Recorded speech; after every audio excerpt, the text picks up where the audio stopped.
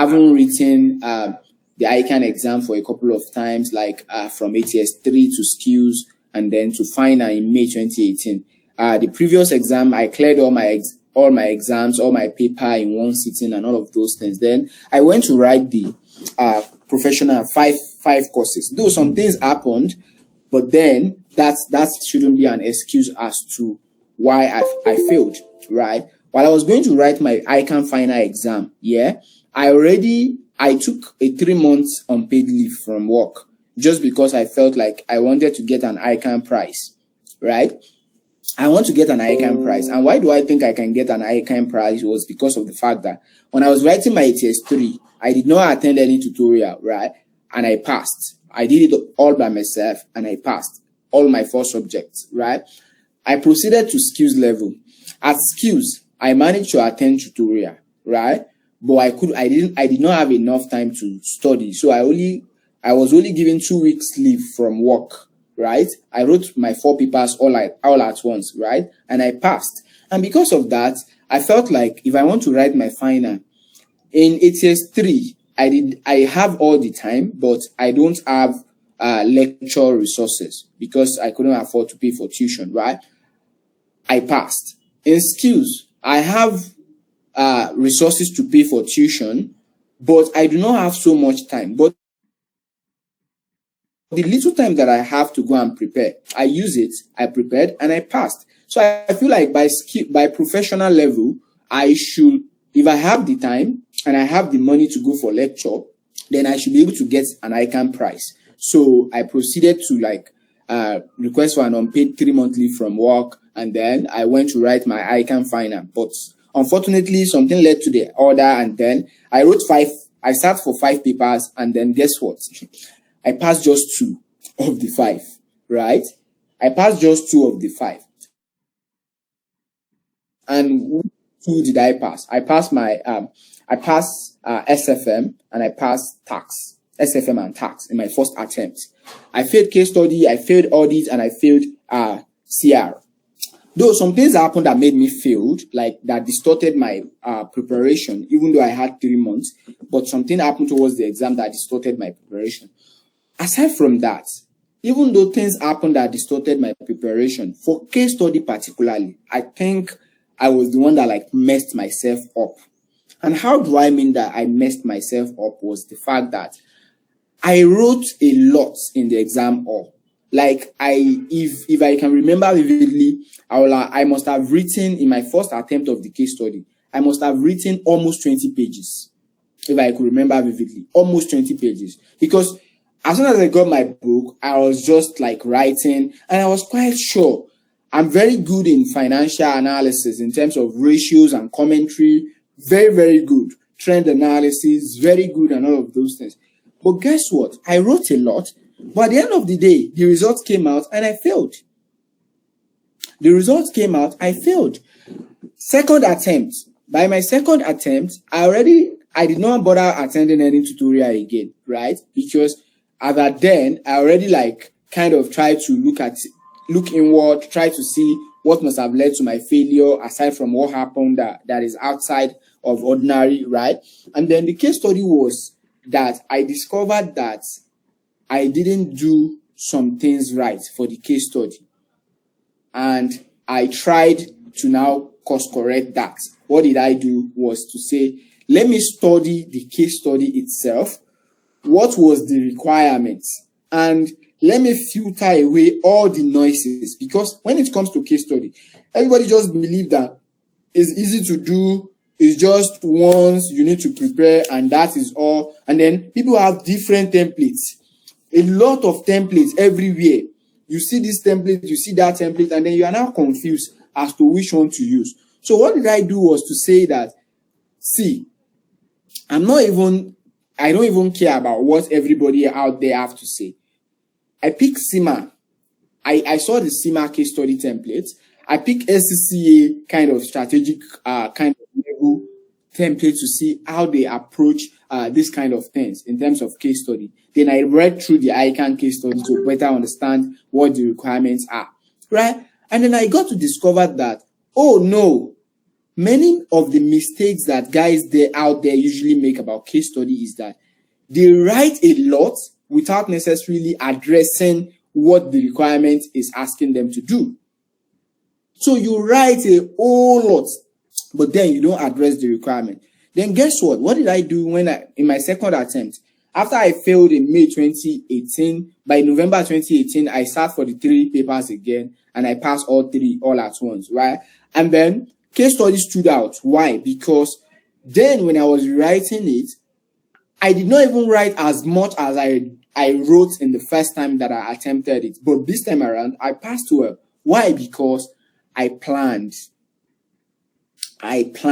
right? I was able to understand what the requirements are and how to go about them. And then I just did what I have to do. And then, in fact, I'm almost certain that I've never written an exam so much that before the time was up, I was already done within myself. Case study for that matter. I was already done. I was satisfied that regardless of what happened here, this particular exam, I will pass because I was already satisfied with what I've done. So, and then after this, right, I've been training students for case studies for the past couple of diets, courtesy of Finance Business Partner and Accounting Job Hub. And so today we are going to be looking at the November 2023 case study precinct together in order to prepare for the exam. Guys, here is a disclaimer, and not just an ordinary disclaimer, but something that I want everybody on this call to hold dearly. And what is that? Is that this session is not to give us an answer or some sort of expo to what the unseen is going to be. No, this is not a session. This session is to equip us with the technical know-how to be able to attempt and address any form of question that is going to be asked in the exam, or regardless of what the unseen part is looking like. Regardless of what the unseen part is looking like, you will be able to attempt the exam brilliantly. Not just an ordinary attempt. You will pass. I'm saying this on record. You will pass if you are able to master these things. And what are those things is just the heart of planning.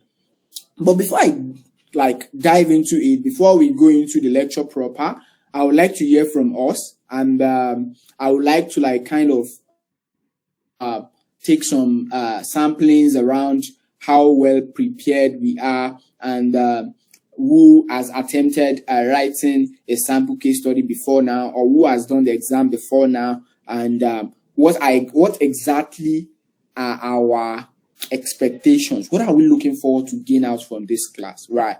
So yeah, guys, let's have you. Who wants to go first? Have you attempted the case study exam before now? If yes, what was your experience? Is this your first time attempting it? Have you attempted writing a sample before this day? What's it looking like? What are our preparation level looking like right now? Who wants to go first? Again, let's make this an interactive class because this is meant to be an interactive session. Yeah. Who is going? Feel free to use the icon to raise your hand, and then you can unmute your mic. Please, let's make this an interactive session because this is not a lecture room. This is not a lecture hall. This is not a lecture theater. This is an interactive session just for me to guide us through what we need to know. And again, remember, this time is for you to confirm that you know what you think you know. You might be thinking that you know something, but in all honesty, you actually don't know it. You just have a faint idea, and you think you know something. So please, this is the time for us to speak up. Have you attempted the case study exam before? How was the experience? Or let's say today is the exam day and you want to write the exam. How will you approach it? Who wants to go first? Today is the exam day and you want to write the exam. How will you approach it?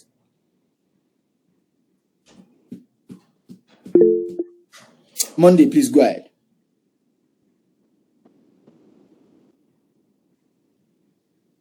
Hi, Monday.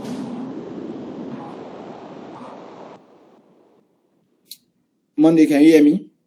You are muted if you can hear me. Okon, Monday. Okay, if Okon is not here, Patrick, are you here?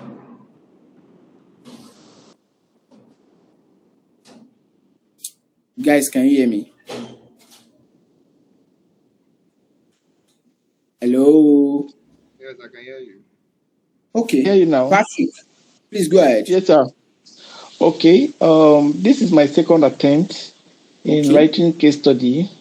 Can you people hear me? Yes, we can hear you. Go ahead, please. How was your first attempt? Can you hear me? Yes, we can hear you. Okay. This is my second attempt in writing case study exam. I actually got an exemption to professional level. So on getting to professional level, I was advised to pick three courses, which case study is among one of them. So on picking case study, I don't have the previous knowledge of PM and the skill levels, financial analysis, and the rest.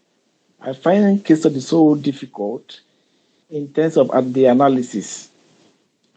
So I attended the tutorial center, thinking that getting there they will break everything down for me from top to bottom. But quite unfortunately, it was not done that way. So I started studying case study on my own. So last diet, I did not attend any class. I decided to pick case study on my own, to tackle it on my own, to see how far. And these are my pitfalls in the exams. On getting to the exam hall, I found out that, my first diet, I could not differentiate requirement 1 and requirement 2. I was just prepared for my executive summary, my introduction, my cover page, but what the requirement is saying, I could not really tell. So I was just stuck in between the road after my executive summary, my introduction, my cover page. I don't know what to do next. So the next diet, I fully prepared myself very well. Although I didn't attend any tutorial center, I prepared myself very well, and I said, okay, what will I do next? That was last diet,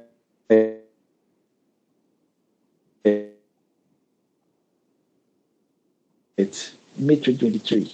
So I'll get to the exam hall when it did not come outside. I was planning to bring normal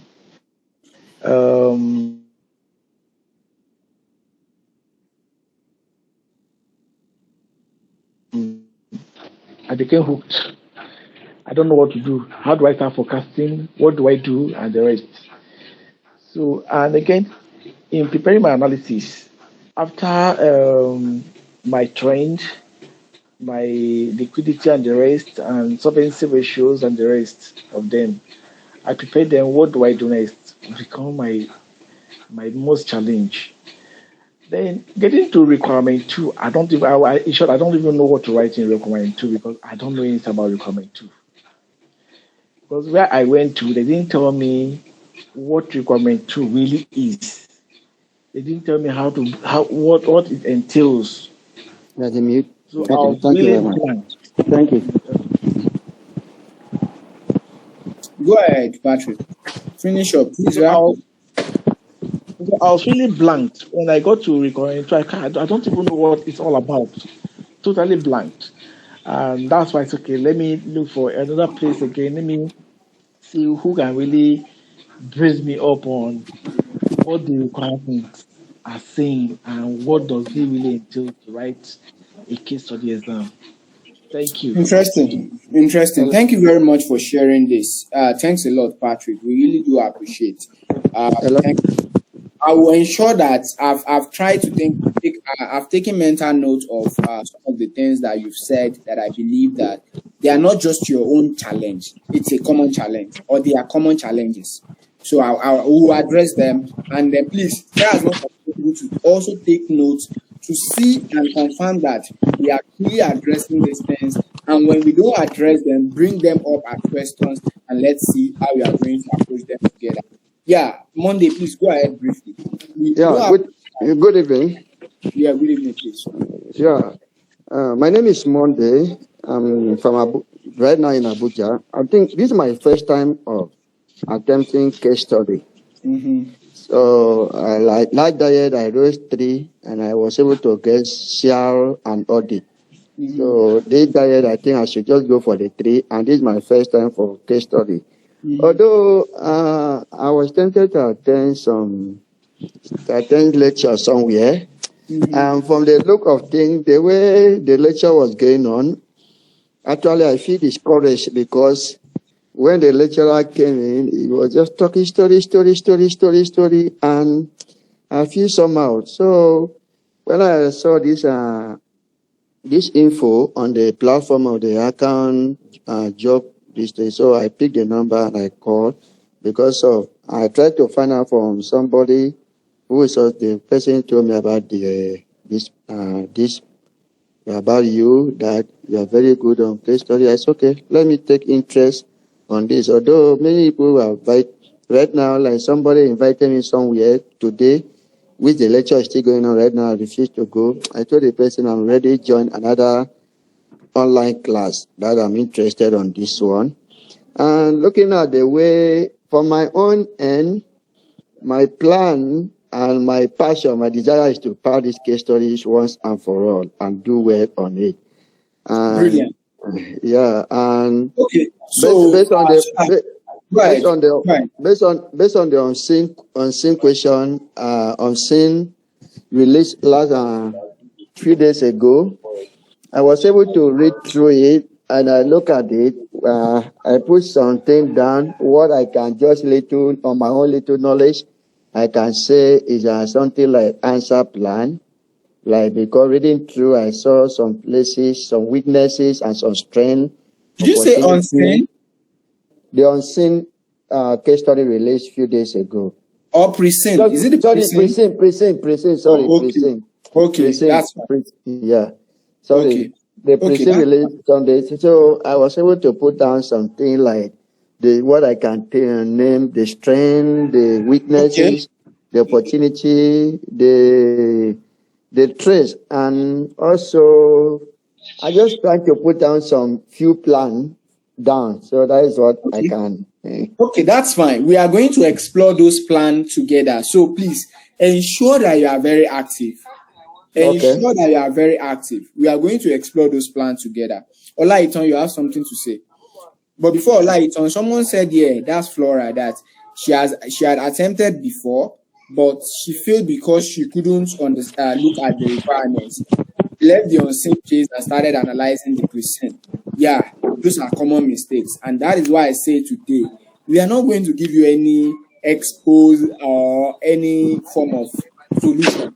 This class is not to tell you a solution. This class is to equip you to be able to come up with your own solution, regardless of what is happening in the exam. Trust me, and you will see what I'm talking about in a nutshell. Yeah, Olaiton, please go ahead.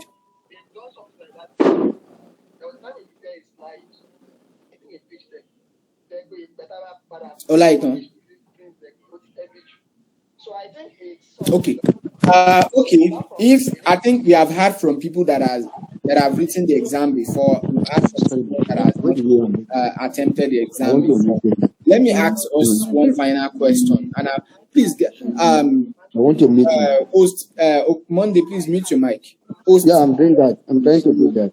The what's it called? So again, I want to hear from someone who has not attempted the exam before. You have not attempted the exam. Yes, I'm trying to do that. Today is the exam. You are in the exam hall, right? We are doing the exam now. How do you approach the exam? What is your plan? Let's say the exam is tomorrow. What is your plan? How do you intend to approach the exam? Let's see some few hands up. Let's call people. I think I saw, what was her name now? Okay, let's call Isaac. Good afternoon. Yeah, good afternoon. Yeah, my name is Abiodun Isaac. In respect to the question that probably you have not yet attempted before, and today is the exam. Exactly. All right. Actually, I've added a lot of weapons to my arsenal. I'm going to put it that way. Makes But sense. regardless of the weapon I've added, yeah, I would like to first thing first in the example go through the unseen, because the pre-scene I've actually went through it before, often and often and often and often, and I will try as much as possible to try bringing out my weapon one after the other. The first thing I'm going to do is try to pen down my cover page as much as possible, and after doing the cover page, I will proceed to the appendix, because I believe appendix happens to be the bedrock of all the analysis I want to do. So I haven't done the analysis one after the other, considering the requirements, requirement 1 and requirement 2. Considering requirement 1, I'm going to go to the appendix, do the needful, probably financial ratios, financial analysis, trend, and the likes. And then before actually moving to the body of the letter, I'm going to move to the executive summary. Do some kind of introduction in the executive summary. Tell us the kind of what I'm actually working on. Try to fix in what I'm actually working on the requirement 1. And after doing that, tell them the kind of model I'm using, the scope it covers. Probably it will be covering so year to so year. Actually, and also putting in place the method I use. Probably it is MPV, probably it is profitability I'll be covering, liquidity I'll be covering. And also after that, How many hours do you think you have for this exam? It's just 4. Yeah, but this is just me. This is just me. I'm not actually explaining to someone. I'm not explaining to someone right there. So I'll be doing that within a blink of an eye. Okay, so let me streamline the question. Let's assume that this is your first 1 hour. What are the top priorities here from this list? Your first 1 hour. My first 1 hour will go docs. The first thing I'm going to do is consider the 2 requirements. Yeah. After that, consider how I want to go about my executive summary, my appendix, and also the body of the report, how it's going to be. So I'm going to sketch out some kind of chart on how I want to fix in all these things.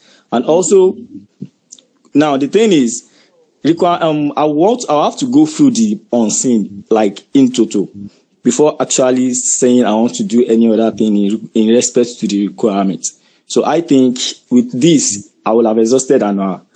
Okay, that's brilliant. That's brilliant. I think I appreciate that, and I had to react the question, because whatever you are saying here, trust me, those are likely the ways you are going to attend the exam. So as much as possible, start making your conclusion from now. Start making your conclusion from now. This is the way I want to go about it. Nothing else anybody wants to tell me, because there are too much noises out there around how to go about this thing. Like what Patrick said earlier on, they've attempted tutorial centers. The next thing, they are telling them stories. They are not doing. Someone also said they did not do it the way they expected, and all of those things. There are a lot of noise out there. So right now, what we want to do is conclusion. This is how we want to go about it. And guys, let's agree. This is how we are going about it. Teva, please. Please go ahead. Is it Msenga?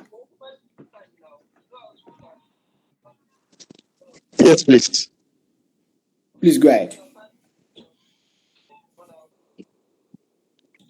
You have the Okay. floor. So okay. Thank you. So immediately I'm into the exam hall. The first thing I will do is I'll go straight to my requirement, and then look at the requirement 1 and 2. Also, after looking at the requirement, I'll come back and write the executive summary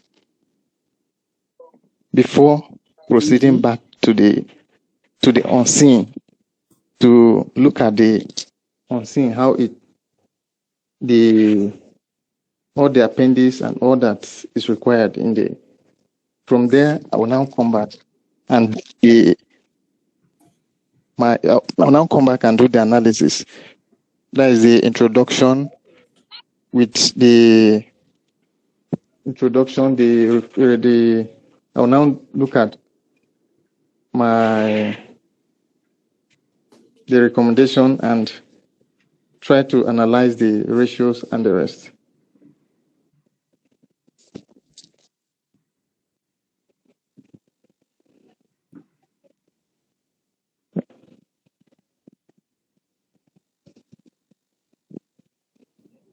Is it just my network?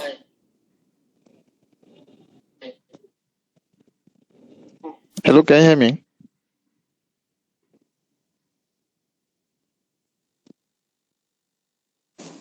Hello. Yeah, I can hear you now. Yeah, I can hear you now. Okay, so like I was saying, I said that immediately I get into the exam, I'll go straight to my requirement. From the requirement, it will guide me to write my executive summary, which after writing the executive summary, I will go back and look at the... Is it my network? The unseen. Is breaking, or is it my network?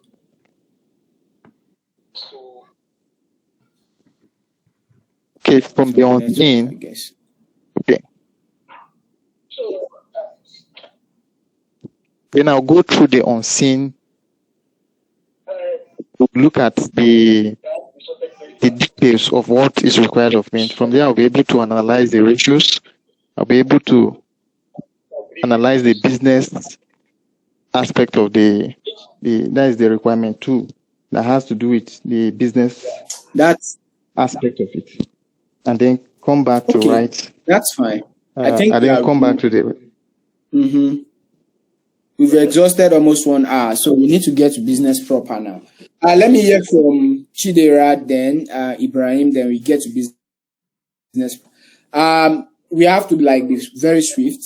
Thank you very much, Msenga, and I think you are clearly on the right path. I think you know what you want to do, and I think we are going to be able to exemplify it right on this call. So Chidera, if you are on the call, please, you have the floor briefly. Okay. Hi everyone, good evening. Can you hear me? Can we all hear me? Good evening. Yeah, we can hear you. Okay, thank you. So I paid for tutorial actually, I'll just very quick, but we only solved one case study, I think that was 2018. But he didn't really explain anything. So I had to properly, I had to pick the pack and understand, because I didn't know what executive summary and all that was, because this is my first attempt. So for me, with the knowledge I've gotten by my own self, that's why I paid, to get better understanding. I would actually, read the unseen parts very well, and then just key through the scene, because I've read it countless times now, so I don't really need to waste time on it. But I would revise it there, but intensively read the unseen part, and then I would quickly put my cover page. Then what I've gotten now has said start with your appendix, but don't waste time, because appendix is just eight marks or so, or whatever. I can't remember, 8 marks or so. But it's the appendix that will help me write. It's the appendix that will help me write my executive summary. So I can't start with executive summary, even though that's the next thing after my cover page and so on. So executive summary should kind of be the last thing. So after my appendix, I would now start my introduction, other parts of the stuff, and then quickly I have to work with time. And then, because executive summary is actually very important, and quickly write my executive summary. So that's just all I have for now. So I'm here to, better learn time allocation and every other. This is a brilliant way to approach it, but I'm really scared of how you are going to manage it. I'm scared. Okay. I love the way you have said everything, but I'm just so scared of the time management around this thing. You were like, I'm going to go to appendices, and then I won't spend too much time, and I'm like, by the time you start doing all of these things, you won't know when you just be carried away. That's you just want true. to solve it. You just solve. Before you know it, you are 1 hour is gone. So That's why I'm yeah, here, that's why we are here. to get your That's why we are approach. here. Trust me, you have what it takes to succeed already. Like you already have everything, which have like the correct manner to like go and approach the whole exam. Now, what I want to attempt with us right here is approaching the exam itself. Let's say we are doing the exam now. How do we ensure that we go about writing the exam, maximize the time, and pass brilliantly? That's what we want to do. Ibrahim, you have the floor. Briefly. Okay, We need to okay. start. I'll do that briefly. I think for me, I think what is very important is the fact that because I've understood, I've read the pre-sing before. I will take my time, like, to understand the unseen also, because if I don't understand that unseen, and I'm saying I want to go to any appendix or something, or I'm trying to, because I've understand some parts, I'm trying to rush into this thing, it might actually affect. So I'll try to understand the unseen very well. Then, because I already know that it's an internal memo, I start with something. So I'll be doing the appendix and the the main reports. I'll be doing it in total. It will not be like I'll be at when I do probably one part of the appendix, You are then I'll doing try them to simultaneously. I'll do them simultaneously, so that even if they say the time is up, I will not be lacking in any of the parts. I will have, at least I'll have something that I've written down. So, like, that's just because of time. Brilliant. I think that's very brilliant. Now we'll demonstrate these things. Yes. Now we'll demonstrate this thing, right?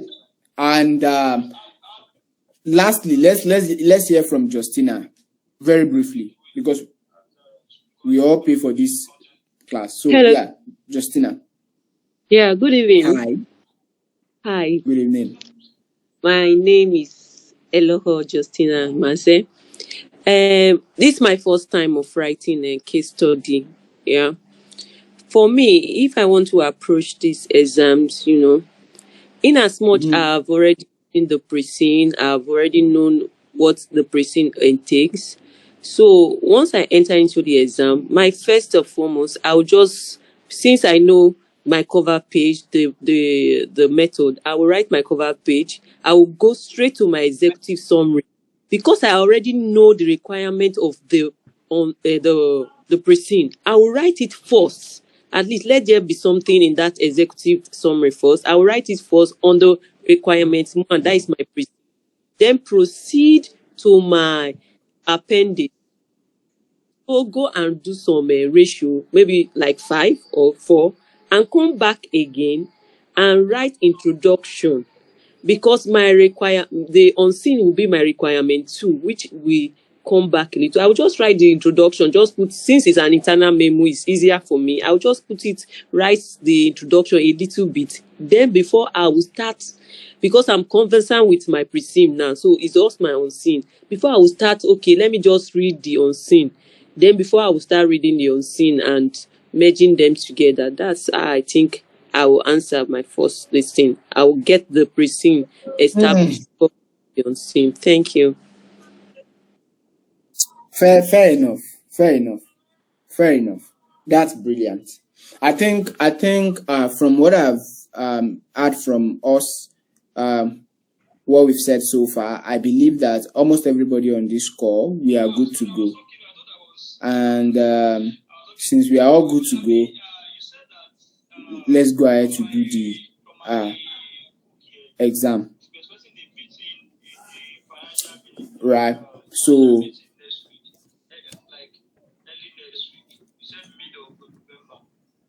yeah, just give me a sec, guys. Please give me a sec.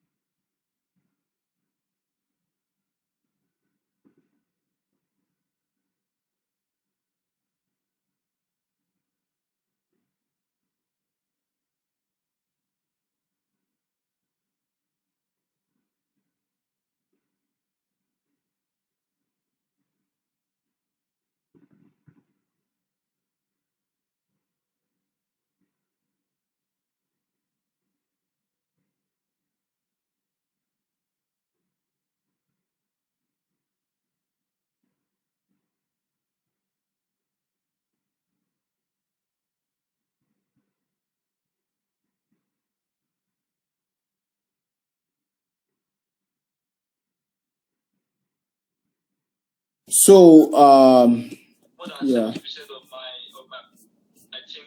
Okay. Can we all see this guy? Yes, you can. Okay, cool. So now we want to like approach the exam now, and in approaching the exam, what you want to ensure we do is like we just want to pass, and not an ordinary pass. Now we want to pass brilliantly, and one of the golden rules to passing anything at all, even if it is a game, one of the golden rules to passing anything is to know what is required of you. What is required of you? What are the rules of the game? Hello, sir. You need Hello, to know sir. them. Can you hear Hello, me? sir. Yeah. I cannot see your board. Though. You cannot see what? I don't know if you're writing. I cannot see you. I can't see your board. No, it's not writing. I'm not right. Okay. Okay, but can we see my screen? Yes. sir. Yeah.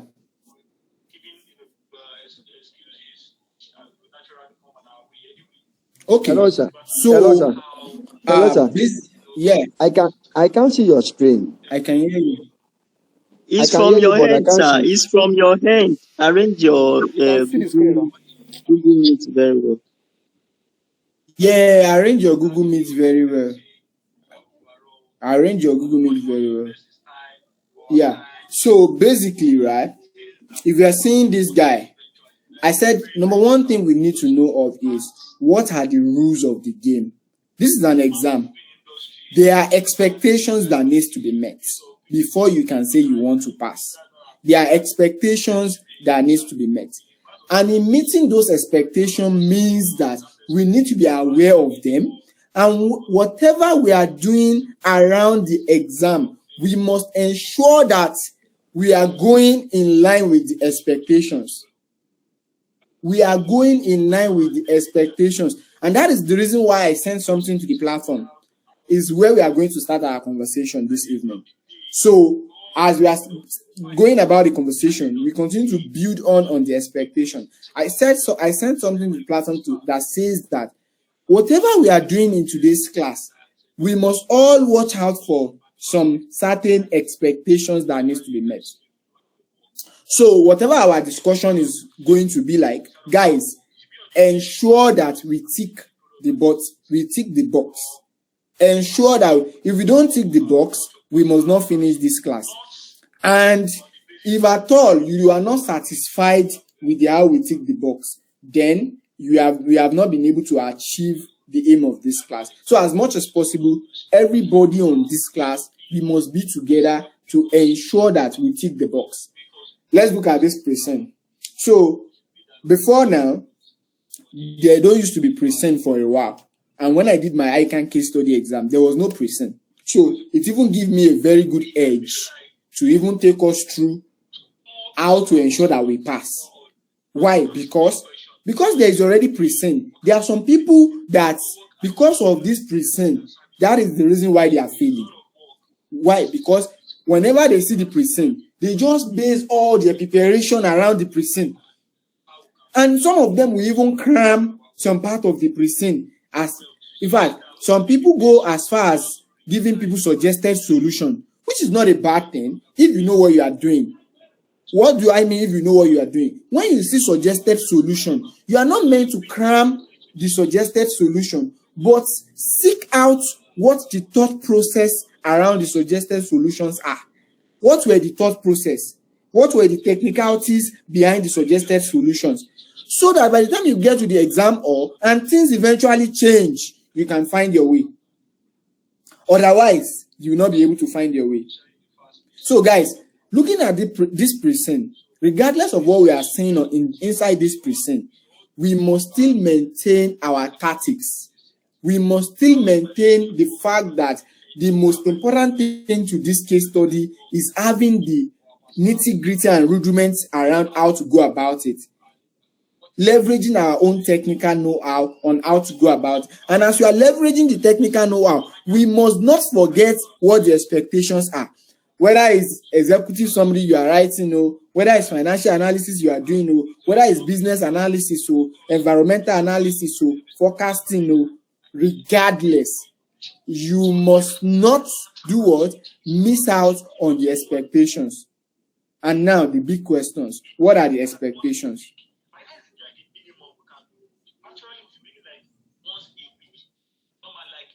These are the expectations.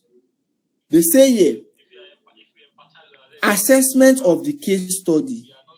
The marks in the case study examination are awarded for professional skills and are approximately allocated as follows. The marks for the case study, this is how it is going to be allocated. This is how the marks are going to be allocated. I said something the other time that the first attempt that I have with the case study, I wrote a lot, but I still failed. The second attempt, I did not write as much as I did in the first attempt, but I passed. And eventually, I've taken enough. Guys, please give me a sec. Let me quickly put some things in order.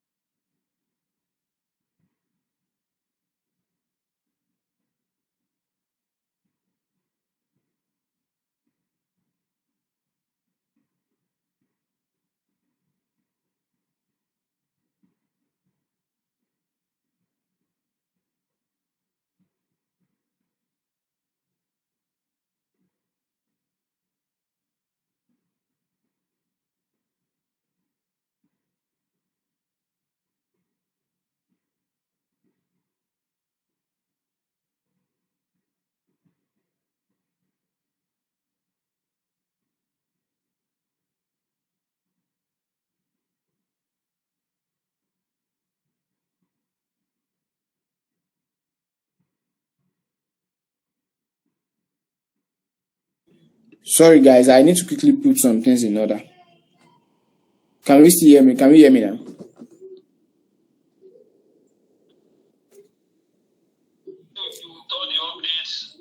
Yes, we can. Can we hear me?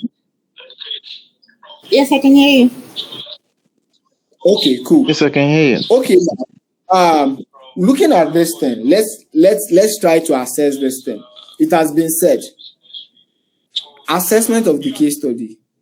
The marks in the case study examination are awarded for professional skills and are approximately allocated as follows. So, guys, whatever you are going to be doing in the exam, or if you miss out on these things, trust me, you are going nowhere. And you guys are not going to miss out on it. And that's why we are on this call.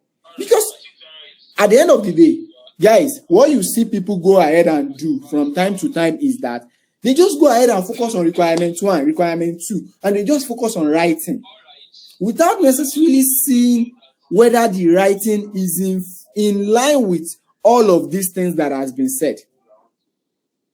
So now, I'll try to get what our understanding of these things are. Then I give us what it's meant to be.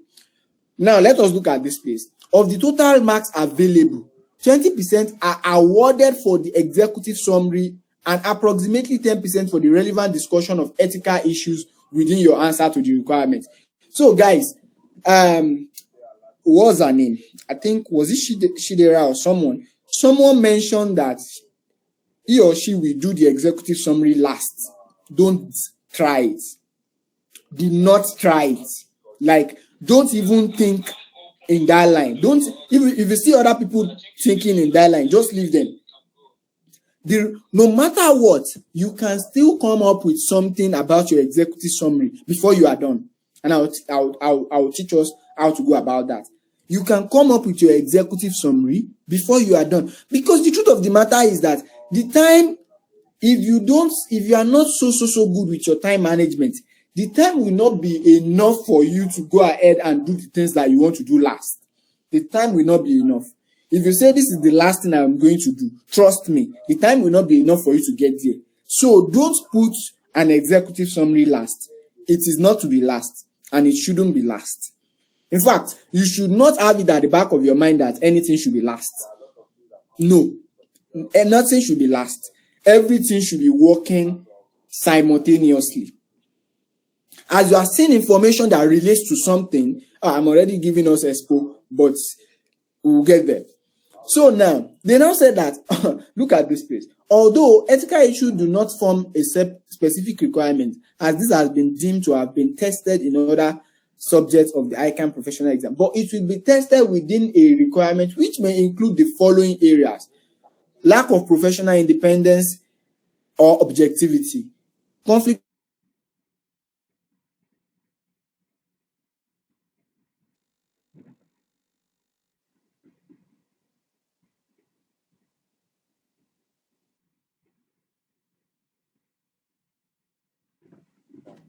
Okay, see where I actually want us to look at now. They said candidates should note that marks are not awarded for just simply restating facts from the case scenario.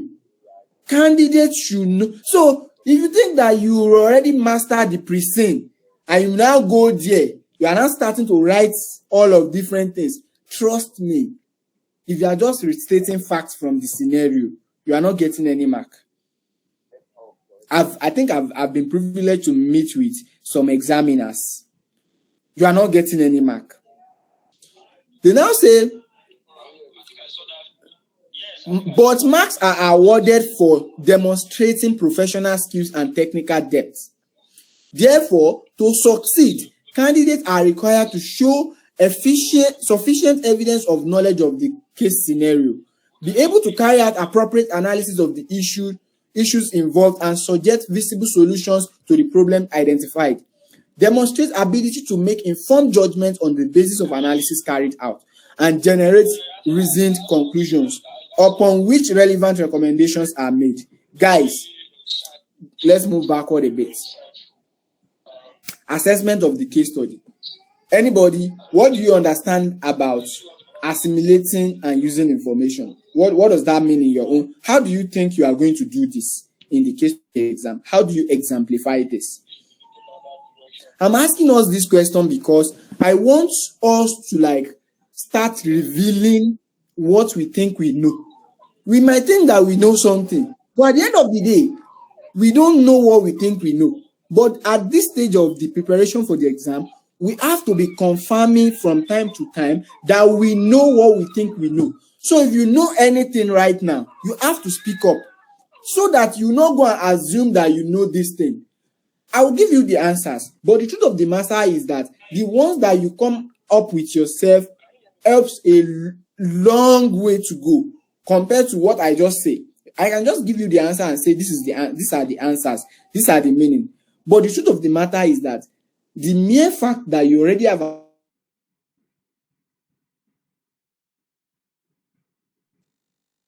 to it and add to them, then trust me, that is what you need to be able to succeed in the exam. So who is going first? Assimilating and using information. What do you think about it? Good evening. Good evening. Okay, to me, I think assimilating and using information means that we need to digest the question very well, go through the unseen and then read the requirements and then know what we are expected to do. No, give an example. You have read the present, right? Yes. Give an example. There is a lot of information in the present. Which one do you think you can use while you are writing anything you are writing?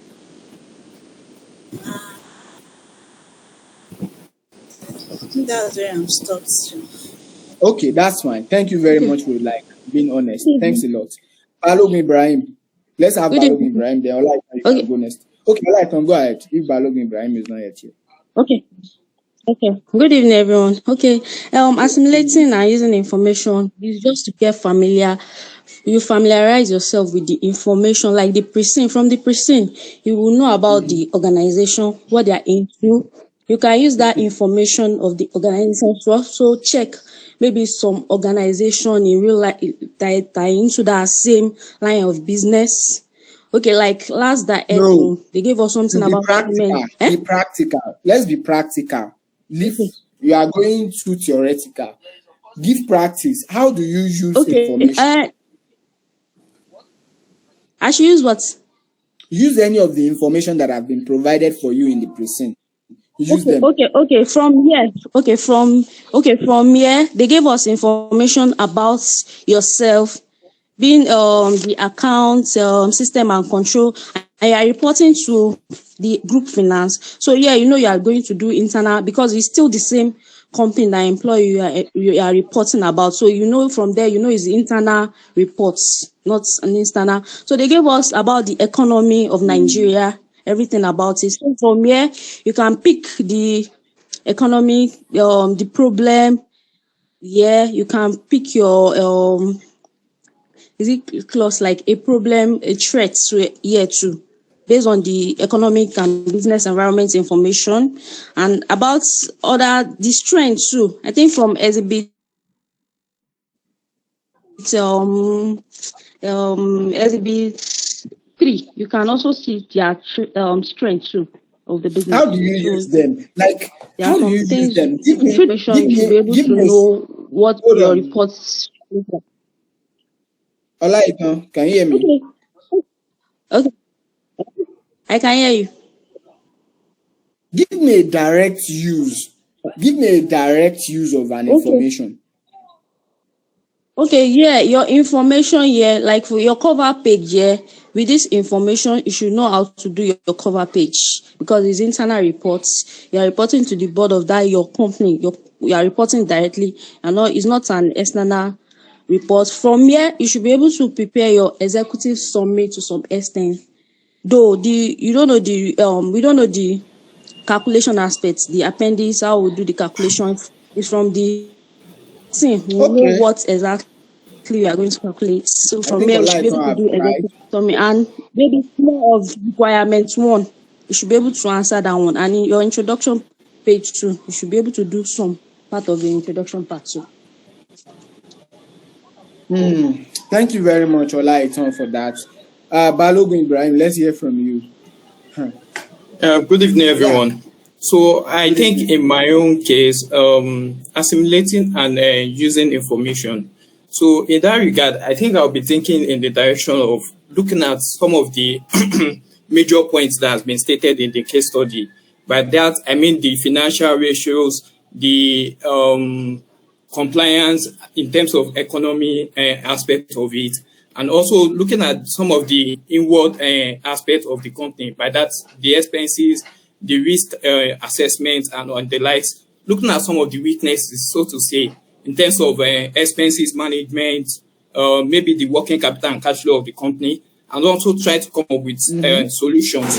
So the major thing is to look at some of the weaknesses from the company aspect, also the economy aspect, and then try to look at the solutions that can come up with based on the weaknesses identified.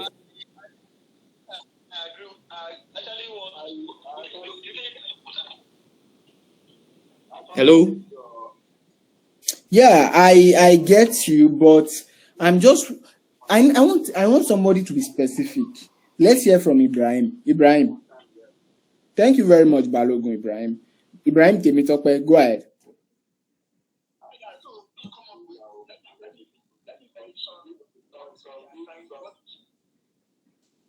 Ibrahim Temitope, can you hear me?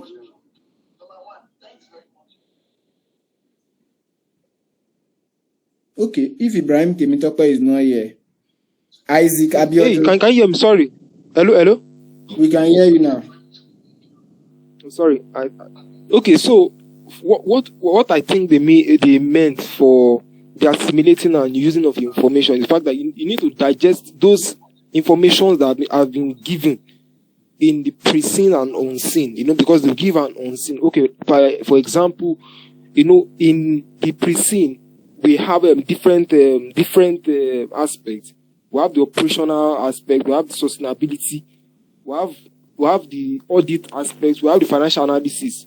How do you understand, and how do you drive out those information that needed to be used in answering in answering the question? Give a specific example. Use a specific. You people have read the pre-scene, right?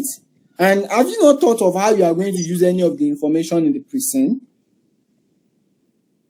Oh, okay. Somebody has said something about cover letter, but that's still not. So this is the reason why we are having this conversation, right? Because the truth of the matter is that we might have seen this page that I'm showing us before. We might have seen it before, but we just think that it's something that is just the way some of us have explained it. It is not. It goes beyond that. It is too deep beyond that. Let's hear from Adebola first before we go to Isaac Abiodun.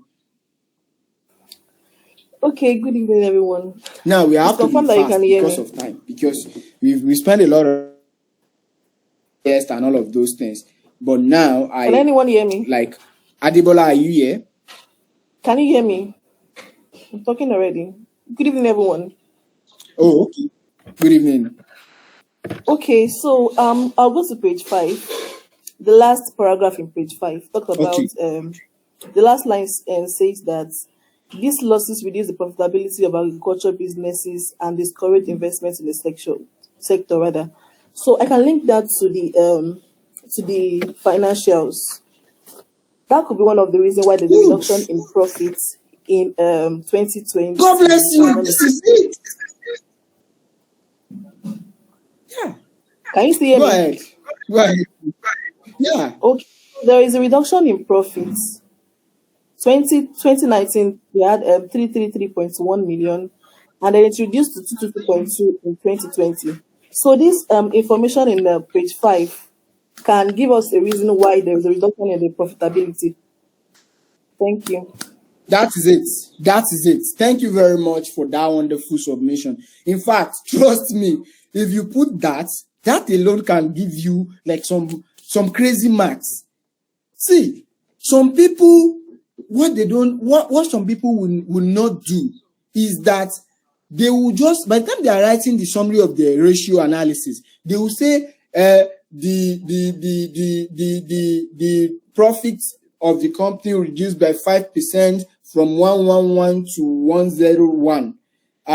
And yes, this can also be seen as a result of the reduction in sales price, of which there is nothing like sales price. Or some people will just stop at there is a reduction in the profitability of the company from 111 to 005. This is a 35% reduction. Full stop. Who gives you mark for that? You are not using information. Using information is linking from A and B, linking the effect of A to B. Excuse me. Linking why A is affecting B. Just exactly what Adebola just did. That is what I was expecting from us. Using and assimilating and using information means that as much as possible, what we have in both the unseen and the preseen, we must be able to connect them to where they belong to, in whether the requirements or in where we think are deemed fit as part of our own professional judgment and professional skepticism. We are going to get there. Guys, if you don't know today, by now you should know. If you are commenting on ratios, you don't comment on ratios by just stating numbers and figures. You have to do it exactly the way Adebola just mentioned it. Exactly. Why do I say exactly? Is because now you see what she has said. She has said that she has taken number. She took number from the number side and then came to the theory and story part to say, oh, we notice that there is a reduction in profitability of this company. And the reason why there is a reduction is because there has been a challenge where there is high level of post-harvest losses due to poor storage facilities, inadequate transportation system, and inadequate processing facilities. That's all. You now, you just trying to like dump what they said. You repeating what they said in the what's it called scenario will now be somebody wants to use the information. The person now come here, now starts to write from here. The person start writing from here and then write up to this place. No, that's not what you are asked for. In fact, as professionals, by now, I believe most of us will know what is called plagiarism. As much as possible, you want to use your own words. You don't want to just dub what is written here. Like what they said here. See, they said marks, candidates should note that marks are not awarded for just simply restating facts from the case scenario. You coming here and they're writing from the beginning of this place and writing to the end. Even you just writing it where it is not applicable. Being able to use information and you have assimilated it is what Adebola just did by ensuring that she used it where they are applicable. She knew that profitability was dropping from the number side. And then she came here to pick where they spoke about profitability dropping due to, that is it. Moving on. Structuring problems and solutions.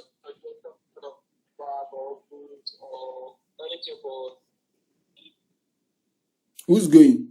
Structuring problems and solutions. How do you structure problems and solutions? 20%. Guys, I hope if you have any question about assimilating and using information, if there is another way you are thinking about it and you want to confirm whether it is correct, please speak up. Chidera. Okay, good evening. No, I don't want to add, I just want to ask a question. Please go ahead. So Let's ask questions as we are moving. Questions. So my question is there like, because I hope there's no marking guide that says it must be this exact answer. So far we are able to link information properly. I mean, I think it's not like now, what she said was very good, but it's not a must for me to write that, right? Like I should just be able to link because it's so now the question I'll ask you now. So you said that what she said is very good, but it's not a must for you to write that thing. You are right, but you now have to answer the question that says, is there any other thing within the case study that speaks to that particular thing? No, you don't understand. So, I'm saying that, yeah, what she wrote is correct. You get, but these answers can be subjective because I'm not in her head. I can pick, like, I'm just saying, so far you make sense with your analysis, right? And link it to information. Now, let me tell you the mistakes that students will make if you go that route. Let me tell you the mistakes that are apparent. Now, let's do an example. Let's do an example. This is a practical class. Now, Chidera, come and comment on this profitability. Come and comment on this profitability that is dropping. This part of profitability that is the sales. Come and comment on profitability that is dropping without using that particular place. How do you comment on it? No, that I'm saying that is correct. There's other points here. Exactly, there are other points. You don't understand. Hold on, guys. I'm not saying there are no other points. But are the other points within the case scenario? Yes. If they are there, yes, that's correct. That's just if otherwise, then there will be a problem. No, that's just what I want to hear. Okay. Yeah. See, this is it. Again, the reason why I emphasized on using what she said was because she picked directly from somewhere. So if you also have somewhere within the case study that says Irelabi goes to page 9, and when you get to page 9, go towards the middle place, you will see something that speaks to profitability as well. Fine. That is perfect. But now you must now understand that you know that there are different types of profitability. See, let me ask you a question. So that the reason why I hear you are right. Your opinion about the subject matter is correct. That is not a must we all write the same thing. That is very, very correct. That is very, very correct. But one mistake I must try as much as possible to advise us that we abstain from is to think that, not even think, is to use things from our own head. We must not do that. If it is not in the scenario, if it is not in the case, then before you use it from your head, you must weigh it. Is it coming in as a matter of professional skepticism or professional judgment? If it is none of the two, that you are just writing and you are just writing for writing's sake, then it should be wrong. Also, what I want, I think I get your point. You are right. Again, I'm laying emphasis on the fact that you are right, because you've said that within the scenario, you're saying something there. But what I'm trying to protect against is to say that, okay, anybody can just think of anything, and using information can just be something that you can just use any random information, that there are some information that are other information that will be useful for similar thing. Trust me, there are some traps if you look at it that way. Always ensure you use the most obvious information, because there are traps. Chidera, let's make, I love making class practical. This information that Adebola gave, can we use it for sales of goods and services? This first line, can we use that information for it? Will that information be applicable to it? Justina, you might also say something. No, it's not applicable to it. You can't use it for sales. Exactly. Can we use it for net profits? Can we use it for net profits? Yes. For me, it's yes. We can use it for net profit. Yes. Why do you think we can use it for net profits? Like the scenario she gave, said because of lack of storage facilities and transport bad of food, and they have losses and reduction in profitability of agricultural business. So definitely, if there is a loss and reduction and losses, definitely it's going to affect the net profit at the end of the day. I'm just saying my own. So now let me now tell you where the loopholes are. There is a loophole there, and that shows to how well you have assimilated the information. There is a loophole. The loophole is now for you to grade line by line, where does one belongs to. See, what you've just said, storage, bad road, and all of those things, what will those things affect? What will they affect? Is it that they will affect the trading part of our account or the profit or loss part of our account? They can affect both. Those things around storage, bad road, where would they affect? Is it trading account or profit or loss, and why?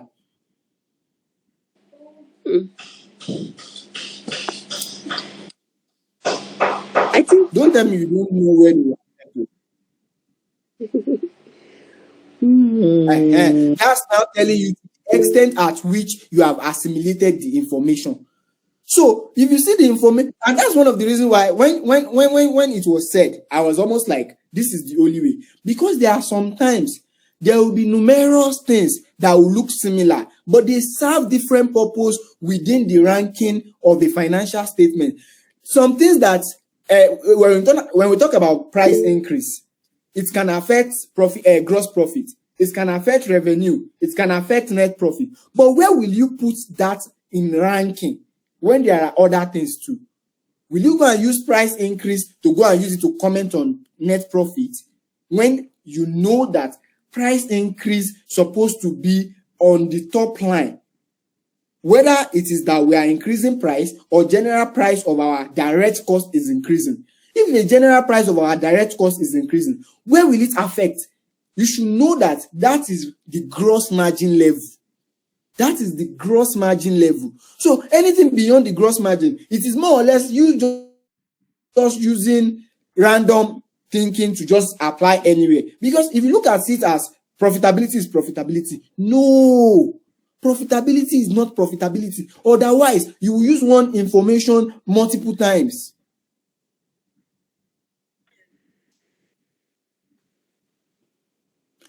Otherwise, you use one information multiple times. So as much as possible, we want to be careful. Chidera, you are right again. I keep saying you are right because if you are able to get out the information, you are right. If you are able to locate and pinpoint where the information is supposed to be, you are right. But if you are just saying that, is everybody going to write? If you are just saying that, is everybody going to write the same thing? My sister, you are going to write the same thing if you need to write the same thing. But you all will not write the same thing because not everybody has access to the kind of information that you have access to. Not everybody is on this class. How many people is on this class? Just less than 30 of us. We are here. We are just less than 30. Trust me, what Adebola said.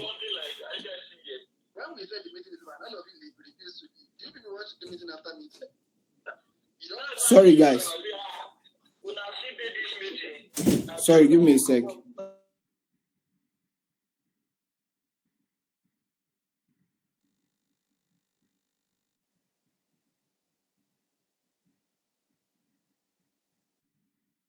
So yeah, as I was saying, it is not everybody that is on this call, right? Because it is not everybody that is on this call, it is not everybody that will have access to this information.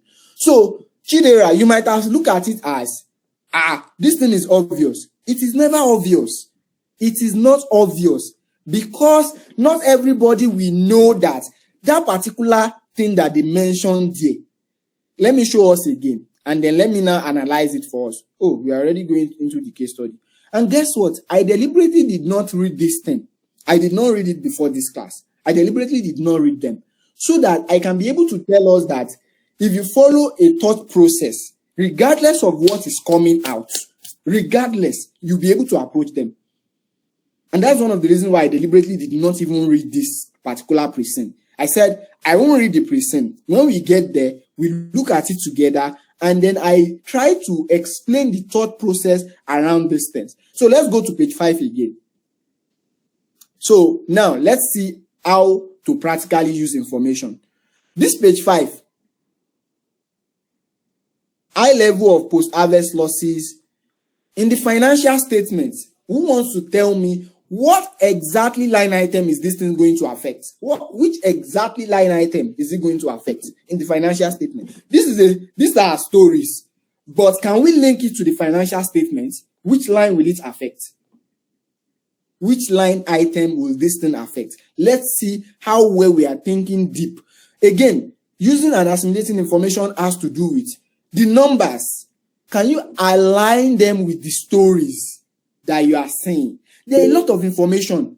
And the people that usually pass case study the most are people that understand where to put what. Isaac, please go ahead. Which line item? Yeah, good afternoon. Yeah, in respect to that, high level of post-harvest losses due to inadequate storage. Let's put this a comma to it there as it is in the question in the question. Yeah, this very particular point, it is going to affect the cost of sales. Now, and why is it going to affect the cost of sales? It's going to affect the cost of sales in the sense that, should in case Go ahead. Sir? Can you hear me? Go ahead. You are already right. You are right. I can hear you. You are already right. Inadequate storage. Probably we were storing our goods and services, our inventory, in a kind of situation whereby it spoil or it gets to affect the inventory, and on the long run it affects the process, the outline, the guideline of IS. Yeah, that is IS2. God bless you. That is using information. We were unable to determine the cost of our clothing store. Thank you very much for that. The lower of cost or the net realizable value. Then something is actually wrong. Probably if our net realizable value is lesser than the cost, then it means that our inventory is below we will be selling it below the amount in which we actually got it. So the next one, in respect to inadequate transportation.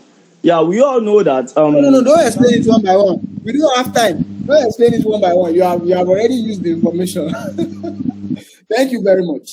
Thank All you right. very much. Really, you have gotten the answer clearly. So, guys, look at how we are using information.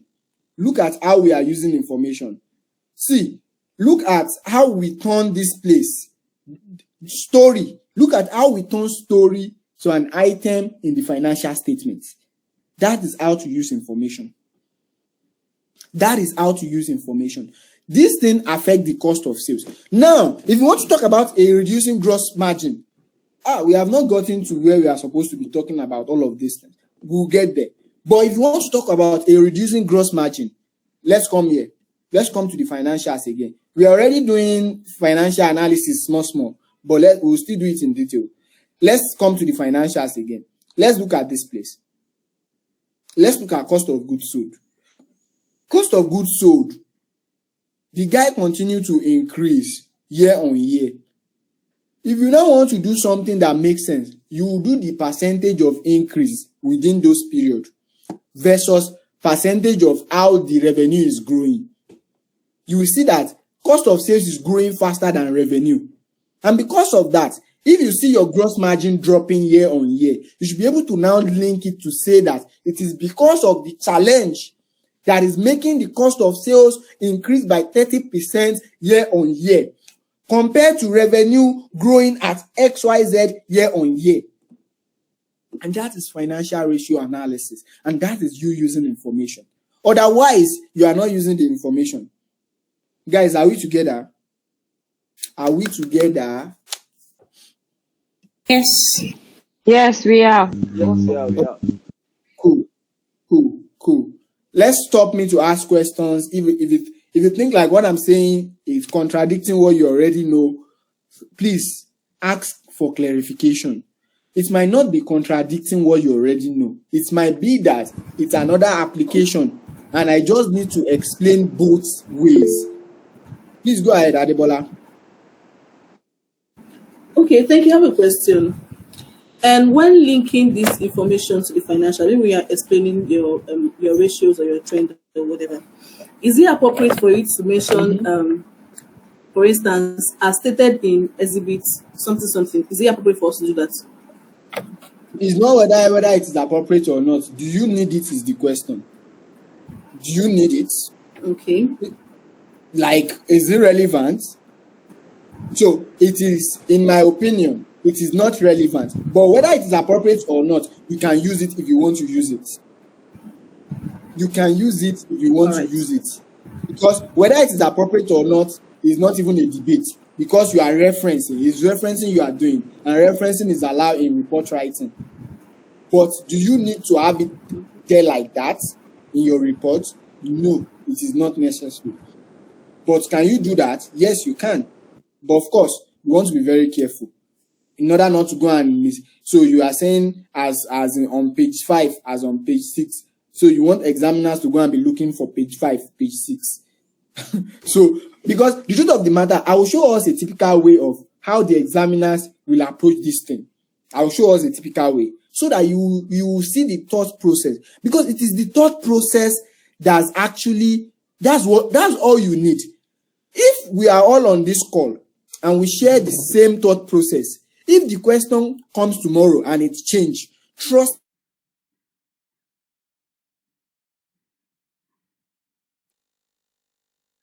thing, if not the same thing, we all write similar thing. We will all write similar, because thought process is what you need to be able to digest that. Oh, this one, talking about cost, talking about challenges around something that affect the direct cost, then that means it is the cost of sales matter. And when it is the cost of sales matter, that means it is affecting gross profit. So now, talking about something that has to do with general overhead, like they are saying that there are labor crises. Laborers are complaining about salary being low. And then the next thing, you look at the financial statement and you now see that the salary is growing year on year. You should know that that crisis is what is leading to the reason why salary is increasing. So that is an OPEX matter. and it is not a cost of sales matter, and it is not a. Imagine somebody now linking labor crisis to gross margin. That is because of labor crisis. That's why gross margin is reducing. It doesn't add up. So we have to know where to use what. And in order to do that, we need to share the same thought process. Guys, I don't have much time now. I think this is 5 something. Though the class usually take long, like typically 4 hours, 3 hours, 30 minutes kind of. But yeah, we just need to ensure that we are on the same page. We will still get to where we will solve stuff. We will solve things. It's not going to be in-depth. It's something anybody will be able to pick up. But trust me, you will be glad at the end of the call.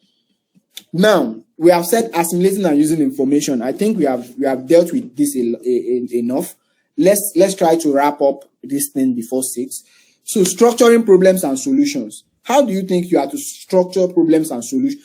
And guys, let me tell us, these things, you'll be wondering that how are the examiners going to use these things? They will be able to use it. Because when I was even thinking about to take us on this class, has anybody read anything about sustainability reporting? Because of this case study, did you check out anything on sustainability reporting? Anyone? Good. Thanks, Chidera.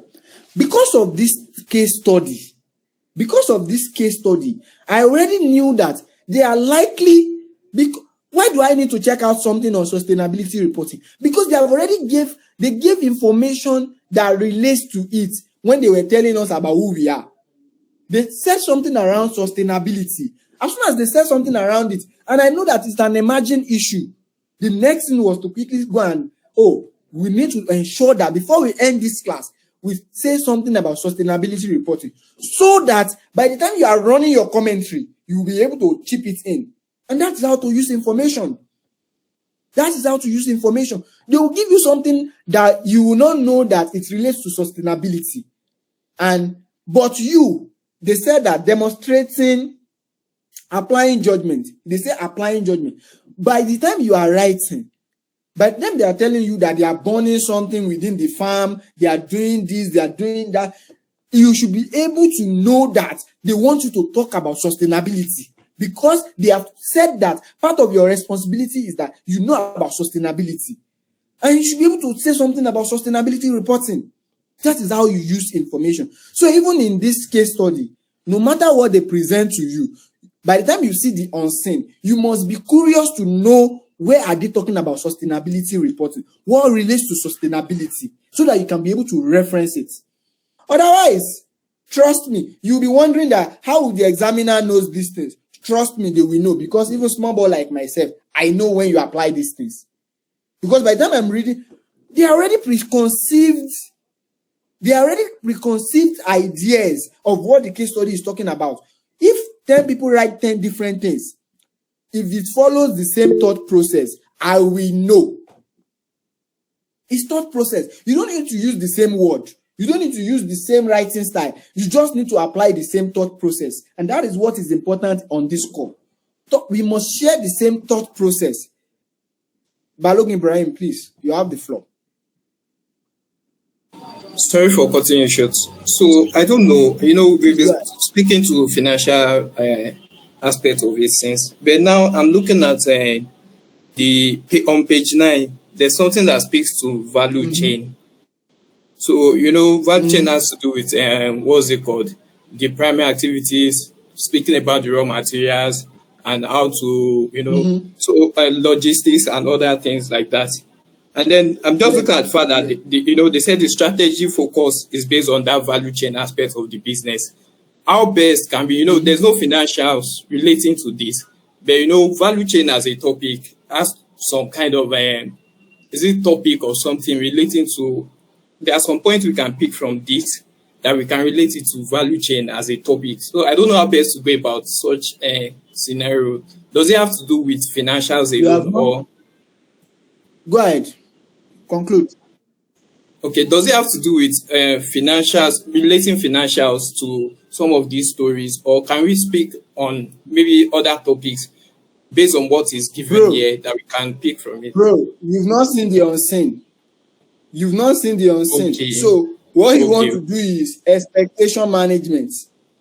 Expectation management here. Let me tell you how to manage these expectations. And that's why I'm talking about thought process. Though we are already jumping the flow of the class.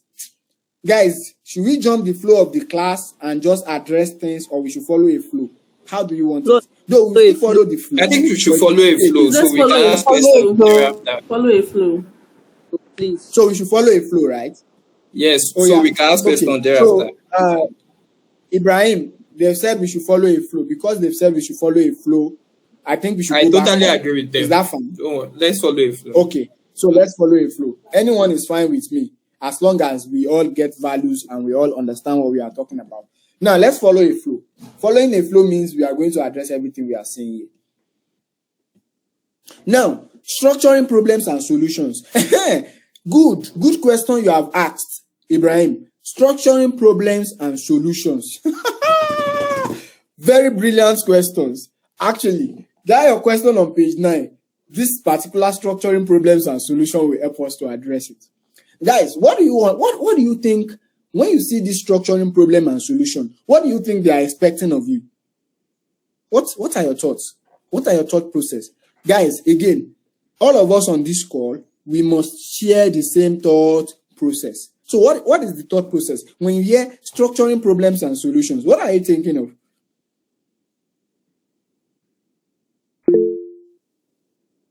Chidera, please, guys, everybody on this call should participate too. I don't want just few set of people discussing with me. Oh. Chidera, go ahead. Okay, I'm not sure. I'm not sure. I just want to see what I think. Okay. Time to make all the mistakes. Make all the mistakes. Because this is the time. Exam is not friendly. We are friendly here. Go ahead. Okay, structuring problems and solutions. I feel like already in the pack there, it's just like not putting your, maybe after your cover page, you now put appendix instead of executive summary, stuff like that. Maybe the format to a report writing or something like that. I don't know. That's the line I'm thinking.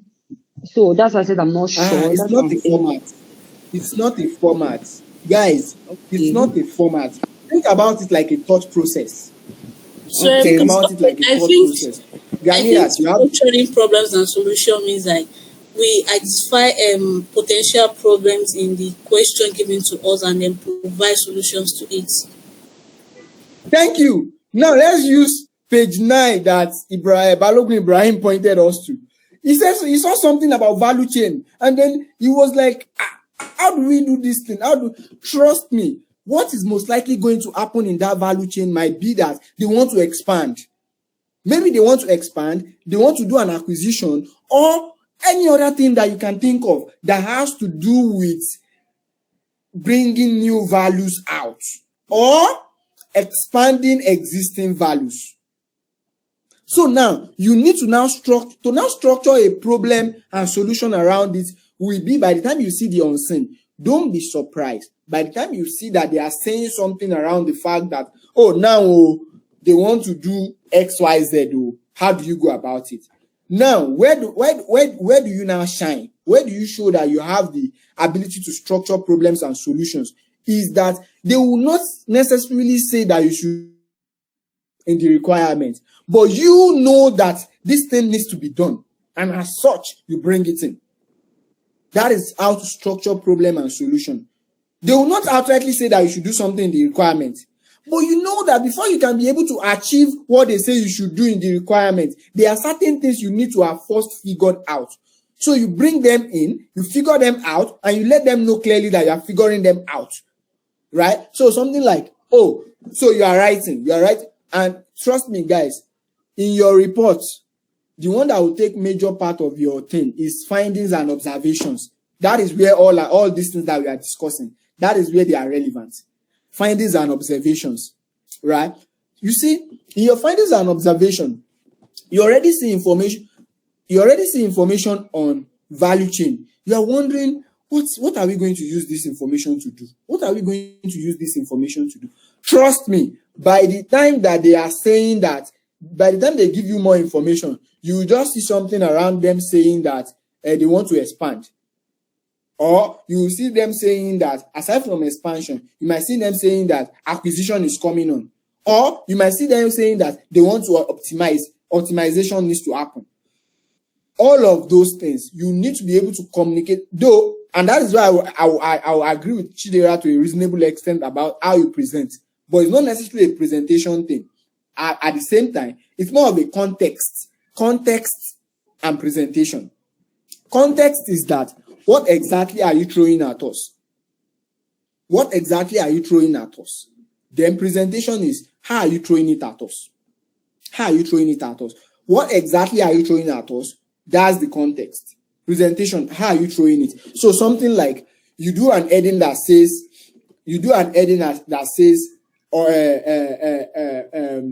assessment of what's the name of this case study guy again? What is the name of the assessment of Adalat's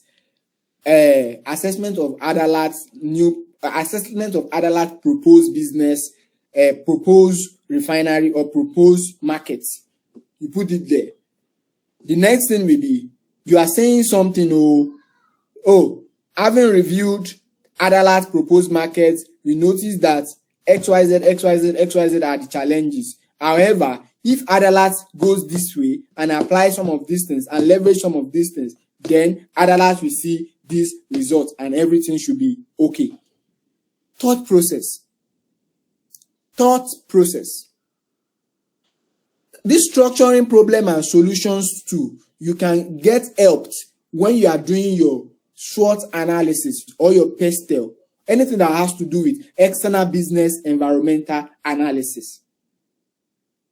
Whether external or internal, you should be able to get something out.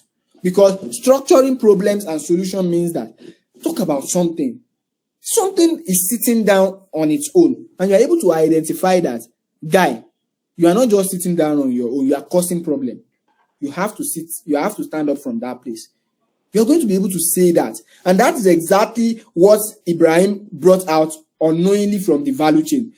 That value chain information is just sitting down on its own. But he's concerned.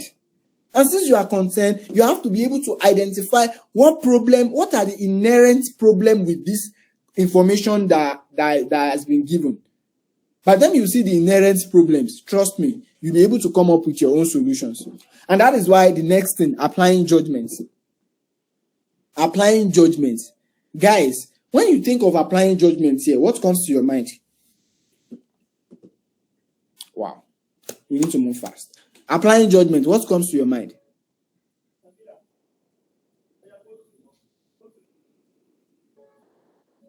Guys, we don't have that time. I will just continue. I want to be hearing from us. Patrick, please go ahead.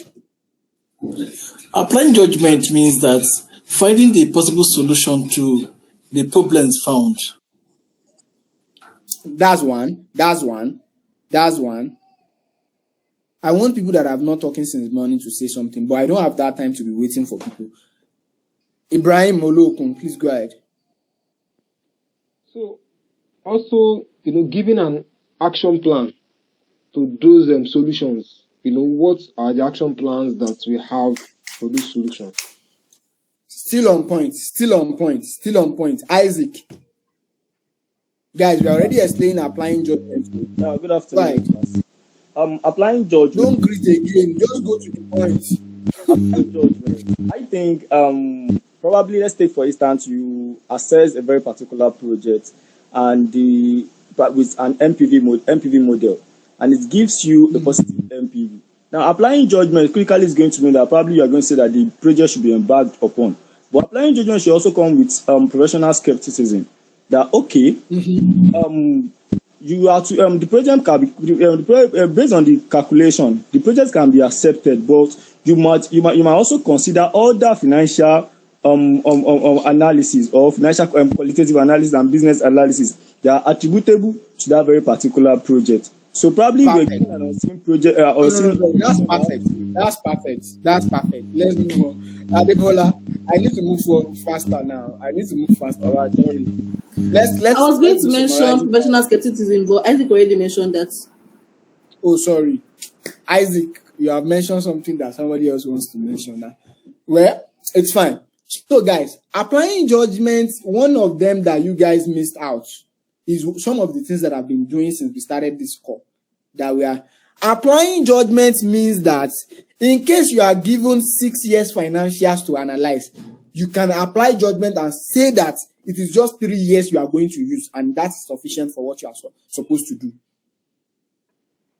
That's applying. You're a professional. You take charge.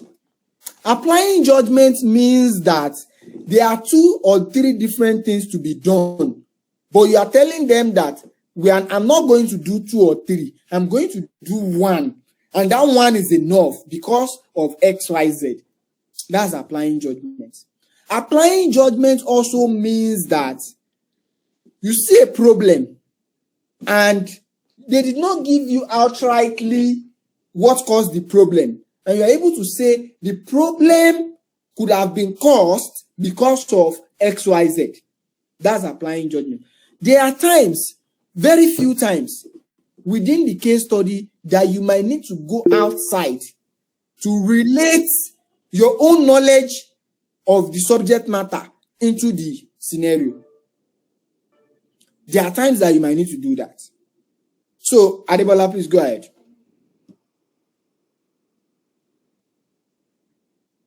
Adebola, you are muted. Okay, I think you answered the question already. You mentioned that there are times where you have to go outside.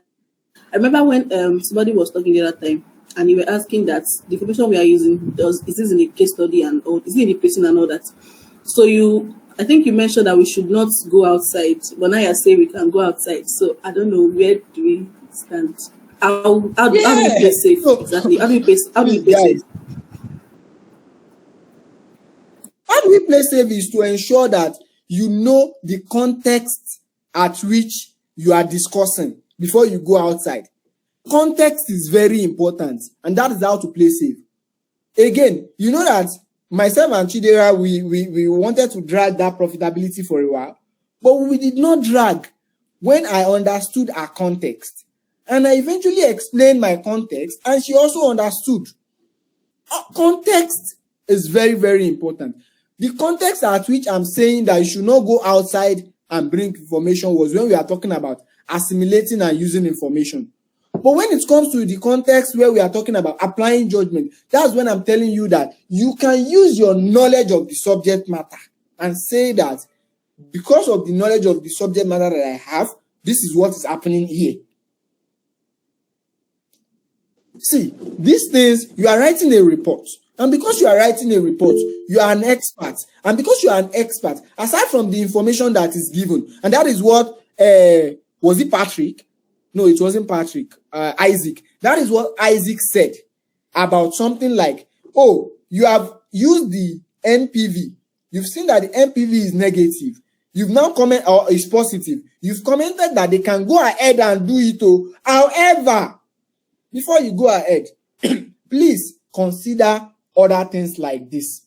You are applying a judgment to ensure that you let them play safe. Adebola, go ahead.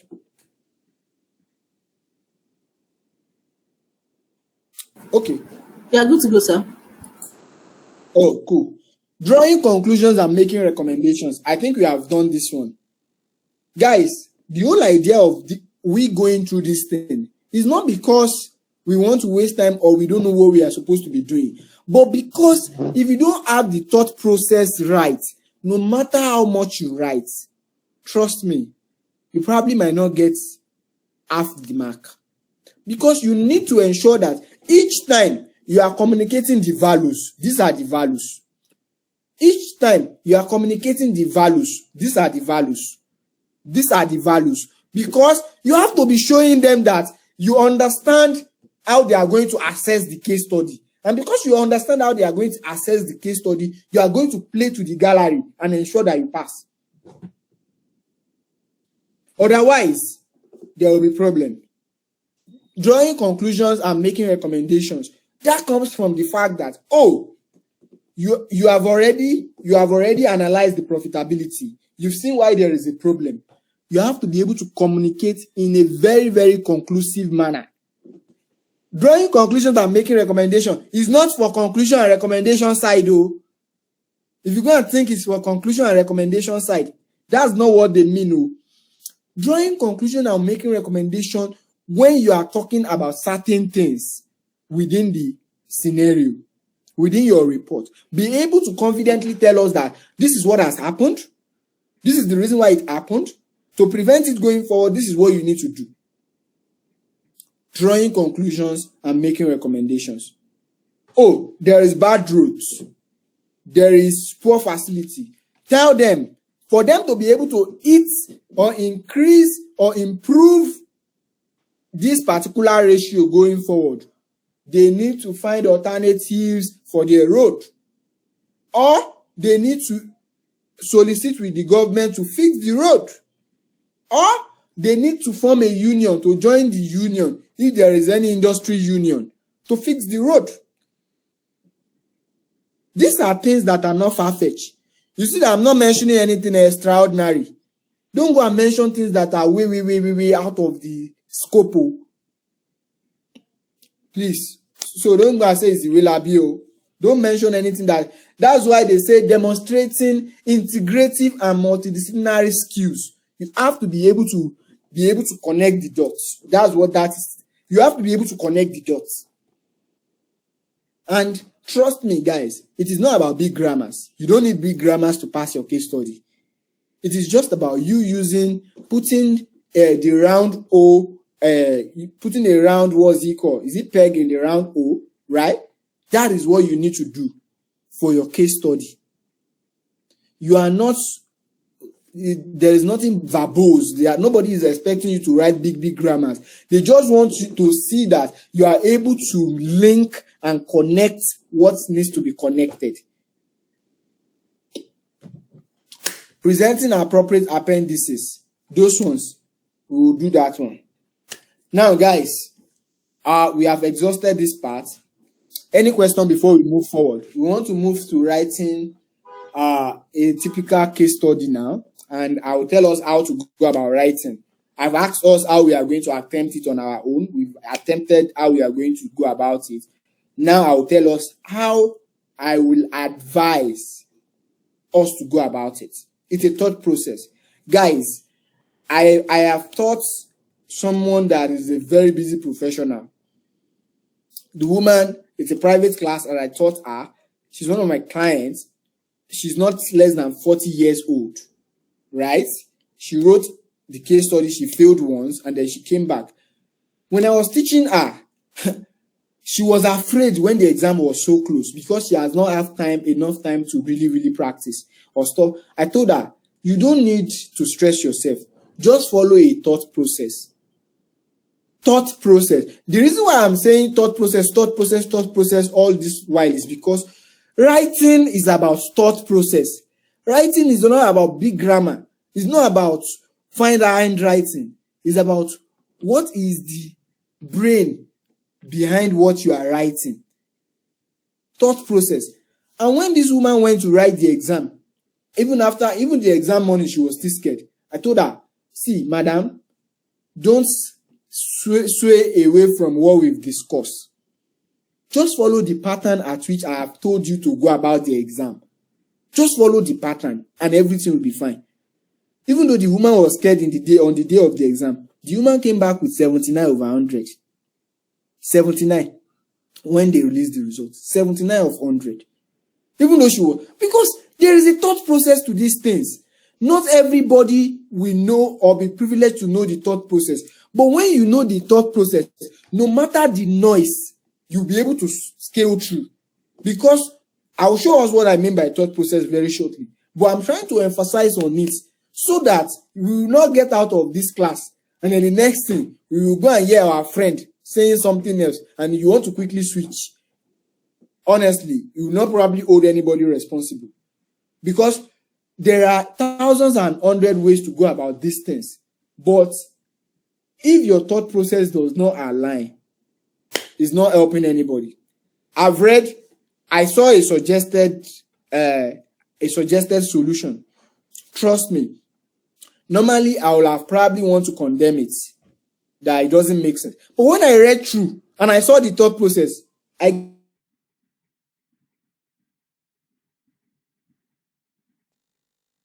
when it aligns with a thought process, I gave a kudos to say, no, the person that wrote these things knows what he or she is talking about, because the thought process aligns.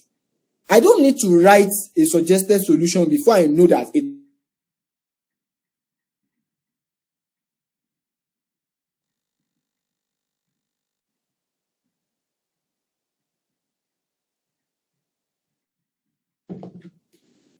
Can we hear me now? Now, let's briefly go to work. Let's get to work. Can we hear me now? Yes, I can. Yes, I can. Okay, cool. Thank you very much. Now, let's get to work.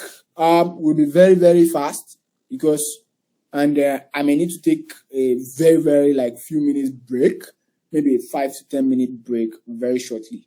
But yeah, before then, let's get to work. Guys, sorry, hold on. Let me get what's it called?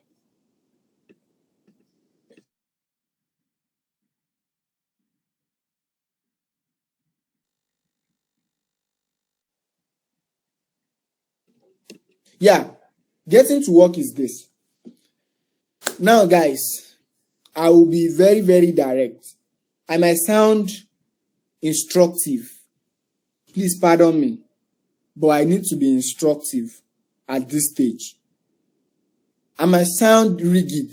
Please pardon me, but I need to be rigid at this stage. The reason is not far-fetched. It's because I was once a student writing ICAN, and I know the confusion that you will see out there, that people do this thing differently. Everybody do these things in their own way. And I would not want to appreciate it when we discuss this is how to go about it. And some people still live here a doubting Thomas. Like, they are still confused. If you are confused while we are on the call, please ask questions. Ask questions, because this is the most important stage. Now, so this is the thing, guys. This is the thing. We have been given the case study, and now I'm getting to work. I'm coming. Let me see. Okay, this is it. Let me open. Okay. Do I need to use this guy for you guys? Okay. Let's start. Let me use a new sheet entirely. I think I have a new sheet open before. Yeah, this is the new sheet. Guys, these are rules and regulations that I will recommend. And I would be very glad if you are able to follow them. What do I mean? These are my own acts. When you are doing your case study exam, I've asked us before, what was the first thing you are going to do? Some of us have said what we are going to do, and I appreciate them. Coming back to this place. The exam was given to have different hours, right? They still used to write it here. Where they used to write the hours? The exam is a 4-hour exam, right? And they said 2 hours for planning, 1 hour for your analysis, and then another 1 hour for your review or some sort of analysis too, right? Guys, I don't know where I don't think it's on this thing. They don't have it here any longer. But I believe we used to see that thing. Has anybody seen that thing before? The time breakdown. Yeah, Yes. it's there. Yes. Yeah, I've seen it. Oh, it's there. Page what? Please guide me. No, it's always on the study pack. That's the case study pack. Okay, it's on the case study pack, Abby. I think I have the case study pack open somewhere. Hold on, guys. Just give me a sec. Okay, let me come here. Desktop. Sorry, guys. I just want to give us a good overview of what we are talking about here. Real life, yeah, accountancy, accounting, case study. Okay, case study. Okay, this is the case study pack.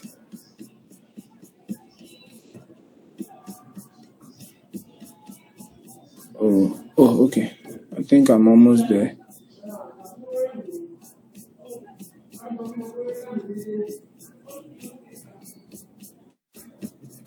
I can't find it. Sorry, guys, I can't find it. But even though while I can't find it, page 6, just go to page 6. Just go to page. It's there. Okay. Just you need to be patient. Yeah, that. This is. Oh, Yeah, that's. yeah. This is it. Okay, it's 1 hour that they say for planning. This is it. Guys, this is where I'm coming. As much as possible, they give you 1 hour to plan. Guys, if they give you 1 hour to plan, from what everybody has said, who is using 1 hour to plan amongst us?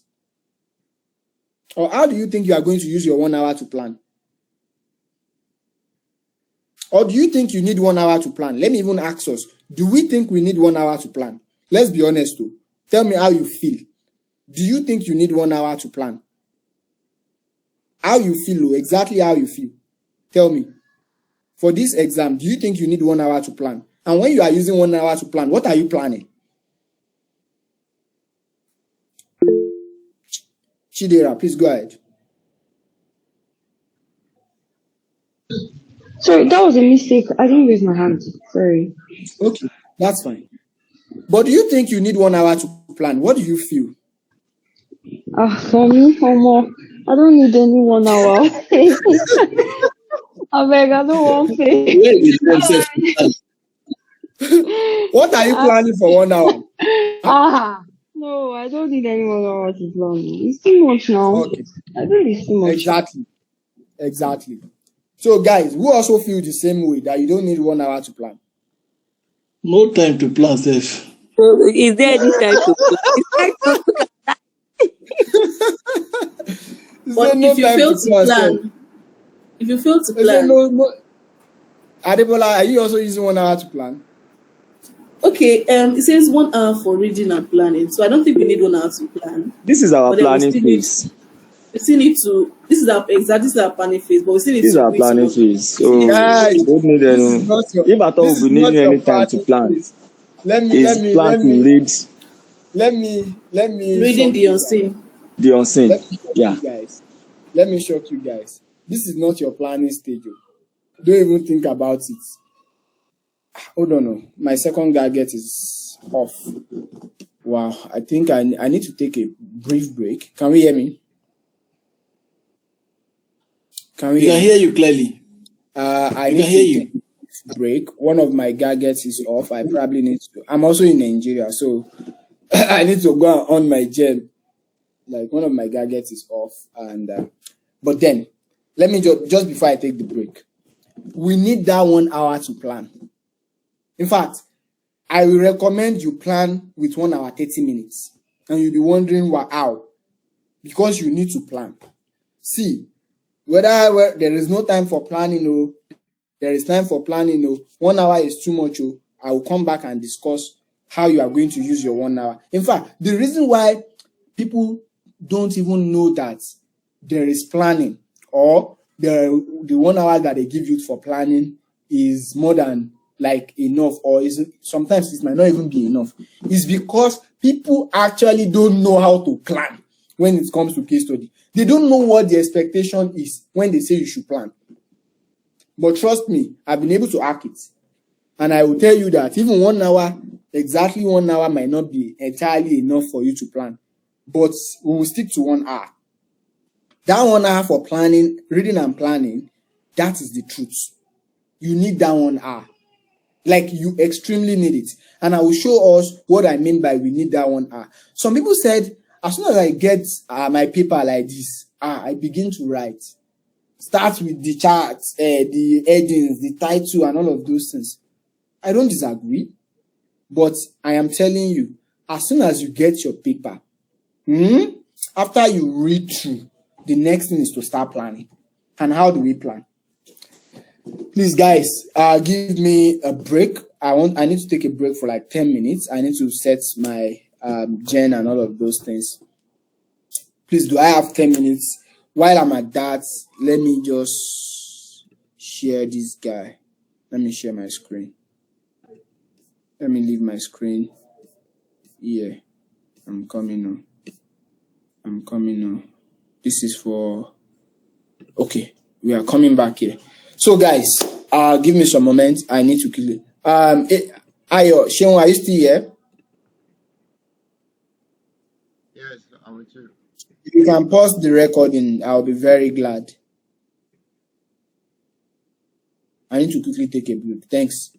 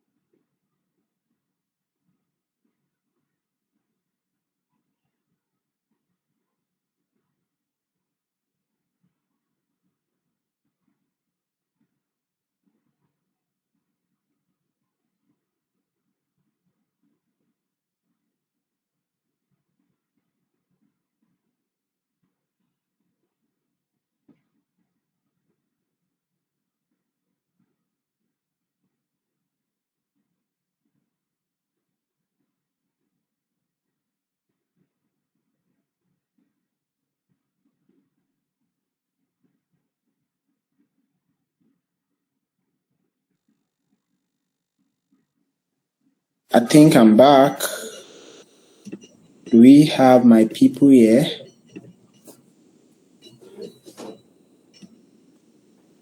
Yeah. We are fully here. Okay, we still got Adeba. Okay. Welcome back. Yeah, thank you. Sheon, are you on the call? Yes, I'm with you. Can we begin the recording back? Yes, go ahead. Okay, cool. Okay, so I stopped here when we were discussing the planning, and then I asked us, do we think we need this much time for planning? And we say we don't think so. But I said, I think otherwise. I think we need that time for planning. And the reason is not far-fetched. Planning is actually what will separate you that will most likely, everybody that pass versus the people that did not pass.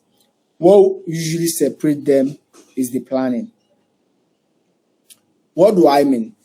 Planning here is not you spending forever to say that you are dealing with this thing, but you structuring how you want to approach the case study exam. And that's what we want to do now. Hold on, guys.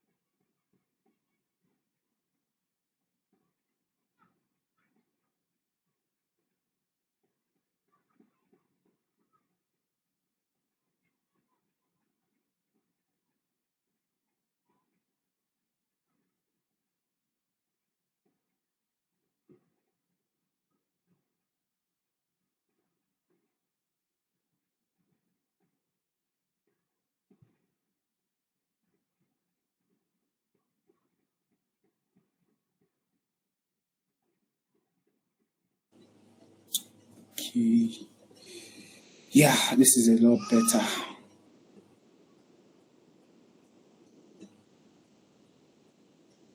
Okay, so I was basically saying that the planning is something that we need, and in all honesty, it's not about. Oh, I'm not. I'm still. Can we hear me? Hello. I can hear you. Oh, okay. Let me connect the other screen. Just give me a sec.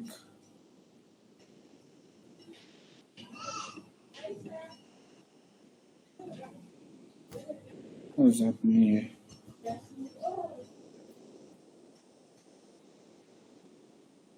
Almost there. I just need to connect the other screen.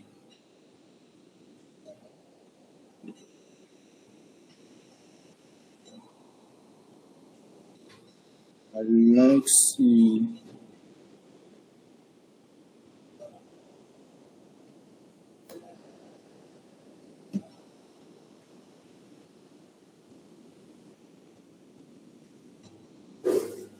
Okay, we are back online. So where are we? Okay, I don't know.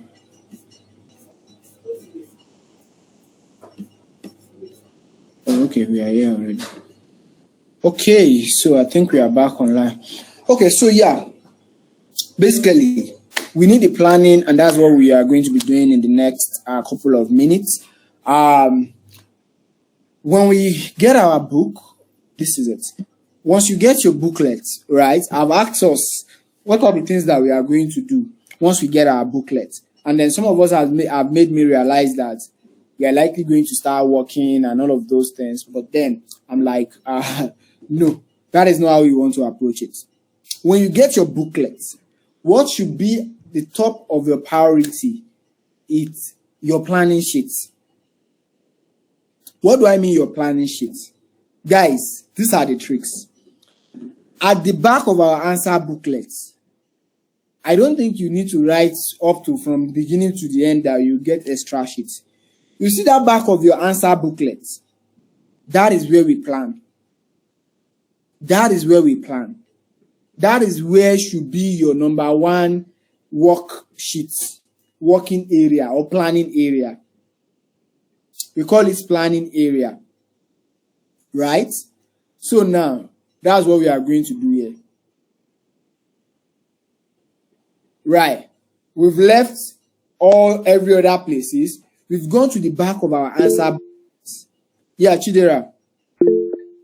Please go ahead.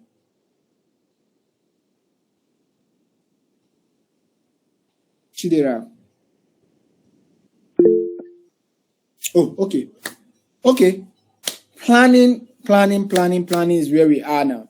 So basically, when you get your book, number one thing is not to start writing, guys. Number one thing is not to start writing. Number one thing is to start planning. Number one thing is to start planning. Planning is that, one, you want to read through the unseen. Everybody agreed that we've seen the pre-seen. We've read it severally. We are fine with it. Now, the next thing is you want to go through the unseen parts. You want to read through the unseen parts. As you are reading through the unseen parts, guys, these are the tricks. Let me take us through where we are reading. Where is this is where the reading one is. As you are reading through, guys, as you are reading through, I don't know if it is now allowed that you can tick something, but if it is not allowed, as you are reading through, just be using your brain to take mental notes of some of the places you consider important. You are taking mental notes of some of the places you do what you consider important. So as you are reading through, okay, this is who am I or who I am. Okay, I'm going to be doing sustainability practices and reporting. Okay? Okay. I like the guy. Okay. Okay, page 5. Oh, this place is talking about something here. Okay. I like the guy. This is as you are reading through. First reading, you might not need to highlight anything. Guys, that 1 hour that is meant for reading and planning, we are going to be using it to read and plan. We are not writing anything serious or significant in our answer booklets. That 1 hour, we are going to be using it to read and plan. And here are the tricks. Let me bring things that are related. Okay, this is document 1. Yeah. We are going to be using it to read and plan. As you are reading, you are taking mental notes. First reading, you might not need to jot anything. Second reading, now, this is where the planning goes to. By the time you get your answer booklets, trust me, your requirements will always be in the second page of the unseen. Like appendices, what is this one? Appendices, did they end this one? Appendices 5. By appendix 6 and 7, most likely, you are going to see the requirements for the unseen. There are usually 2 requirements. But these 2 requirements are not always limited to 2 problems. There are usually 2 requirements, but these 2 requirements are not always limited to 2 problems. Guys, try to follow me here. I'm trying to make a sense. There are usually 2 requirements, but these 2 requirements are not always limited to 2 problems. And I will explain to you. As we are moving, as you are reading through, start your planning. You have read through. Now, after you have read through, right? You have read through everything. you have now seen from what you have read through that you are supposed to do some things that they called requirements. So this is what you are doing.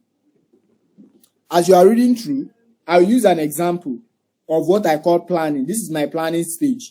Guys, this is my planning sheet. This planning sheet is at the back of your answer booklet. That is where you want to make use of. Like that 1 page or 2 pages. 1 page or 2 pages to the last place of your answer booklet. Use it for your planning. And what do you want to do? Look at me, guys. This is me planning. So, a typical report, we might not need to exhaust the typical reports. But before we start to planning, before we get to planning, let me first quickly finish this place. Let me finish this place for us. Where am I finishing? This place is like the major part of our reports. Coming. Let me save. Let me do. Cancel. Okay, let's take this place as the major part of our reports. Yeah, I'm coming on.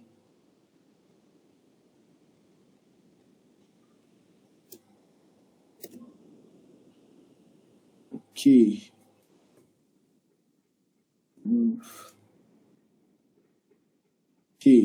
Okay. So what's the name of this one now? Bring this guy. No.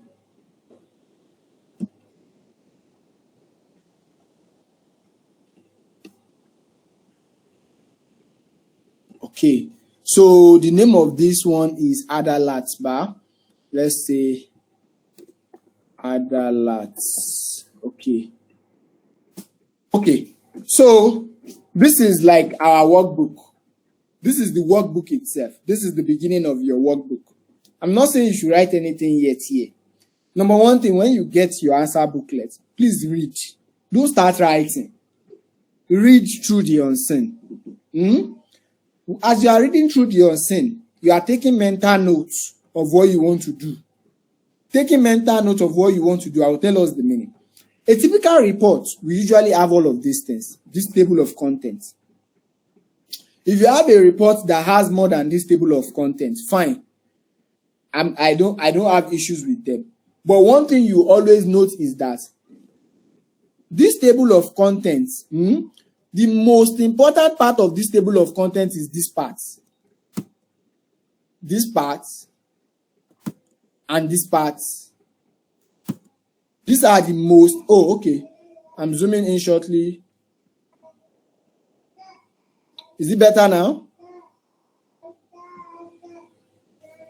Please respond. Is it better now? A little bit more, sir. Okay.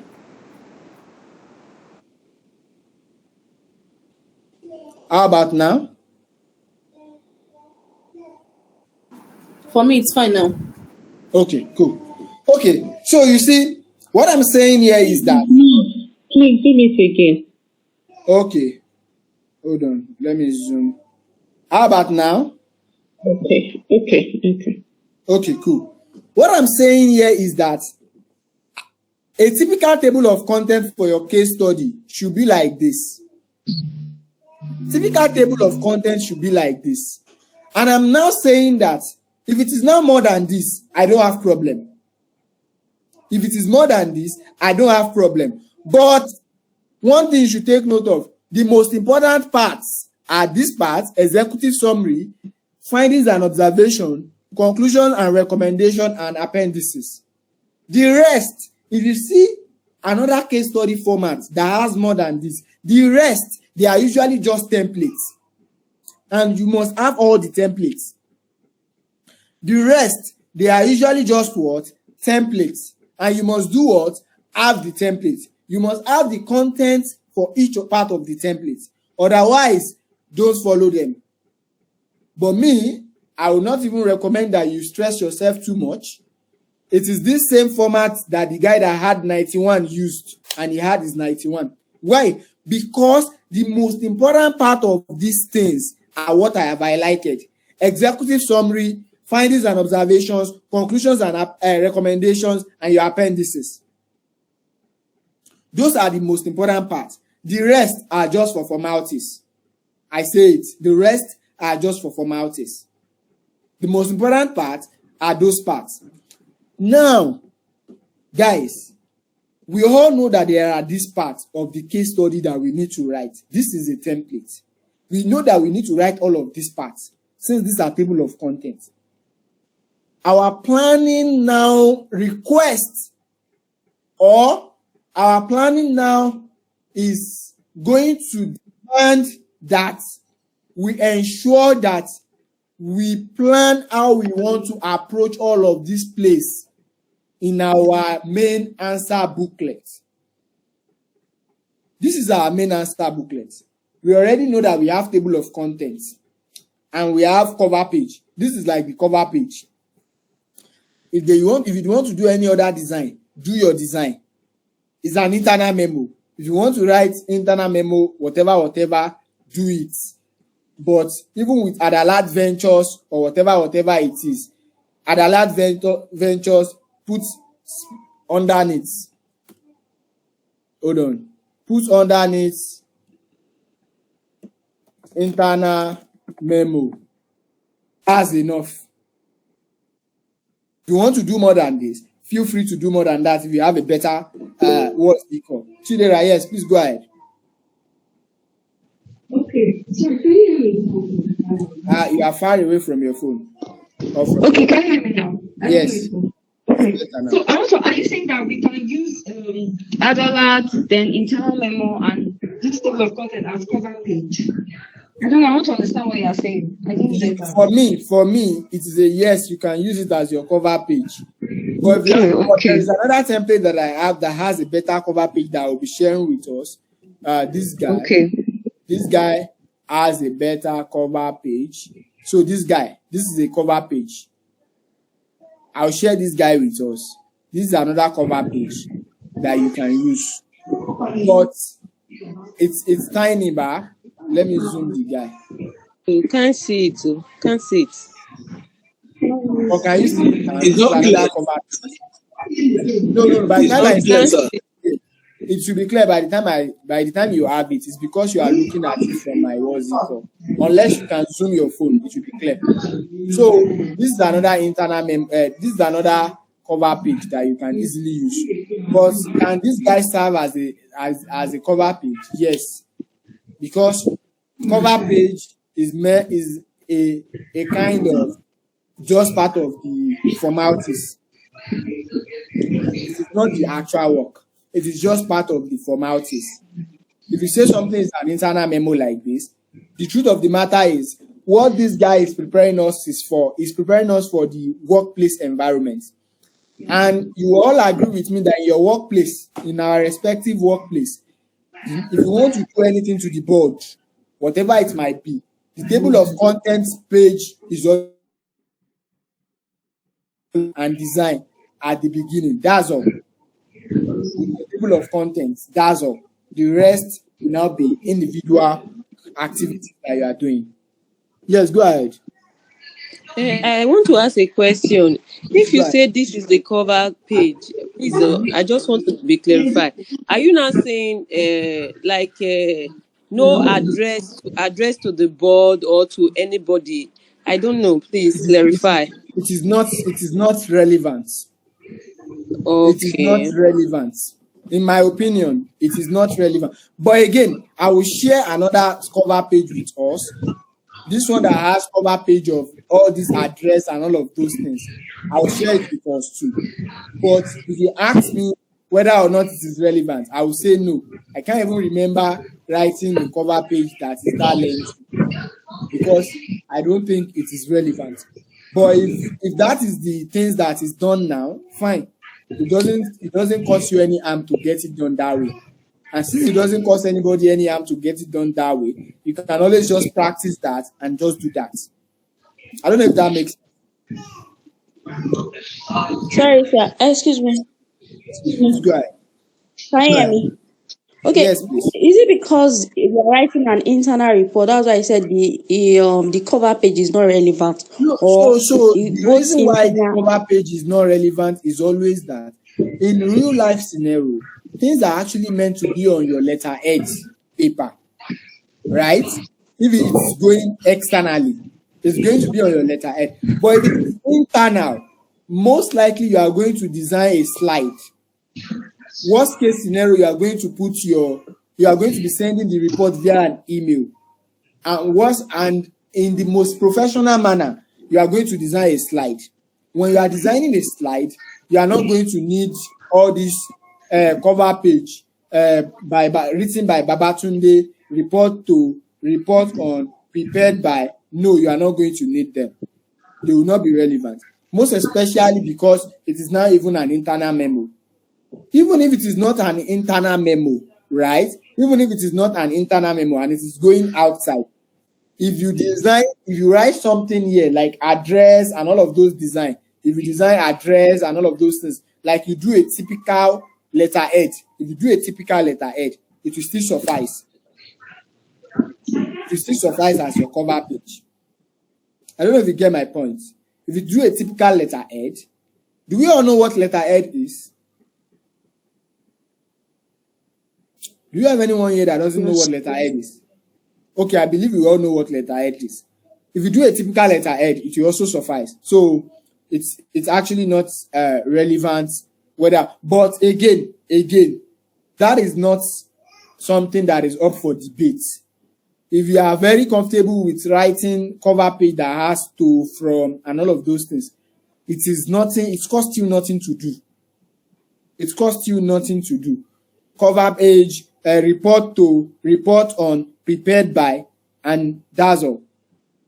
Patrick, go ahead. If you say this is our cover page, what of the disclaimer? Is there any need of writing your disclaimer? Usually there are two ways to go about your disclaimer.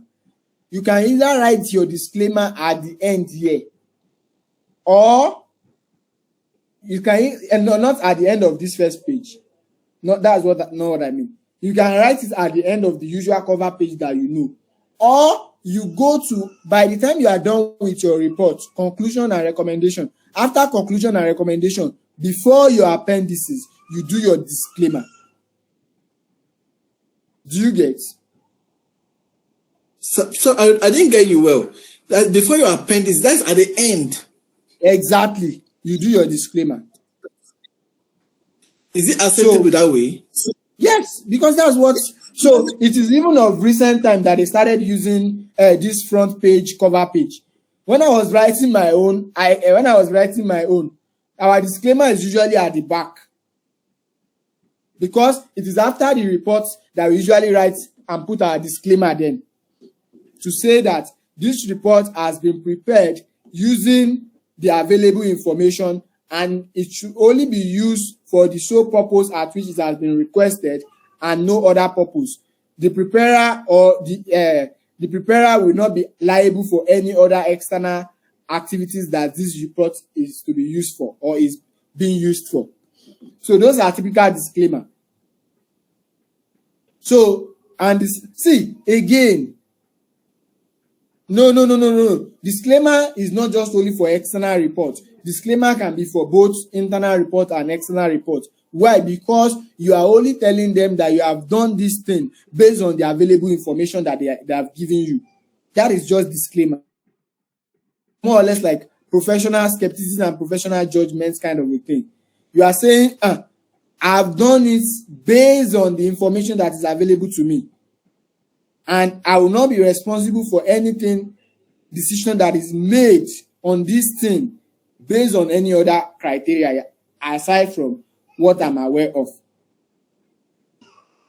So, Patrick, those things are not the most important thing. Again, you can either use this guy that has cover page, that has the disclaimer at the bottom of the cover page, or you do direct.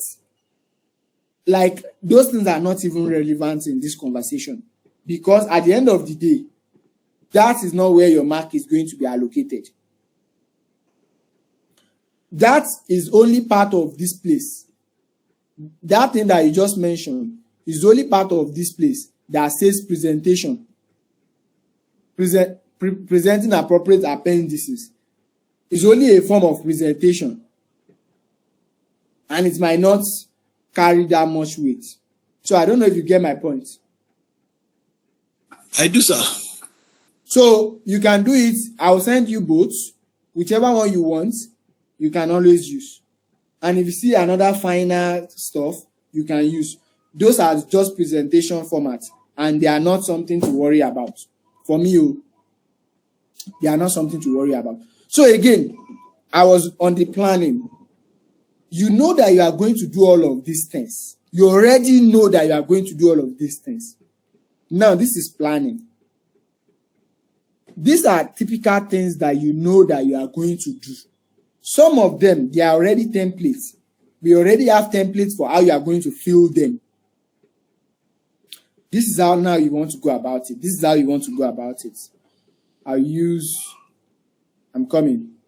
I want to be doing it like we are in the exam hall. So number one thing is, I'm in the exam hall. I'm going to read through the case study. As I'm reading through the case study, that's the unseen part. I'm taking mental notes of what I am noticing. But as I'm taking mental note of what I'm noticing, I do first reading from beginning to the end. I'm done. Now, second reading, I go to where my requirements are. Guys, again, you already know that you are going to do all of these things. Now you know what your requirements are. There are two options here. Number one option, you come to the front page of your answer booklet again. Write all of these things that are the easy peasy. Presentation. Do the presentation formats. Guys, are we together? Hello? Yes. Okay. Now, I want you to pay serious attention here, because I don't want anybody to say this thing is contradicting. It is not contradicting. They are just options. It is not contradicting, but they are options. So option one, you are done reading through. After first reading, you go back to your requirement 2. Your requirements. Usually you see your requirements in appendix 7 or 6. By the time you see appendix 7 or 6, you see your requirement there. Usually at the bottom, you see what they expect you to do there, right? By the time you see that thing, before you start anything, which is your planning, you can quickly come back to your front page and write these things that you know that they are just typical formats. These things are formats. You know that they are just formats, and you can easily write them. Come and do the formatting. So what do I mean that these things are formats? I'll show us now. You see this guy. Let's assume this is the cover page. You have done the cover page and you have written out the table of contents. You have done those two. These are your table of contents. Table of contents is already a guide that you must fulfill. Okay? Table of contents is already a guide that you must fulfill. So now the next thing is, after your table of content, executive summary. Your table of content, 1 page. After the table of content, 1 page. Executive summary, 1 page. It is not a must that you follow it. Not a must, but usually executive summary, 1 page. What you are doing here is this. I'm coming. I'll bring this beside this. What you are doing here is this. See, executive summary. Let me recopy this guy. Let me duplicate this guy so that it can make sense. I don't want to do. So this one is too small, but I'm bringing it up. So we can see it back. This is the front. This is your answer booklet part. But let me insert another page for our rough sheets.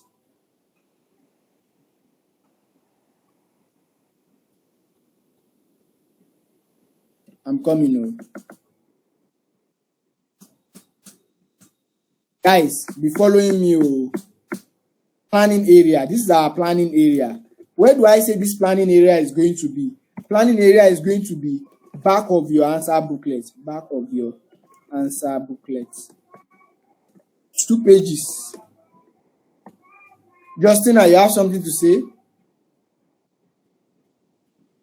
Okay. Planning area is going to be back of your answer booklet. This is our planning area here. This is the back of our answer booklet. But this is the main sheet. This is our working area. This is the main sheet. In your main sheet, I've said something, oh, guys. No, planning area does not have any mark, but that is what will help you to succeed in your exam. Planning area is a rough sheet. Rough sheet. It's just a rough sheet. But I will tell you why it is important and why you need to spend that 1 hour to plan. Let us wait. You will see what we are talking about here. Just hold on. Oh. And trust me, you cannot do this and fail. I'm almost very certain. I'm very, very certain. Why? Because by the time we are done with this conversation, even you yourself, you agree with me that you need that planning area and you need to plan. Now, look at this thing. You know that normally the way people have said we are going to go about it, by the time I'm done reading the unseen, I'll just go to the analysis. I'll just start analyzing. You just start doing appendices. Do appendices, do ratio calculation, do trend, do this, do that. I say no, you don't do that. No, you don't do that. That will lead to waste of time.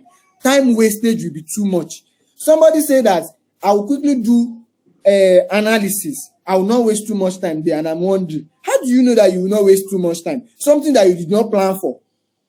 You did not plan for it. You will just go ahead and start. By the time you go ahead and start, you will find yourself thinking whether or not it is enough. You will not know when to tell yourself, madam, this is enough. Let us stop here. Let's move to something else. You will not know because you did not plan it. You just keep writing. And most especially if you are now somebody that is very good at calculations, you just continue to write. You will not even care because you are good at calculation. It is something you are very good at. You are very good at ratio analysis. You just be doing ratios. You will not know when to tell yourself stop. And that is why we are planning. So that we can be able to identify how to tell ourselves, stop, it's okay here. Let me move to something else. And now, if you did not plan, you will not even know what next you are moving to. There are too much information. Some of the reasons why students fail case study is because there are too much information. They just cannot be able to wrap their heads around it. And this is one of the reasons, this is one of the things my clients then complained about. The woman said that there is just too much information. I don't even know what to do. I don't know what to use. Just too much information. And yes, imagine that they are giving you like almost 20, 30 pages to use to write exam. A lot of information. A lot. So because there are too much information, you have to plan and decide which of the information you must use and you are going to use. It is not all information you are going to use. You are going to use some of them. And you have to decide before you start writing. Otherwise, you are going to be in soup. Too many things will just be entering your eyes. Too many things will be entering your eyes. Before too many things start entering your eyes, you need to plan. Now, I'm saying that before we start planning, there are two things we can do. Two options. Option 1, we start planning immediately. Option 2, we go and arrange our work area. Option 1, you start planning. You don't do anything planning alone. Option 2, you go and arrange your work area. Now, this is option 1 that we are doing. I'm doing option 1 because I'm doing option 2, arranging your work area, because we might not have the time to be planning and then go back to arranging work area. I want to arrange work area first because of this is not exam condition. But we are taking it as exam condition anyway. That's why we are using the option 2. Arranging your work area means that you already know that this is the way it is going to follow. You are going to have table of contents. You are going to write executive summary. You are going to write introduction and terms of reference. No, so now this is what you are doing for me. Guys, follow me clearly. After you have written this, we have said, let's take this as our cover page and content page. The next thing is the executive summary. So you come, one page. After this one will always be in one page. This particular page will always be one page. So you come here. you do another 1 page.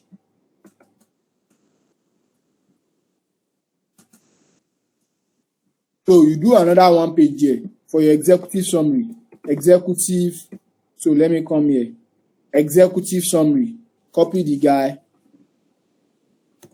Then you write your executive summary here. Writing your executive summary, there is already a template for writing executive summary. There is already an existing template for writing executive summary. Some of us might thought that we must wait till we finish the report before you start writing executive summary. No. That's not true. You can write your executive summary before you even start the report. And how do I mean? Look at this guy. Look at this guy. This guy says, this report give an overview of what the report consists of or contains. In fact, I would have said executive summary, you should use half a page. But some of us, we are a very good writer. So 1 page is very good for our executive summary. Right? Writing an executive summary, we are like, this report, executive summary is usually overview of the report, which we usually brings the requirements 1 and 2 together and talk about how you approach them. That's all. If you have results, talk about the results. But because before you can have results, you must have finished the report. Then it might be difficult sometimes because most cases you might not be able to finish the whole report, and that is why you need planning. Because you might not be able to finish the whole report, so you need to plan. So, executive summary. This report contains Adalat, detailed financial reviews for a 3-year period. A 3-year period between 2019 and 2021. Also, we have used gross margin ratio, kinikon, and all of those things.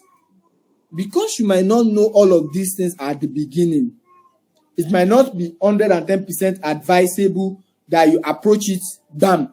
So you want to do something and leave the space. When you say, okay, executive summary is going to be here, pam, leave 1 page. Go to the next page. After executive summary, what's next? Introduction and terms of reference. Introduction and terms of reference. You come. The next thing is introduction and terms of reference. We come here and say introduction and terms of reference. Guys, can we still see my book?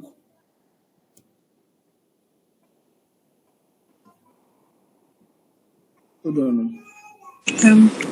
I'm sorry, sir. Are we using the same page for Can we see my executive screen? summary and introduction and terms of reference? No. I said executive summary, 1 page. Do you get? Okay, sir.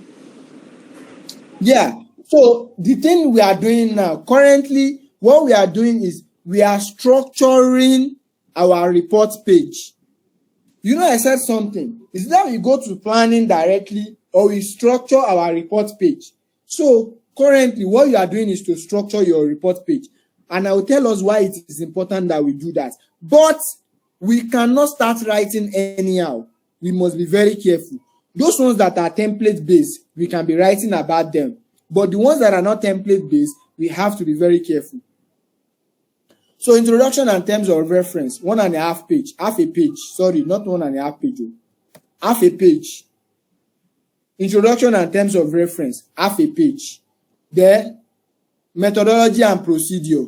So your introduction and terms of reference can be on the same page with your methodology and procedure. Because these ones are just, what's it called? Templates. They are just template based. And they are already here. What you need to write there in terms of your, what's it called? I'm coming. In terms of your terms of reference and all of those things, they are already here. I'll send this stuff to us. It is actually clear by the time you are saying it on your phone or any other place. So introduction and terms of reference will refer to the email and blah, blah, blah, and all of those things. So whether it is we refer or I refer, whichever one you want to use, it just follow what is in the email that you got. So this one is template based. This one is template based. And introduction and terms of reference, tell us about yourself briefly. I refer to the received on XSX, require me to do your requirement 1 and requirement 2. That's all. Why are they doing those requirements 1 and 2? Because they want to make certain decision. State it there. Then you move on. That's all. Methodology and procedure. State specific tools used for each of the specific requirements. Maybe short or, and that is why I'm saying that even this place, I will not advise you to start writing immediately. So what you should do is just leave the space. Leave the space. What you are currently doing is what I call formatting. You are formatting your you are formatting your template area. Yes, we are going to have access to all our workbook. We are going to have access to them. So this place currently, guys, see the way I'm doing it too. We started from rough sheets. We started from an empty sheet. Now we are putting something small. Look at the way I'm putting those things. So, number 1 is you do your cover page. After your cover page, your table of contents. Since you know that your table of content, you must do everything that is here. You must do everything that is here. It is a must. Since you know that you must do everything that is here, then you can go to your main booklet and start putting the space at which you want to use to address all of them. Executive summary. Let me just put the space only. 1 page. So executive summary is 1 page, right? Introduction and terms of reference, half a page. Methodology and procedures, half a page. So introduction and terms of reference and methodology and procedures will be on the same page. Then the next thing, this is now where the work is. This is where the work is. Findings and observations. This is where the work is. Normally, Adebola, go ahead. Okay, I want to ask a question. I don't know if you addressed it already when I was there, because I was there for some minutes. The table of contents you did, is it supposed to be on our worksheet or just on our planning sheet? No, table of content is supposed to be on your worksheet because it's supposed to be part of your document that you are sending to your boss. Okay. Yes. All so right. Table of content is usually at the. So that's why I was saying when I was explaining the other time that even this particular place can serve as your cover page, because when it's organization based, you only put most likely you are only going to put your company's what's it called, logo or something. Then you do your table of content so that they will know, because if you are reporting to the board, you have to do table of content so that they will know what is contained in the documents they want to start looking at, and they can easily just choose whichever one they want to go and see first. I hope that makes sense. Okay, and one other question, Yeah. please. After you've seen your table of contents, go ahead. Okay, I can only see Adalat, then internal memo. Like, is this the proper way to do it? We can still design a letterhead. Oh, come again. I don't know if you got my question. Do we still have to design a letterhead before the internal memo and the table of contents, or this is just fine? For me, this is just fine, really, because on a normal day, this is supposed to be the letterhead of the company. But do you have all the time to be doing letterhead when you can just easily do one big something and then the stuff and let it know that it's an internal memo? That's all. Because it's just supposed to be letterhead of the company. For me, this is just fine. But however, I said something maybe when you were away that I'm going to share the one that has a proper cover page with us too. So whichever one you want to decide to use, you can use. Okay. Lastly, okay, if I decide to do a proper letterhead, because in one of the exhibits we're given the address of the what's it called? of the company. Do we have to use that address, or we can just like use any other address? No, it will be better you use that one now, because that is what you are given. You can easily just use that one. All right, thank you. Ibrahim Olokun and then Olaitan. Ibrahim first. Okay, I just wanted to make a clarification. This stage we have, I think this table of contents, is it the same thing as the planning this thing? I think I'm mixing it up. I think. Come again. I said this table of content, is it the same thing that is going to be at the planning, the one at the back?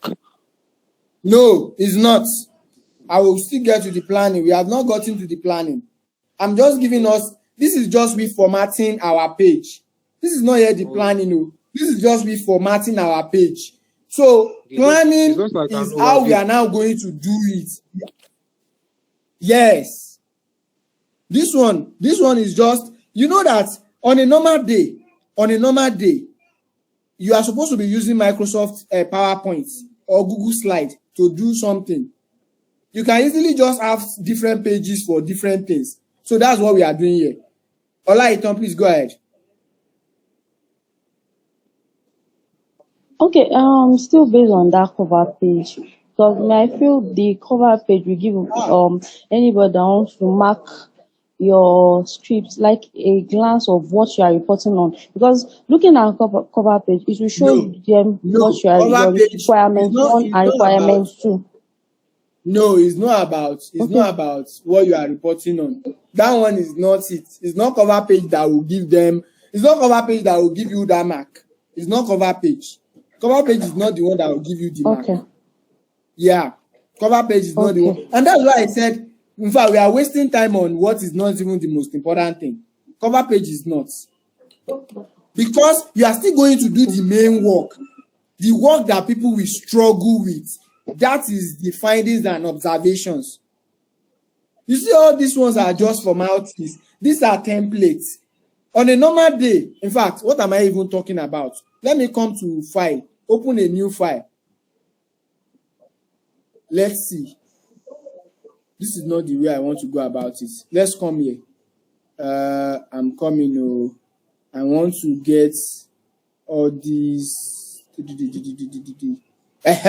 Look at it. This is it. Oh. You see this place? What we are currently doing. This is the real life scenario. You see all of this place that you are seeing. That is what we are currently doing. It's just templates. It's just templates. See. Modern paper, upper style, research paper, paper with cover, flyer, brochure, trip journal. These are like this. What we are currently doing. All the cover page. Is it cover page? Is it not cover page? Those are just mere templates. Anybody can make it any way they want it to be. It will not attract anything. It's just presentation. Even if it will attract anything, maybe 1 or 2 marks, honestly. Because we have been told how we are going to, and this guy is not part of it. So don't let us get carried away. Oh, where am I? Yeah, okay. Flora.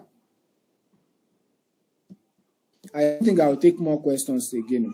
Flora, please. Good evening. Yeah, good evening. When you were talking about executive summary, you made mention of overview, and I sent a question. You didn't explain it to me. The overview, the report I saw last, there's an overview page. Is there a difference between the overview page and the executive summary, or can the executive summary also serve the purpose that the overview page can serve?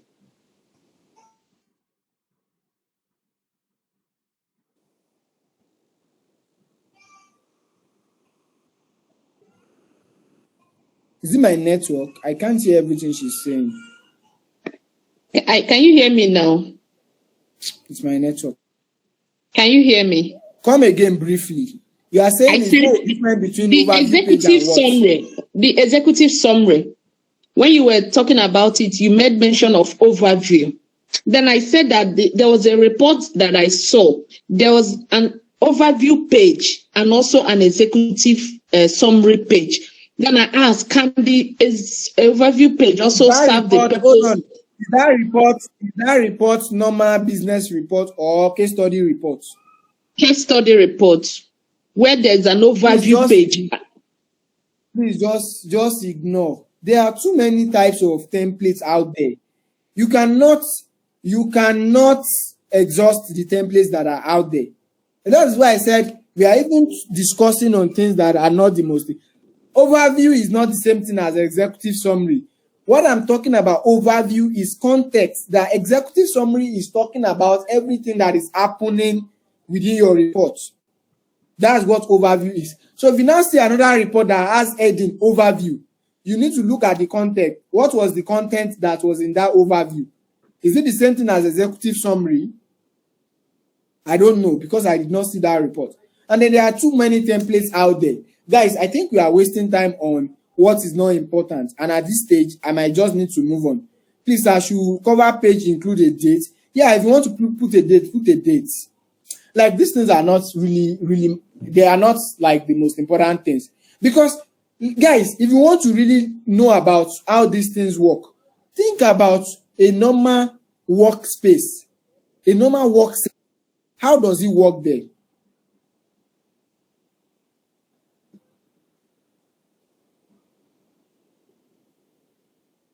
Yeah, I need to actually move on. We've spent a lot of time. Think about a normal work setting. How does things work there in your respective workspace? There are several templates, so don't even get carried away. Stick to one. If you see someone doing something else, ask why they are doing it. If it aligns with what you already know, go and place it at where you know. If it doesn't align, just ignore if you don't think it is necessary. But trust me, everything that you need to pass the exam is already what what we started discussing and what we are still going to discuss. So all of those ones does not really matter, honestly. Let's even move away from asking questions. Please, for the next 10 to 15 minutes, don't let us ask questions unless it is very, very important. Unless it is very, very important. Yeah, let's even deal with this formatting. Let's leave formatting alone. Because this is just formatting. Formatting can be, that's why I showed us, there are several formats here. I showed us this thing shortly. There are new templates. See templates. There are several formats. There are templates everywhere. So it's just templates you are talking about all this while. So let's go to the real work, please. So as we are doing these templates, right? I said we are doing our planning and we are doing our templates. Templates is just to put space for where we want to do our work. Now, moving on. Findings and observation. Some people have, even myself, I recommend you leave probably a 10-page, maybe 10 pages for your findings and observation. 10 pages. If you look at your book and you cannot leave 10 pages, leave 8 to 10 pages for your findings and observations. Because this is where your report is going to be. Then the next thing after findings and observations, conclusions and recommendation. Notes. Let's note that there are different conclusions and recommendations. Conclusions and recommendations that they are talking about here is the one that has to do with like how you conclude on everything that has happened. It's not the one that has to do with some phases of conclusions and recommendations you are making based on the analysis you are doing or based on the requirement that you are doing. This one is a summary, conclusion, and recommendation part. You will have made, let's say within your analysis, you have done NPV. You have seen that the NPV is positive. You have recommended that they should buy. That must have been communicated in your findings and observation as part of your recommendation and conclusion in that part. It's different from this part that we are about to write. This one is more of you giving an overall conclusion of what has happened. I'll still show us. Findings and observation. I'll come back to how that place is going to be. That is where our planning is. Then conclusions and recommendations. See this one. See this template now. See that this disclaimer was written at the bottom. This report has been prepared based on the available information and it is only for the required purposes. That's all.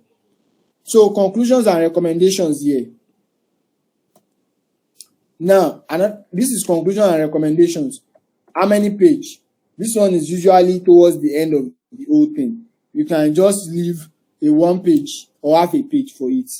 1 page or half a page. 1 page. That's all. Then, after this one, you might want to write your disclaimer. Disclaimer, if you want to write your disclaimer at the bottom, then you do your disclaimer. After your disclaimer, then you do your appendices. Right? On it. Am I making sense? Sorry, I'm having trouble with the connection. Sure. Please try. Am I making sense? Are we together?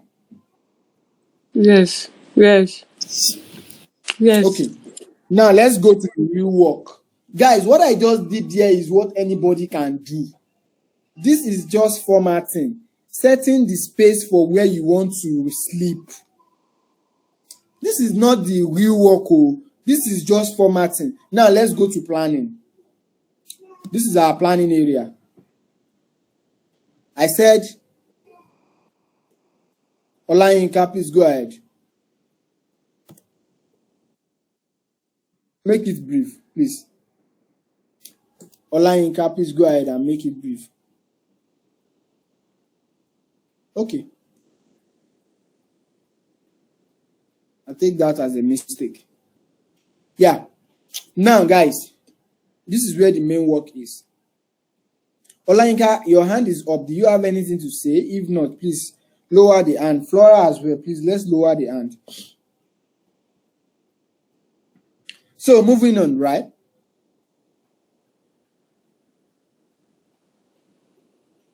Moving on. Guys, this is where the planning is. This is what I mean by the planning. And your planning is usually coming to sit here in this place.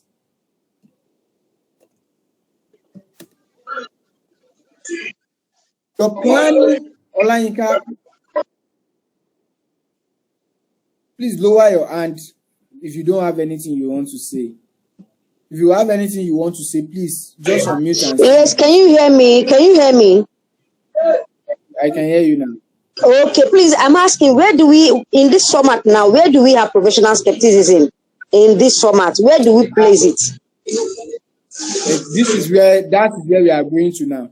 This is where you have your professional skepticism under findings and observation. But you are not going to write an heading for professional skepticism. Yeah. It's not an heading. It is something that you do. It is something that you exhibit. It is not something that you write and say professional skepticism. No, that's not how it works. Yeah. It is not that you are going to write professional skepticism. It is something that you exhibit by asking questions.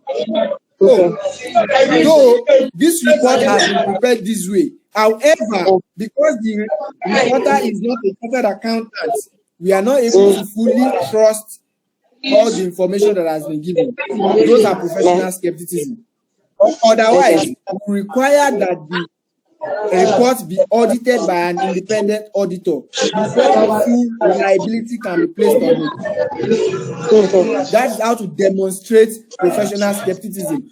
Professional skepticism is to be demonstrated, and it is not to be written down as professional skepticism. But now, you can mute your mic, please. Everything we are going to be doing now, guys, I want us to pay more attention now. Everything we are going to be doing now will over around this place, around our findings and observation. Everything we are going to be doing on our planning, it will over around our findings and observations. And this is how we plan. So people that have been wondering what is planning, what is this guy saying, what's this guy saying? Guys, to plan, I've said it, you are going to read through your report once bar. First reading, you have scanned through. Second reading, now you have to begin your work, and your work is planning. You go to the requirements. What is the requirement saying you should do? Now, this is where I'll use this thing as an example. See, guys, normally, some of us have been able to like identify where the requirement is going to be coming from, because they have also given us they have given us a hint on what we are capable of. Now, see what they did. They've told us about us. They've said, you are John Ogbeide. You are John. They've already told you that you are John. And they now said, this is where you belong to in the organization.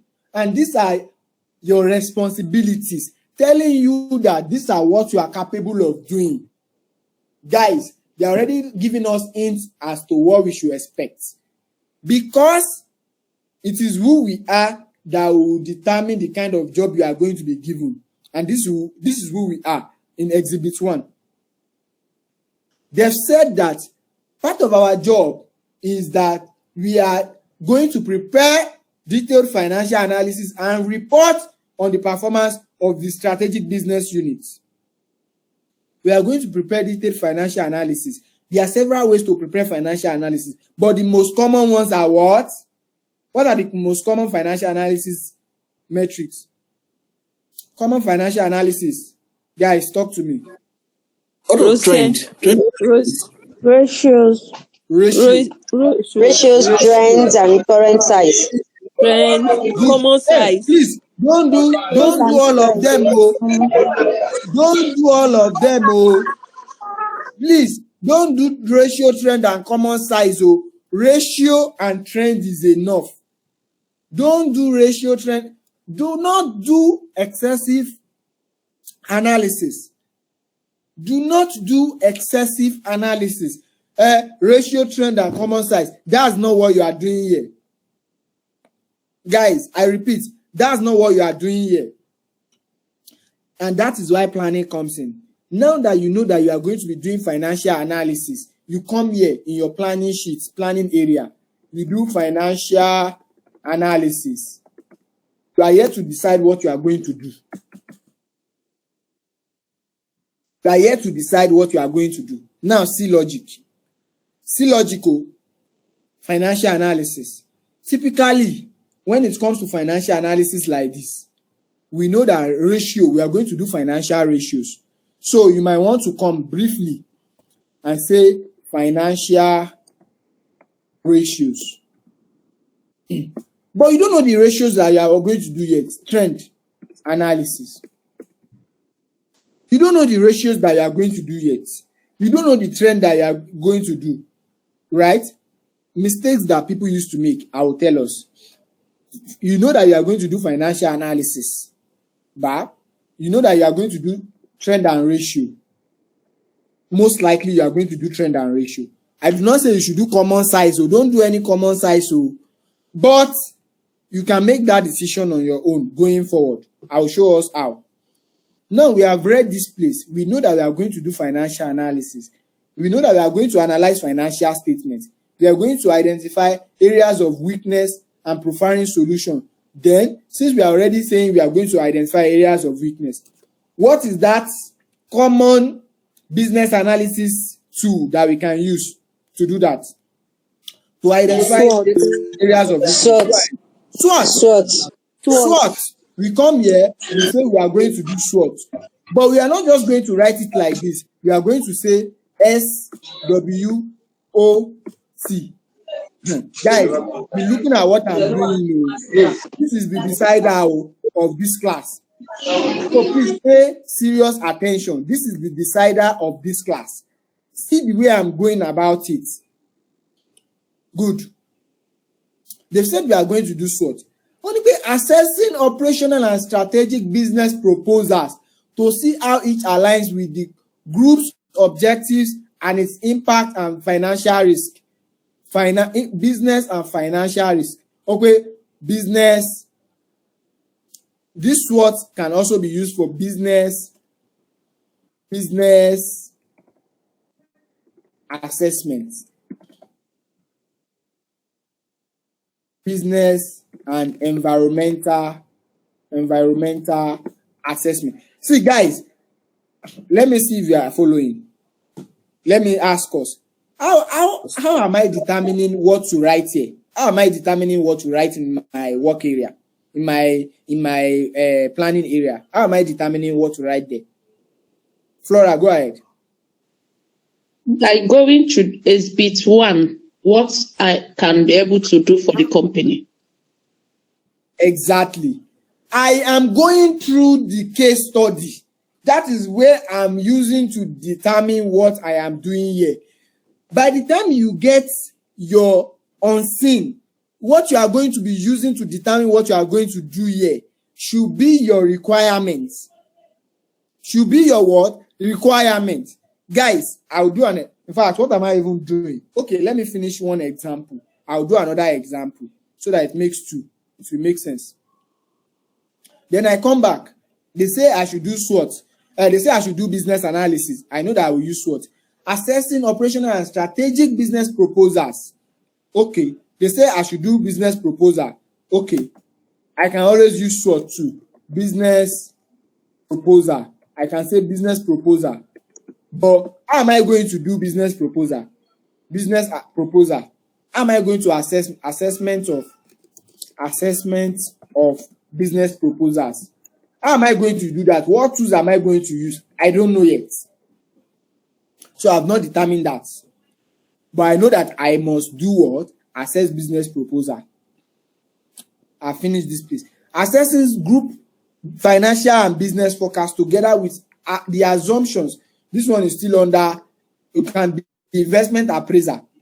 I can call it investment appraiser.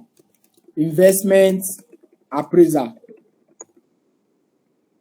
Appraiser or investment. So I will call it investment slash business appraisers. So what tools I want to use, I don't know yet. Why don't I know yet? Because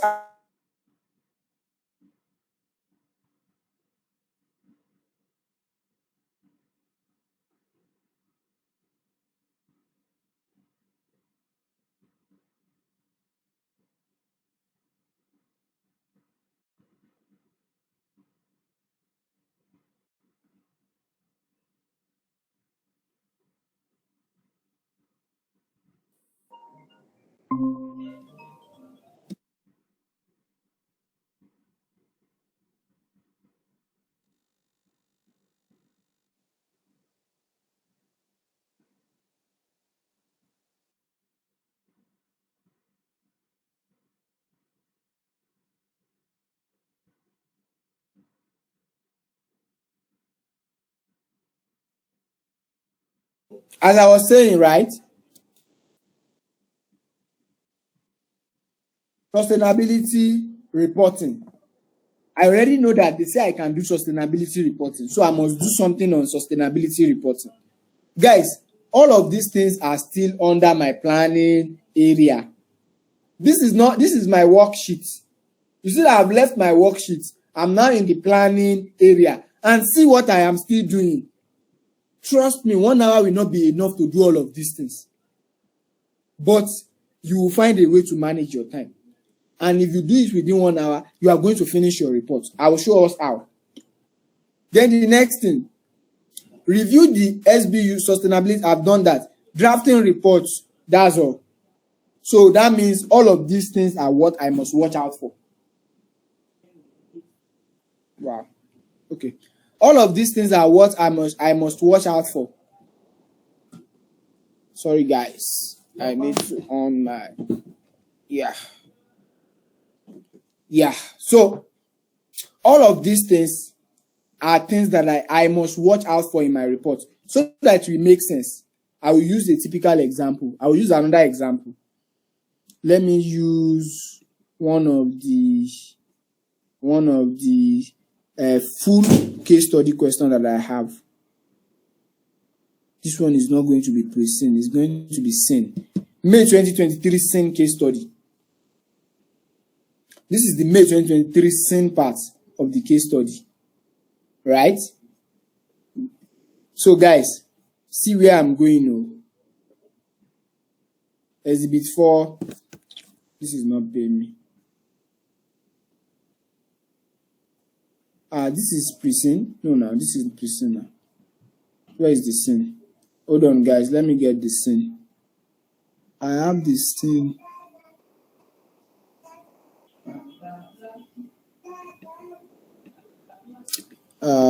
May 2023 scene.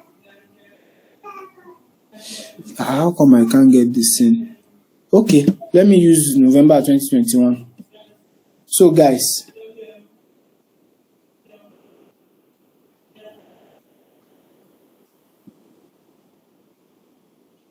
this is November 2021. This is the November 2021. So look at this thing. Case the requirements. So this is on scene part. I said we always find the requirements in exhibit 6 or 7 for this one that we are doing. So this is the on scene part. So see, this is the requirements. This is the requirements. Guys, are we together?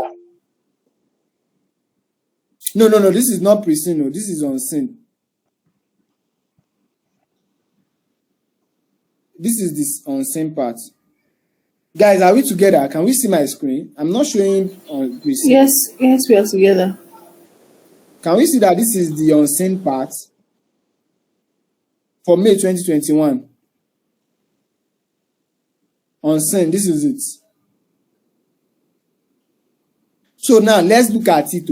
Let's look at the way I'm going to demonstrate it. You know that the one that I did, I used what they say we are capable of.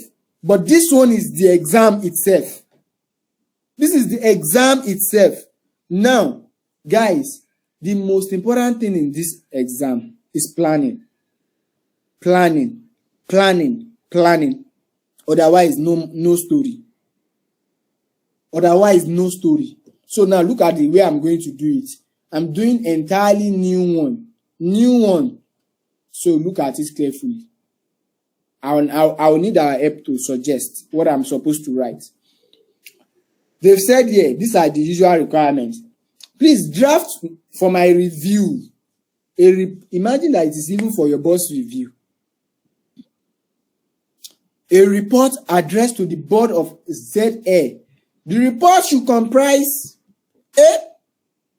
ZA's financials from 2015 to 2019. Using the financial statement for 2015 to 2018 in our files and the company summarized management account attached to this mail. Your analysis should focus on the company's profitability, liquidity, and financial trend for the period. You are to see, if I'm writing this exam, I will not in any way do from 2015 to 2019. 2015, 2016, 2017, 2018, 2019. That's 5 years. I will not do 5 years. I will do just 3 years and I will still be fine. Because that is where professional judgment comes in. That is where professional judgment comes in. Yes, you have been given instruction. But you as a professional, you need to ask yourself, is all the 5 years relevant for this thing? No, they are not. If all the 5 years are not relevant, why are you now using the 5 years, please? Why can't you use the most 3 years recent trend? I know you will still ask questions. Let me finish before you ask questions. Now, your analysis should focus on the trend. You are to provide a brief commentary on the result of your review and provide advice to the company on the financial strategy. Honestly, you guys, if any of you is writing this diet and this is the way they bring the question, there is no way you will not pass. I can almost bet it. Because I will show you how. There is just no way you will not pass. How? Guys, look at this thing. If people want to address this normally, they'll just go and start doing orishi-rishi. But in your own case, you are not going to do orishi-rishi. You are going to plan. So you are planning. So while you are planning, guys, tell me, what are the things that you are meant to write out? What are the things that you are meant to write out in this planning rough sheet? Who wants to go? Ibrahim, go ahead. What are you writing out? Okay, so just like it's stated in the requirements already, it said your analysis should focus on company's profitability, liquidity, and financial strength. So that is speaking to ratio analysis. That means you do our Good. So I do ratio analysis. Since I say ratio analysis, immediately I would say that I must talk about profitability ratio. I don't know the type of ratio I will do yet. I must talk about liquidity ratio. And then what? Efficiency ratio. Okay, yes. These are enough. Or are these not enough to talk about the company's profitability, liquidity, and strength? Guys, are these not enough? I think they are enough. But if you are not planning, will they be enough? They will never be enough. Because in your head, you will just be about doing ratios. Guys, give me a sec, please.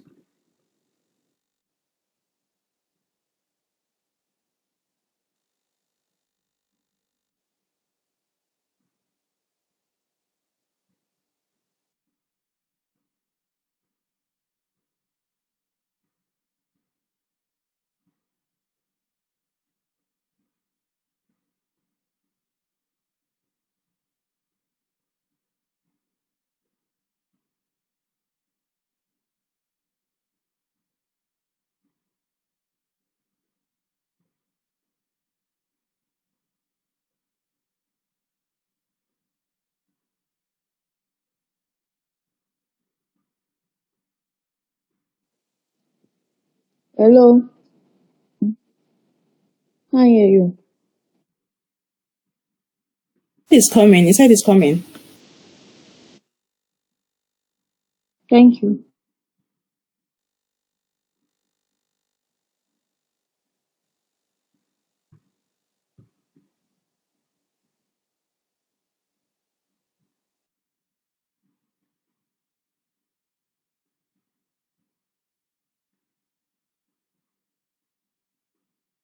Sorry, guys, I need to quickly attend to something. Yeah.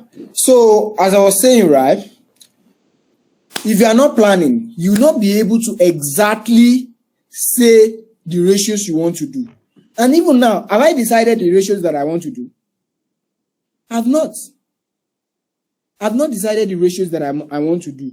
But before we go to the exam, I will recommend some ratios for us. We can always know the ratios. In fact, if you are doing ratios, you should not be doing more than 8 ratios. You should not be doing more than 8 ratios in the exam. Like, it should not be more than 8. Anything more than 8, what are you talking about? What are you writing? What are you analyzing? So, what do I mean should not be more than 8? If you do 3 ratios here, 3 ratios here, 2 ratios here,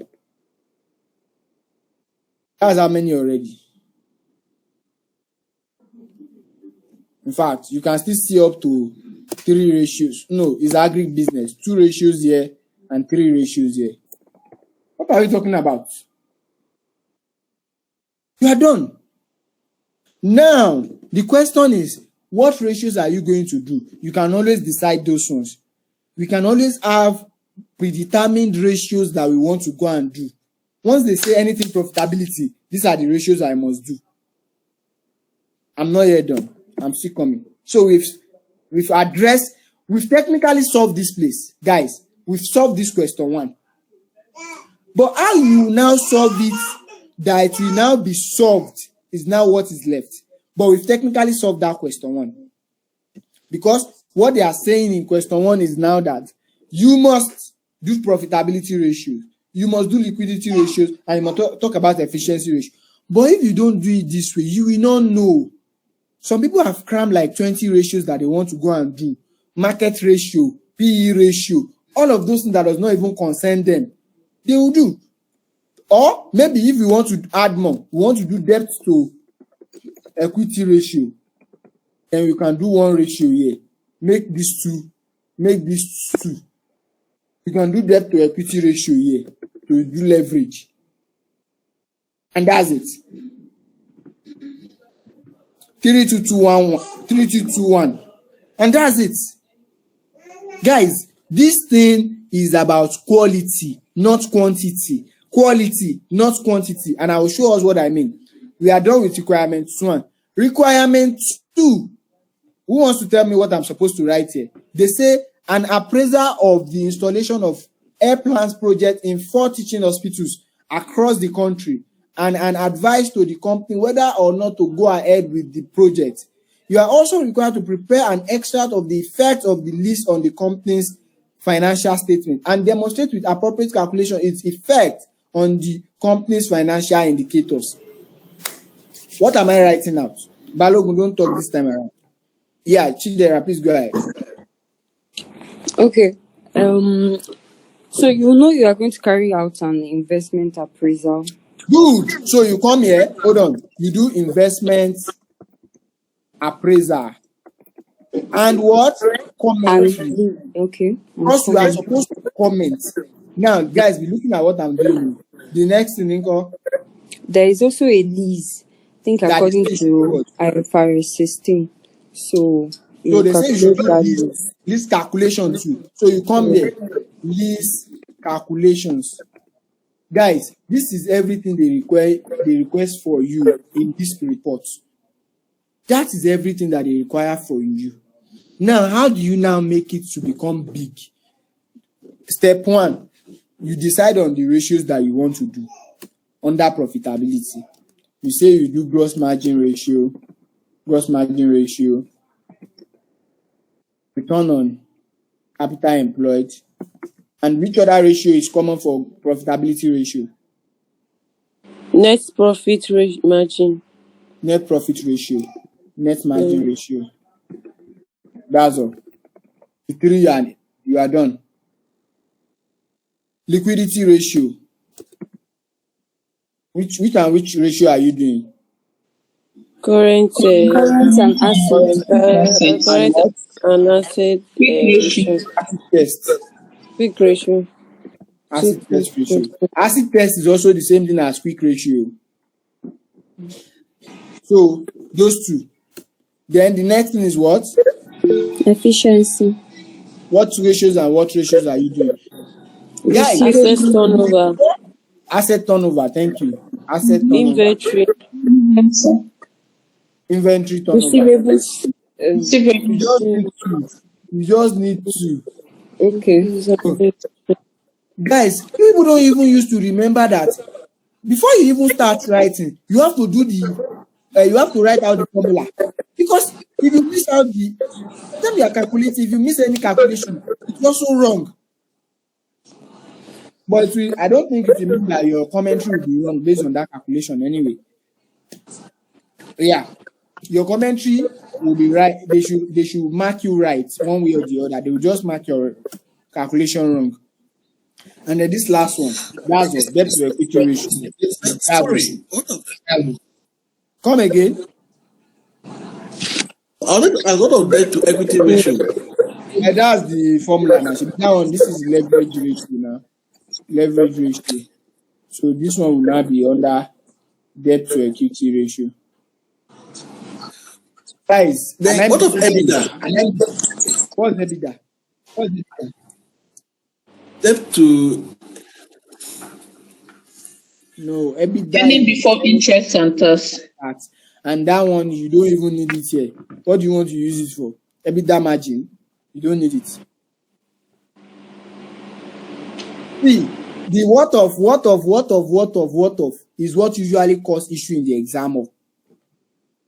People want to do everything. So guys, for you to be on the safer side, before you do anything in the exam, you decide. You decide what you are doing. We are already deciding now. So normally, this is what I would likely share with us. I'm coming. Hold on.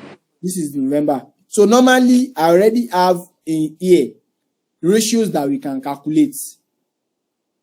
I already have the kind of ratios we can calculate.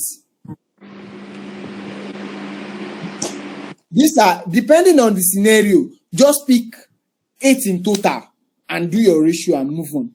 Depending on the scenario. But this one that we are already talking about are Greek. Forget it. By the time you do all of these 3, you do this one, you do this one, you need to add inventory ratio here. Inventory ratio. Inventory turnover. We need to add it here because we are talking about a Greek. So inventory turnover, receivable turnover, payable turnover. But before you know it, long-term solvency leverage ratios, debt to equity interest cover. Pick any of them, and you are done. Guys, now let me tell you how to pick. Because this is now the most important thing. How do you pick? This is why I say you can never get planning. Adebola, please go ahead.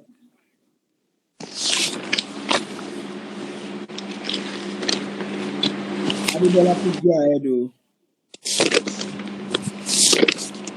Justina, please mute your mic. Adebola, you are not okay, sorry. The reason why, sorry, I think the reason why you asked about EBITDA is because it was mentioned in the precinct. EBITDA was mentioned in the precinct. Yes, that was why the. It's not compulsory. That's why you mentioned it. It's not compulsory. See, there are a lot of information. If you go by the way you have information, is it only EBITDA that is there? There is a lot of things there. But they say you should assess the profitability of the company. How many do you want to do? Pick 2, 3, your best 3 and move on. Comment using them. But again, before you decide, and this is the reason why we are planning in the first place. So let us take all these ratios to our planning place. Let's even take all these ratios to our planning space. Let's say these are all the ratios in our planning stage. Guys, I'm very certain that I have given us something that is beneficial tonight. I want to see how we are able to relate together. These are all the ratios that I have helped us to come out with to say in the exam, don't stress yourself too much. Depending on the scenario, take out of these ratios and go and calculate. You don't even need quick ratios, depending on the scenario. But let me add quick ratios. Quick ratio. But now, this is planning stage. And in the planning stage is where you are going to be selecting what you want to do. If you don't do this thing, you will keep seeing a lot of things and you will waste a lot of time.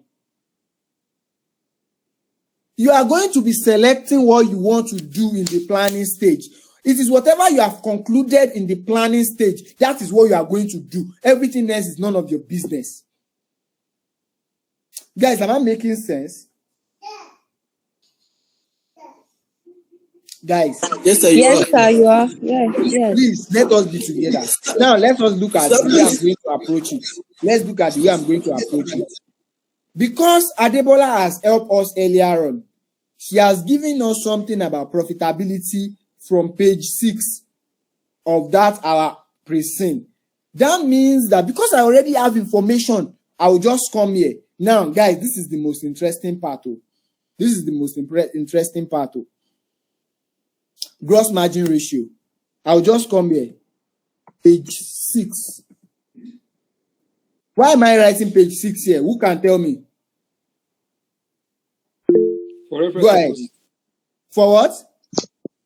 Reference purpose. For reference. So that by the time I want to run my commentary, this is where I am going to go and pick the page 6 and use it. So by the time I'm done calculating the gross margin ratio, I'll just come to my main sheet. You know, in my main sheet now, you know that using the 2018, no, let's use the precinct that we are using.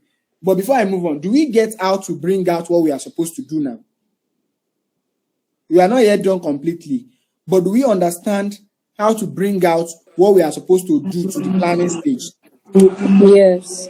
We understand it now, ba? Since you understand it, now let us see the next thing. You understand that this is how you are going to bring out what you are supposed to do in the planning stage, and you will now decide how you want to do it before you start going to write anything in your book. Don't go and start writing, no. I'm warning that you should not start writing, because by the time you start writing before making decision, there will be too much information to deal with. That's why you will be seeing EBITDA. That's why you'll be seeing net profit. That's why you'll be seeing different things. And it can be chaotic. I've said that. Moving on. Right? What I'm going to do next. Now, see. How do you determine which one to do and which one not to do? By reading the case study. We already have 6 here. We already have 6 here. You already, in fact, 1, 2, 3, 4, 5, 6, 7, 8, 9, 10, 11, 12, 13, 14. We already have 14 ratios here. And I've advised that maximum ratios that we should do in the exam, 8. Maximum we should do, 8. Worst case scenario, 10. You already have 14 here. How will you now decide which one to do? Now, this is where the case study comes in. And this is where the reading and planning for 1 hour comes in. You now go back to everything from pre-seen to unseen. You now go and start reading again. As you are reading, you will be taking note of the elements that contributes to each of these things. Rose, some people call it rose, some people call it rose. What is the formula, guys? Just tell me. Profit before interest and tax over capital employed. Yeah, that's all. So, as soon as you are seeing all of these things, profit before interest and tax, what are the elements of things that contributes to profit before interest and tax before it comes down to profit? You will now be following the story. As you are following the story, as soon as you see anything that relates to like this gross margin, what is gross margin ratio? Guys, what is gross margin ratio? Gross profit all over sales times 100%. No, it's gross profit. Gross profit all over sales. All over sales times all over revenue times 100 bar. You already know that you are going to use something of gross profit. You already know that you are going to use something of revenue. In page 6, by the time you do your gross profit ratio and you see that your gross profit is coming down, you are not going to use revenue as the comment. You are going to use cost of sales as the comment. Am I making sense? You know your revenue is going up. Your revenue is going up in that precinct that we are working on. In this our precinct, your revenue is going up. See, your revenue is growing year on year. You cannot, if your gross margin ratio is now coming down, you cannot say it's because of revenue. You say despite year on year growth on revenue from 32 million to 35 million and 47 million, representing 8%, 9%, and 30% respectively year on year, gross margin is dropping by XYZ% year on year. Full stop. This can be attributed to, or this is attributable to, the increasing high costs of sales year on year at so percent, which is as a result of, you now come to page 6, you now come and carry what is in page 6, you join it there, bam, and that you have done something great. To increase this, oh, okay, they have even, hold on, is this the current precinct that we are looking at? Oh, cool. So this is the current precinct, the one we are working on.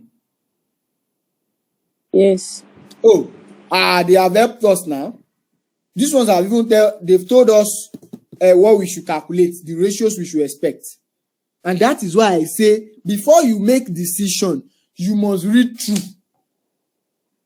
That's why the guy is saying EBITDA.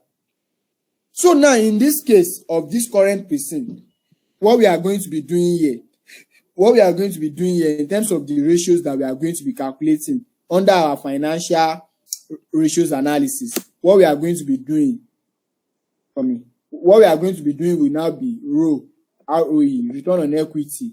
We are going to do return on equity We are going to do EBITDA versus capital employed. Then we are going to do net debt versus equity. Guys, what are we talking about here? We already have what we are supposed to do here.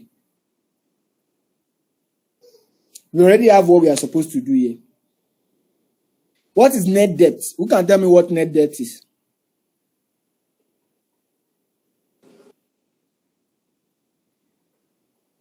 Net debt. Total debt. Net asset. Thank you. That's it. Don't stress yourself too much. What did you call it again? Flora. I said total debt minus cash. Thank you. That is net debt. Total debt minus cash. That is net debt. Total debt, so that let me be putting it there. Total debt minus what? Cash. That is our net debt.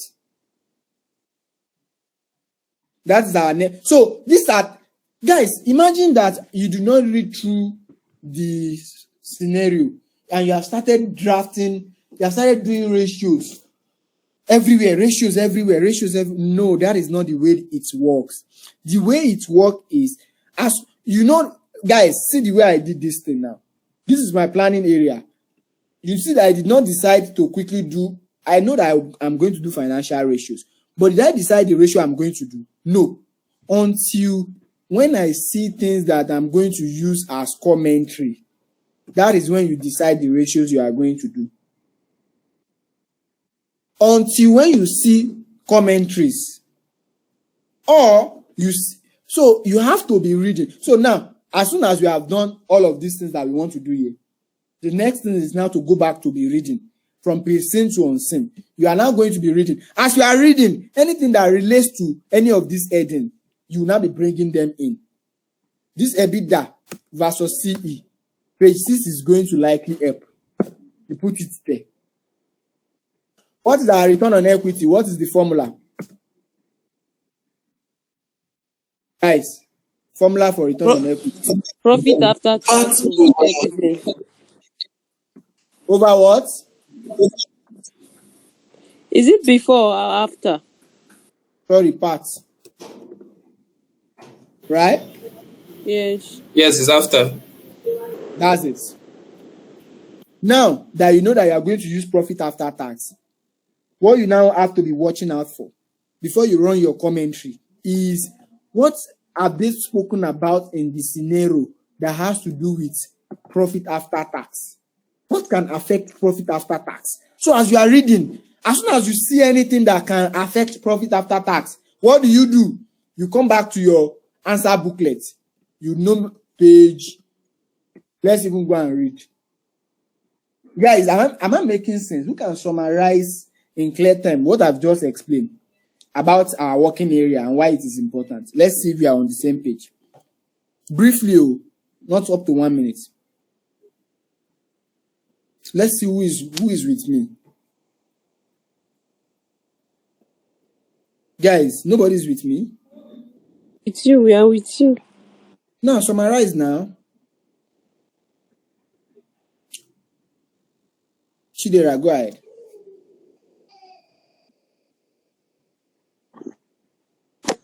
Okay, for now, I've understood that our planning paper is what it will streamline exactly what we are going to do on our working paper.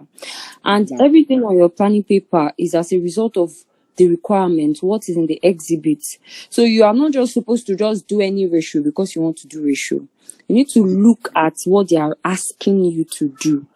You know, like before we were calling a lot of profitability ratios, but then we've seen return on equity, the net debt. So that will determine what we should solve, right? And also when we solve, our commentary should also come from, the information they are giving us, and we should link them together. Perfect. That is everything that I've been explaining since morning. Guys, that is everything that I've been explaining for the past 30 minutes or so. That is it. So to continue to now do this thing that I've said, now let us now see how it's now going to be we call it mass attack, mass defense. As you are attacking, you are defending. Attacking, defending. Attacking, defending. Once you do your planning, once you are doing your planning, as soon as you are done with your planning like this, just go up. You are fine with your planning now. You have done everything. You don't know what the result will be yet. Just go up. Don't start your mass attack and mass defense. What do I mean? Come here. You already know that under findings and observation, you are going to do financial statement analysis. So I'll come here. Let me go here. Let me bring it out from here for us. So what we do is, I'm going to share this thing with us. What we now do is, in our planning here, findings and observation, we come from our findings and observations, we are able to discover the following. Then evaluation of financial performance. You begin, so that will be an heading. After evaluation of financial performance, you start to evaluate APLN. I think it's APNL. I'm coming. To evaluate APNL financial performance, we have conducted that a 3-year review. Oh, okay, we have concluded. You know, I said that if they give me 4 years or 5 years, I will use 3 years. Why? Because I believe that 3 years is enough. And that's what I said here. We have concluded that a 3-year review of APNL financials will be sufficient for our report. Also, we have leveraged gross margin ratio, current ratio, etc. to comment first, to analyze and comment on APNL's financial performance. APNL's financial performance during the period under review. But now it's 3 years that they gave us. You might not need to put the paparazzi. We have concluded that a 3-year review to evaluate APN's financial performance, we have analyzed its 3 years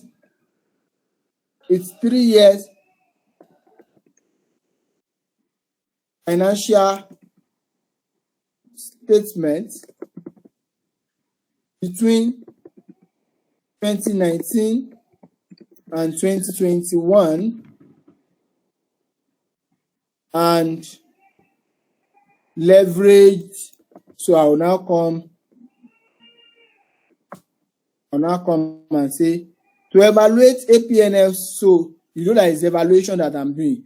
These are mere starters. These are mere starters. They are just logic of how you want to approach. Because you are writing a report, you need to have the starters.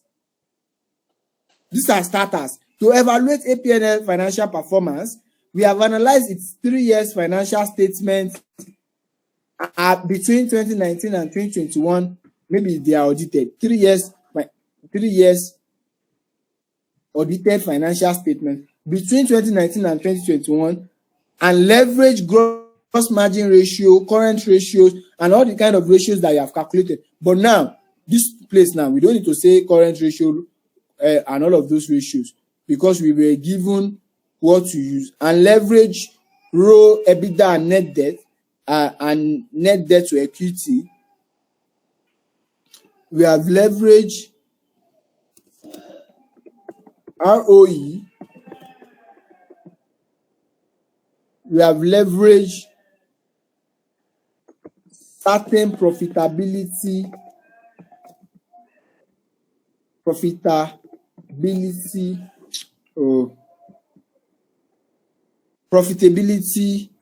right? Profitability and what again? And gearing ratios. to analyze and comment on APN's financial performance during the periods under review. Also, we have given our opinion on what could be done for APNL to achieve a better financial standing. Guys, are we together? Are we on the same page? Are we feeling the vibe? Yeah, am I alone? Yeah, we Yeah, no, yeah, oh, yeah. Okay, cool. So we see what I just did there. Here is just mere starter. So now this place that you are seeing, is what I call mass attack. You know that you have left 10 pages here. You have left 10 pages here before. And you have said you are going to do financial statement analysis or financial performance. Right? You are now going to come under it. You are now going to say evaluation of evaluation of APNL's financial performance. You will now come under it and say to evaluate APNL's financial performance, so you tell them all this story that you have done. You tell all this story. Then the next thing you now start coming to run the commentary based on the profitability ratio, profitability ratios that you use.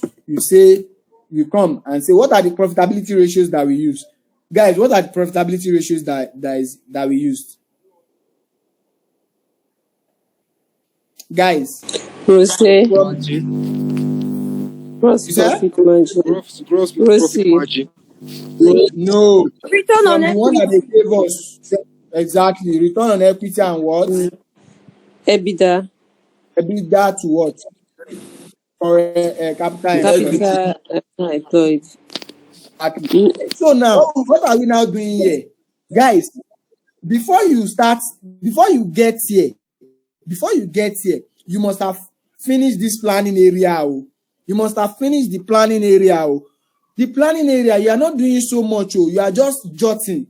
You are putting page. So that, like, you must have finished this planning area. You are just jotting. You are putting page. You are putting the formula so that you don't forget. What is the formula for this one? What is the formula for that one? That's what you are doing here. You are bringing your thoughts down. And when you are done bringing your thoughts down, you are now linking. And that is why 1 hour, you will use 1 hour. There is no way. Because it is here that you are going to be linking this place that you are talking about here. Where is that place? This place. All this place that you are seeing here. It is this planning stage that you are going to be using them.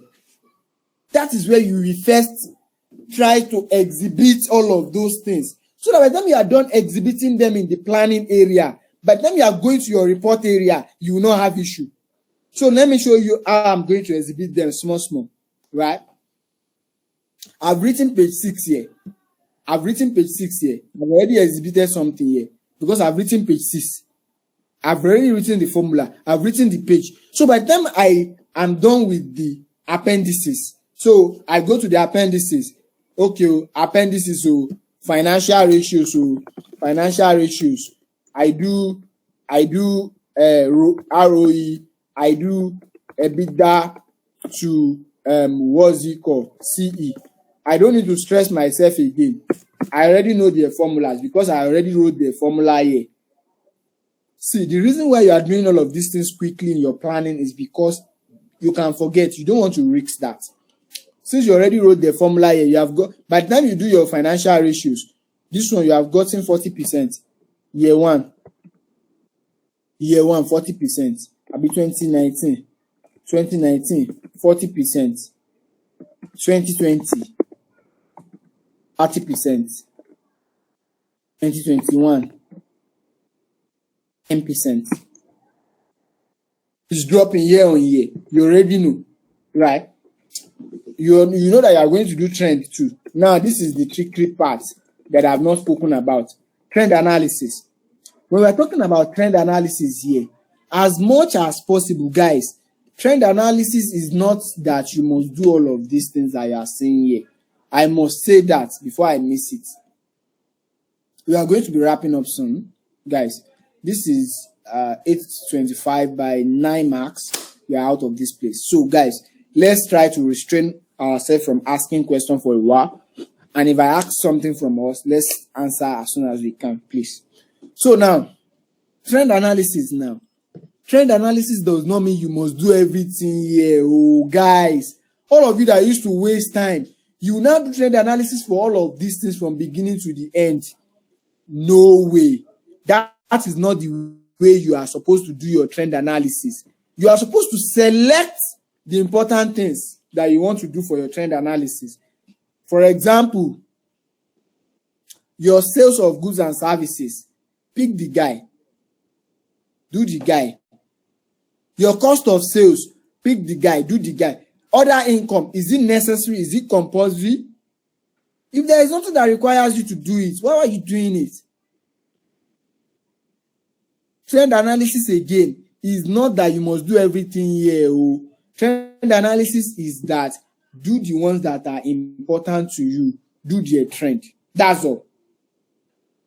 If you have been seeing people do trend analysis from beginning to the end, that's their cup of tea. They have time. Let them do it. You don't have that time. You don't have that luxury of time.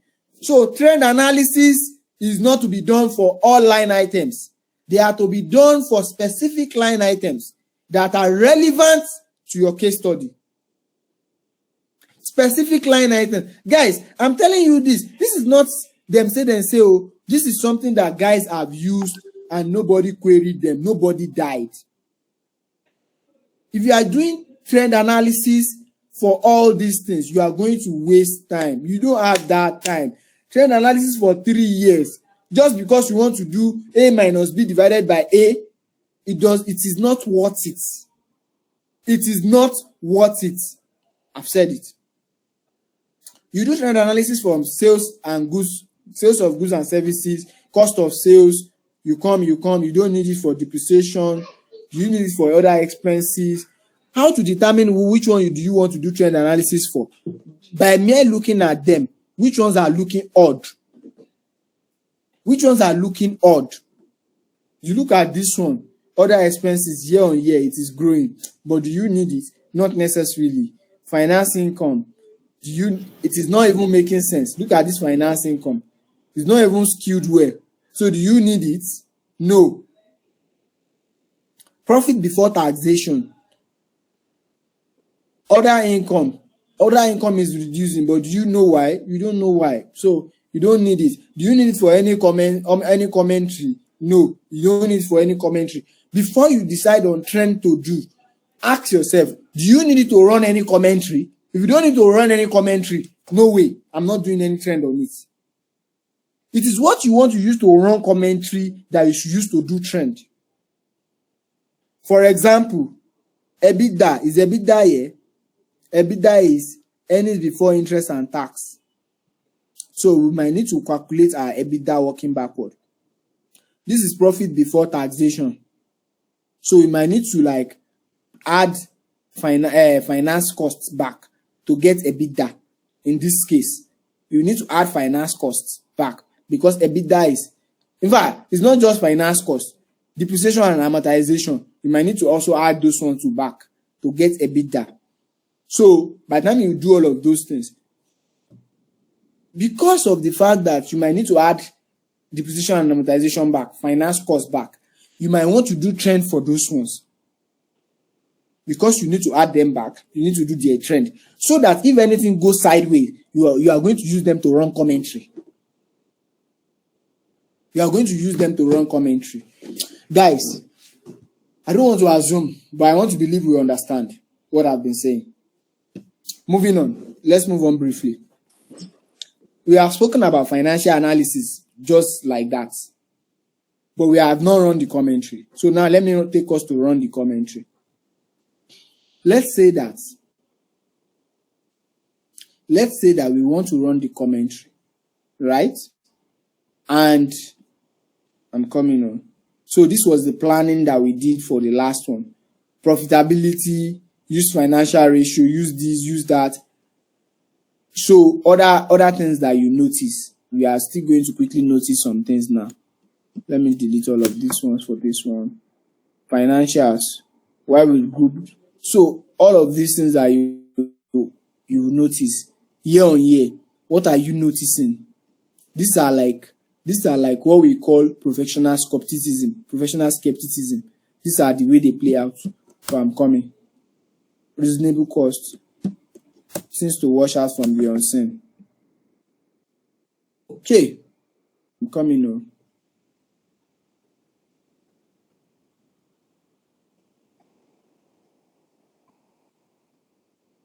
Okay, I'm coming. So let's quickly do ratio commentary. This is another thing, key takeaway that you'll be taking away. Guys, ratio commentary is not a joke. A number of us joke with it. And that is why a number of people fail. Because they joke with it. People will write ratio commentary and stop here. They will say, APNL reported a net profit margin. No, not net profit margin now. Let me use rules. ROE. ROE is what? Part over equity bar. Please, guys, let's calculate it. Let's calculate what the part over equity is. You now say APNL reported a ROE of minus 54% in 2020. This indicates a 250% drop in the company's net profit margin. Not net ROE when compared to 8.2% ROE reported in 2019. And people will stop there. Guys, who will have done this thing among us? Do you have people that will have stopped here? Be sincere. Would you have stopped here if you are the one? Be sincere. The way you used to write your ratio commentary, do you usually stop here? Let's be sincere. So that means nobody used to stop here when you are writing ratio commentary. Okay, good. If that's the case, good. Then the next thing was now to say that this is reports. This is reports. This is what has happened. I think I wrote it somewhere. I wrote how to go about the ratio somewhere. I'm coming. We gave it a name. I'm coming. Okay, but this is reports. When it comes to ratio, running ratio commentary. So guys, this is it. When you are running ratio commentary, this is how to go about it. And that is why when you are planning, you are going to be reading as you are planning. So you've done the first reading. The second reading, you have already gone to your requirements. You have written out all the requirements, what they say you should do. You split them. Requirement is usually long. You can see what I showed us here. See what I showed us here. You see that this thing is too long, but I summarize them, break them into different pieces, and bring them to your workbook in terms of your planning area. When you bring them to your planning area, now go back to start reading. As you are reading, you will now be taking notes of the important place that you are going to use in your report. So now your book is open to your planning place, and then you are reading your question. As you are reading, if you notice anything, you write the page down where appropriate. Guys, I hope I'm making sense. Guys, I hope I'm making sense. Are we together? Yes. I'm asking this because we need to be on the same page. We need to follow the same thought process. Now, I said to run a ratio commentary, running ratio commentary. Tell us the results. What was the result? This was the result. This was the result.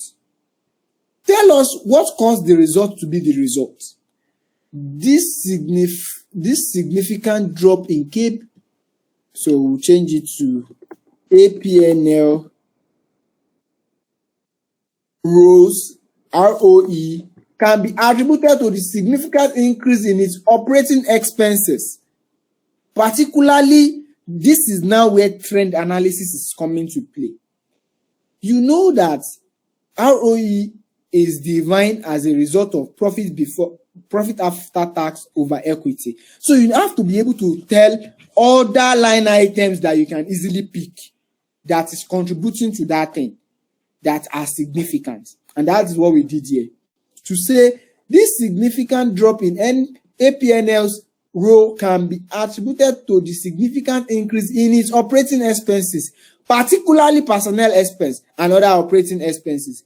Even though it is observed that the company's revenue grew by 30% during the period under review, the company's personnel and operating expenses simultaneously grew by X and XX respectively, which resulted in the net profit margin ROE reported in 2020. That's the cause. That's the cause of what happened. That's the cause of what happened. We might want to talk about the impact. Cost can also be something we will now relate to the scenario, the case study. But the cost on the first surface of the financials, this is how we are relating them. This is how you are relating them. There is nobody you write this thing to and will not give you good mark. Now you now say, if this significant loss persists, that's now professional skepticism and professional judgment. It may indicate a going concern problem for APNL. It is advised, recommendation, that APNL looks into reviewing its personnel and other operating expenses. Recommendation. Now, even with the increasing operating costs APNL is currently incurring, it can be deduced from its plan to enter the untapped market. This is another observation from last diet. Guys, now, ratio analysis, cost, results, what happened? Cost is what are the responsible factors? This can easily be traced to the case study scenario. Implication and impact. What is the implication? What is the impact? If that thing continues, what will happen? What are your recommendations to? It's also something you can do here. Guys, are we together? Yes. Question on ratio analysis before we move forward. Yes, we are. Any question on ratio analysis before we move forward? Do we all understand? Commentary. See where I ran the commentary. If you go and do commentary and you stop here, you are doing yourself new. You can't do that. You have to write in full. And to write in full, you have to link, because you are doing with something that is having several things, elements before it gets to them. Parts are several elements. Where is your part reducing? Based on the results, what have you noticed? You've noticed that your part is reducing because operating expenses is increasing. Quickly do a trend analysis for that operating expenses. Then come and talk about it. The reason why this row is like this is because part is reducing. And the reason why part is reducing is because there is high operating expenses. Even though the company is making more revenue, these high operating expenses has continued to make the profitability of the company go down the line. The company needs to look into this. Otherwise, if this persists, the company might end up being like this. That is professionalism. That is professionalism at its peak. Worst case scenario, by the time you are done using all the individual elements that contribute to that final thing, before you are done, you go to your case study scenario itself. You link whatever you can link. You link it there. Does that make sense? Can I move on to other things? I want to move to SWOT now. Are we good with ratio, or do we have any question on ratio?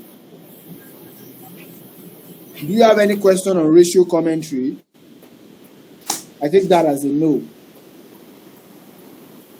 Now, moving on. Moving on now means that, Justina, please go ahead briefly. I've asked several. Do you have any question? No. Sorry. My question is that I'm kind of confused. Which one is it? The unseen that is there's one requirement 2. That's unseen. So that is unseen. How are we going to combine it? Sorry, because it's my first time of writing. How are we going to combine it with the pre-seen? How are we going to write it? Because I'm not seeing you explaining that. So I just want to know. How are you going to come again? Because I used to see, I have a textbook I read. I used to see they will put requirement 1, you write it, then requirement 2, and whether that requirement 2 is the unseen. Yes. So I don't know. Are you going to finish writing the pre-seen, then you now come back and write requirement 2, the pre-seen? Sorry. No. That means you have not been following me, or you lost me at one point. Justina, that means you lost me at one point. Because I've done the example for us. I even used November 2021 to do example. Justina, please unmute your mic if you are close by, because I want to explain this to you. Right? I've explained it before, but I will repeat myself. What you are doing is a single case study. Pre-seen or unseen, they are one. Are you with me? Okay, yes. Pre-seen or unseen, they are one case study. And it is only the unseen part that the requirement will be. That's what we showed us here. November 2021. See, this is November 2021. This is where the unseen starts from. Yeah. But that is the only part that has the requirement. Every other thing is just information. Okay. And I said that for you not to get, so this is the requirement 1 and 2. I said that for you not to get lost in the ocean of information that you have, right? You want to analyze the requirements 1 and 2 in your working area, your planning area. Analyze the requirements 1 and 2. What were the requirements? And I say that, okay, for requirements 1 and 2, for this particular case study that we just see, for this particular one that we just seen, right? This particular 2021 this one, we reviewed this one. They said we should review the financial performance based on profitability, liquidity, and financial strength. And we come here, we analyze it and say, because they say we should do financial analysis, we are going to use ratio. From the ratio, we are going to do gross margin ratio, ROCE, and net margin ratio. Because they say we should do profitability, something on profitability. So we decide that we are going to do 3 profitability ratio. They say we should do something on liquidity too. We say we are going to do 2 liquidity ratio, current ratio, and asset test ratio. They say we should do something on strength. We say we are going to do something on efficiency ratio. And they say we should do something on strength. We say we are going to do something on leverage ratio. Do you have any question at this point? No, I'm okay. See, every other thing, both pre-seen and unseen, every other thing are just information. Okay. And that is the reason why we are teaching us this planning. Planning is meant to help you gather your thoughts. Every other thing is none of your business. Anything that does not fall within your planning, they are out of your business. Excuse me, sir. Please go ahead. Please, last May diet, there was a separate.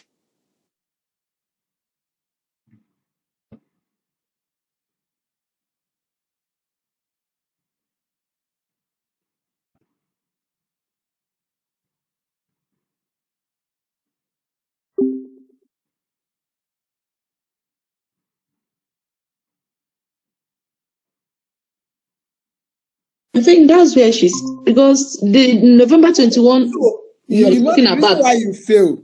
Okay, let us analyze it together. Let us analyze it together now. Let me ask you a question. Now, with what we have explained so far, if you had this information that you have now,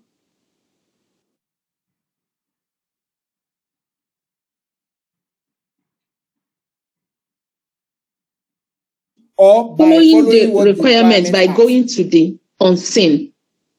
So by the time you know the requirements, what are you going to be doing? You want to analyze how you are going to approach the requirement only. Forget about the information that is there. You are only analyzing the information that have to do with the requirements. Like, there is a lot of information, a whole lot. There is pre-seen, there is unseen, almost 30 pages of information. If you continue to be everywhere, you are going to get lost. But if you, and that's why, see, this is November 2021.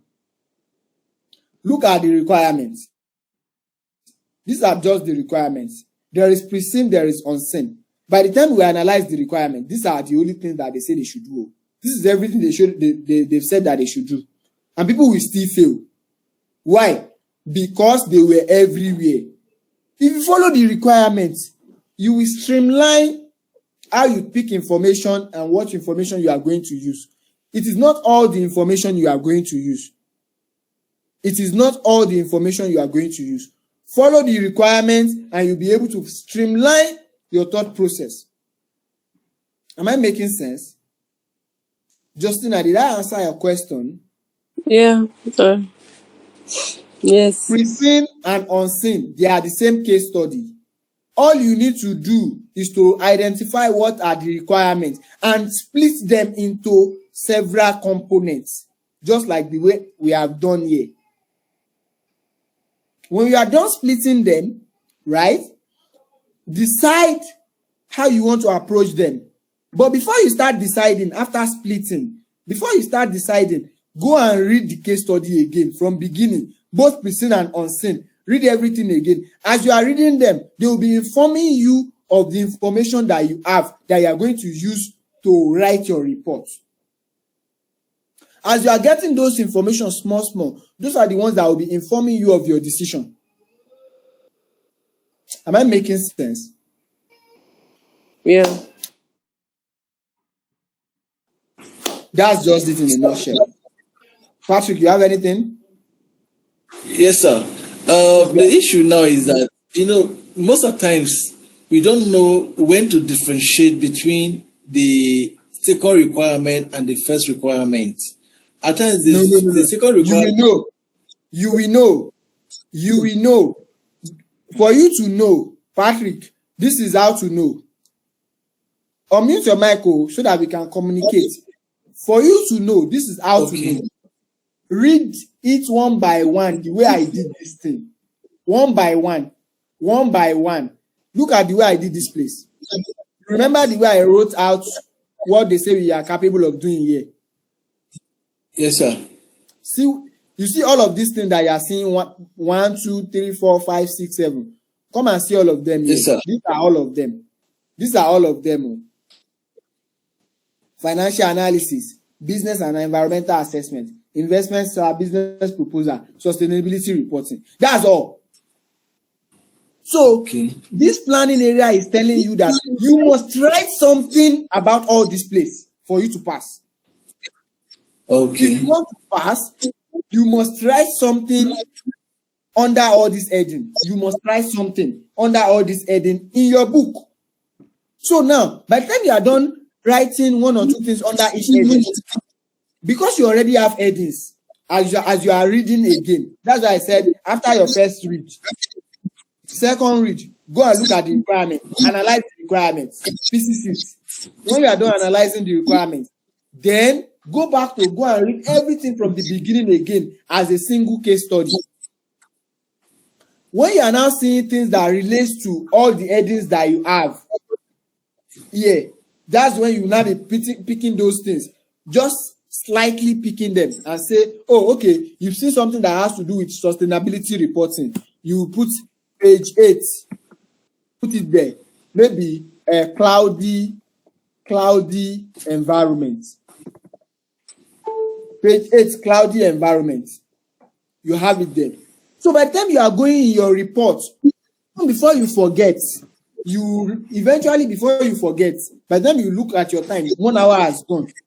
You remember that, oh, you must write something about cloudy environment under sustainability reporting.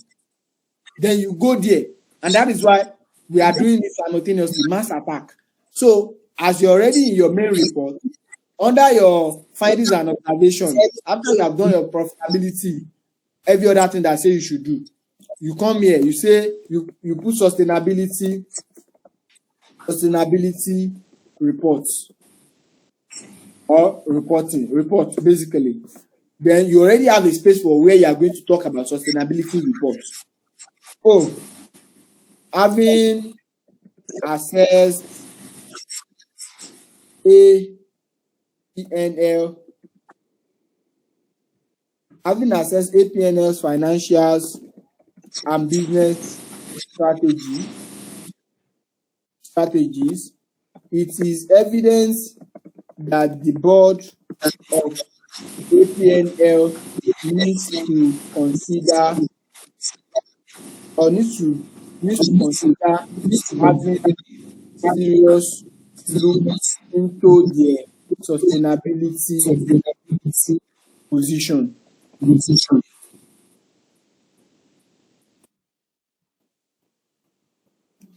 This has been suggested due to the several reports of cloudy environments given on CNN. This place is assumed to have been said within the report. Do you get that? Yes, sir. So before you are done with saying you are done with the report, you must talk about sustainability. That's all. And how are you able to talk about sustainability? Because you have written it down in your planning. So it is easy. You said, how do we differentiate from requirements 1 and 2? This is a full case study, Pathfinder 2021. It is very simple. Look at it. Read into the line. They said you are supposed to, your report should include a review of Z financials from 2021 to 2022. Your analysis should focus on, they didn't tell you what to do.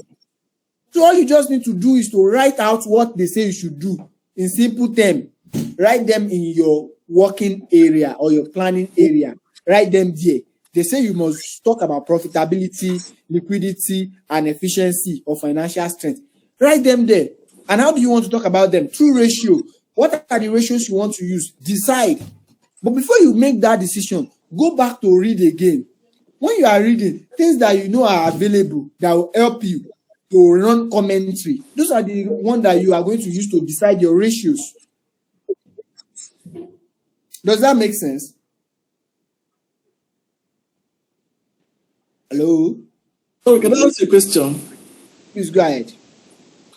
Yeah. Okay. Look at the financial statement of the organization. It is highly geared. So in this situation now, what do we do? What do we do? As in, you don't mention it in your statement, or you just ignore it like that. You make sure that, okay, this organization is highly geared. This is the implication of it. You are going to run the commentary. You know what it means when an organization is highly geared, right? What does it mean for an organization to be highly geared? What are the challenges with being highly geared? Well, that's where knowledge comes in. That's when knowledge comes in. When an organization is highly geared, that technically means that in the event of liquidation, all the people that the organization is owing will literally get almost everything first before it gets to the shareholder. It means the organization is highly geared. They were way too financed with debt, and you have to advise them to consider reviewing their capital structure.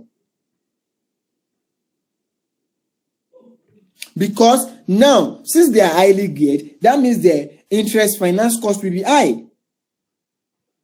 You tell them to review their capital structure in order to ensure that they have a moderate finance cost and to improve profitability at the end of the day. How does that sound?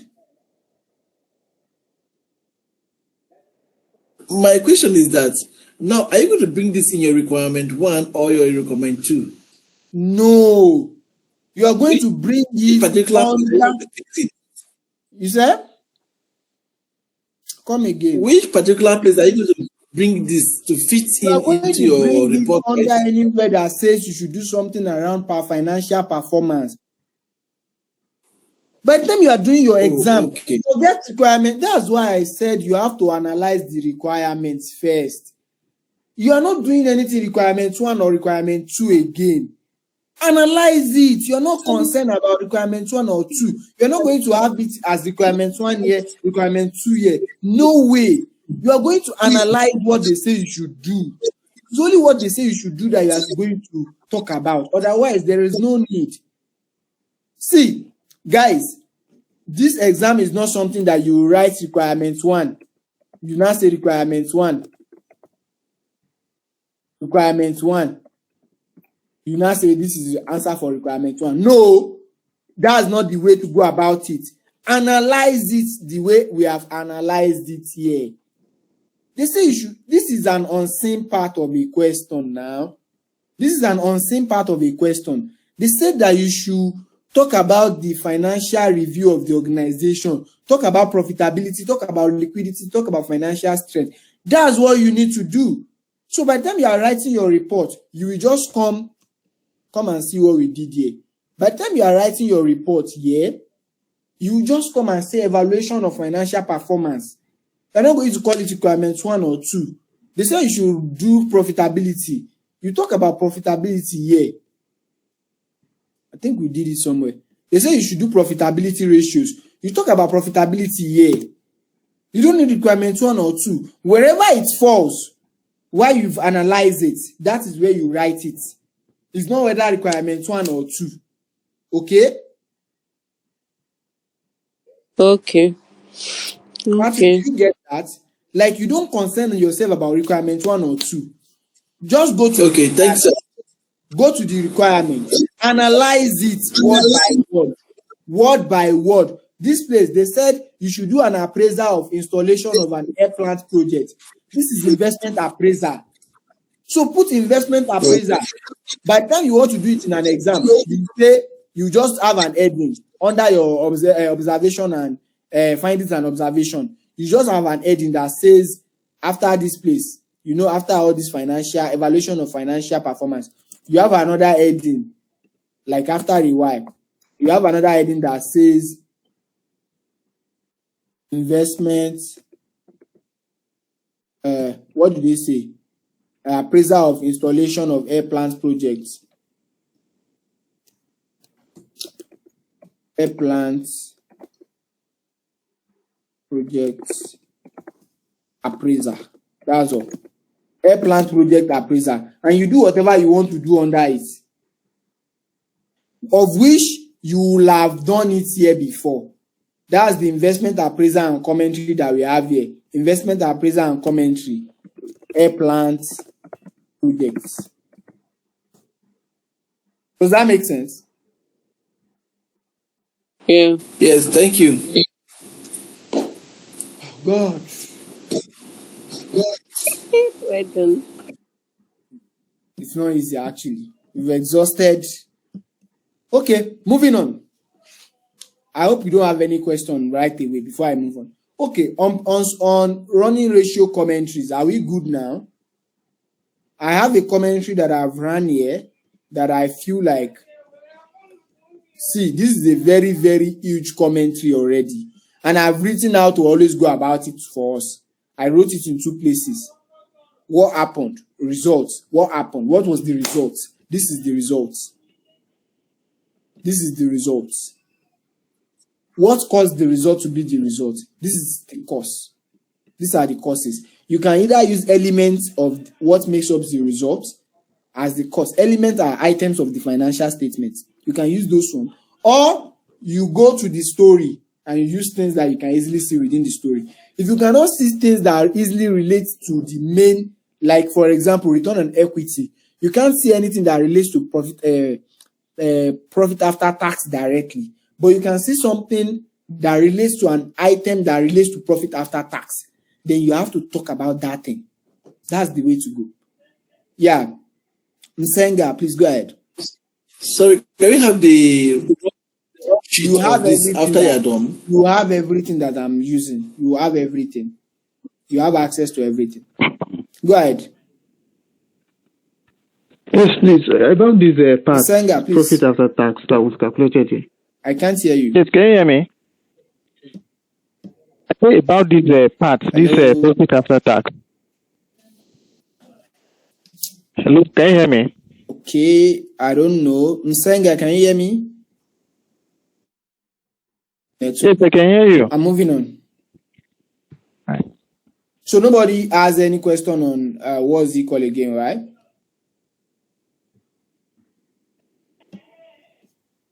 Right? Some Can people you hear have me not now? even said a word since morning.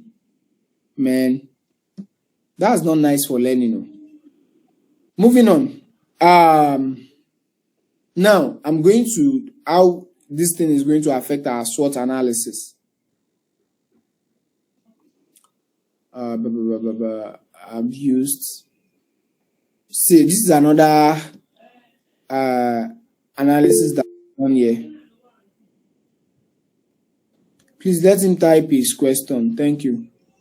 So these are a number of analyses I'll share with us.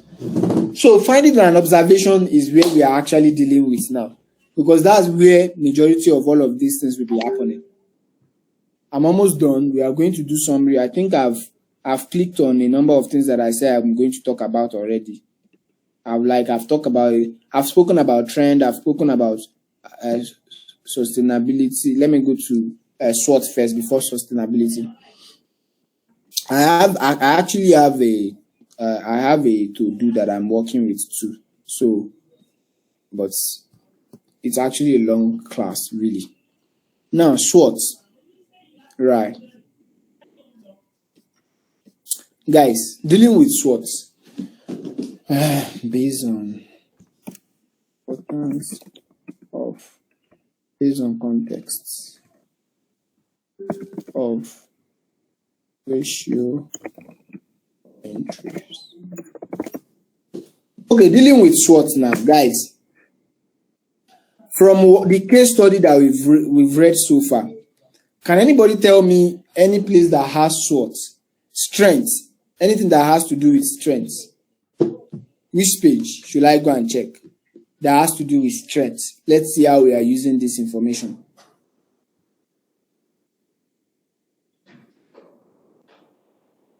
Anyone? Okay, let's go there together. Guys, you said you have read this 10,000 times, so strength. Who's going? If people that have read it 1,000 times do not remember where there are strengths, let me quickly take us through briefly. No. This place already given us an hint of what to expect, right? It has already given us an hint of what to expect. Then we move to saying that Nigeria economic and business environment. This place is talking about external business environment, which is something that a SWOT analysis can typically talk about. A SWOT analysis we deal with. Some people can use PESTEL, but SWOT is the most easiest. And that is why it is usually recommended that you use the most easiest one, so that you can get your mark and move on. The Nigerian economy is the largest, experience growth, however, it faces a number of challenges and uncertainties. This place alone already tells us that there are threats that we should expect. This place that is talking about largest in Africa is already talking about opportunities that we should expect. One of the most pressing issues in the Nigerian economy is over reliance on oil and gas. Those are what? This is what? What is this over reliance on oil as primary source of revenue? What can this be?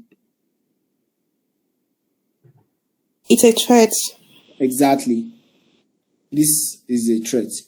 But I already have some of these things analyzed for us. I'm coming. So let me tell us the pages we can easily just go and check. What's it called? There are some threats around. In fact, I already have something on the financial analysis that speaks to the parts. Operational threats, over reliance on oil. There is also political instability. So political instability, corruption. Some regions also have impacted economic growth. These are threats. Weakness. These are threats. So what you just want to do? That's like the weakness. No, weaknesses are the ones that are in-house, inherent within the company. The one that the company can control. The one that the company cannot control, that is outside of the company, is those ones are threats. Oh, maybe I should quickly explain SWOT. SWOT is strength, weakness, opportunities, and threat. SWOT or weakness, opportunity, and threat.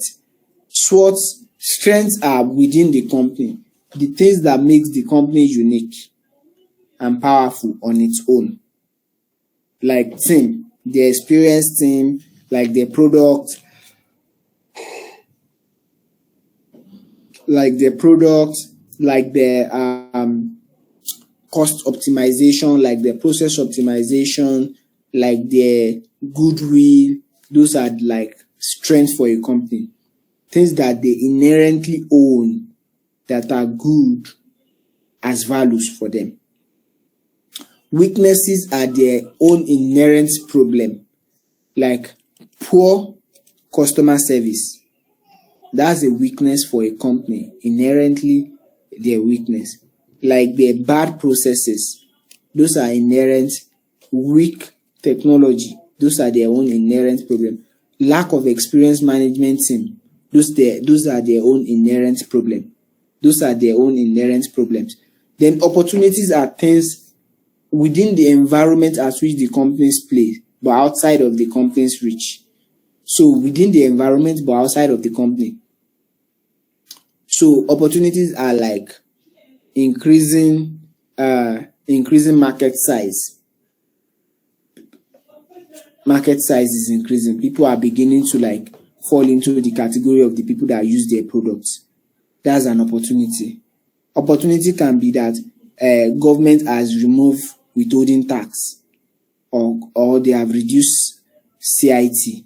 Those are opportunities because it means that their tax will be low. Opportunities can be something that investors have just come to the environment. Those are opportunities. Weaknesses, threats are things that can impact the company negatively outside of the company's control, but within the company's environment. Am I making sense?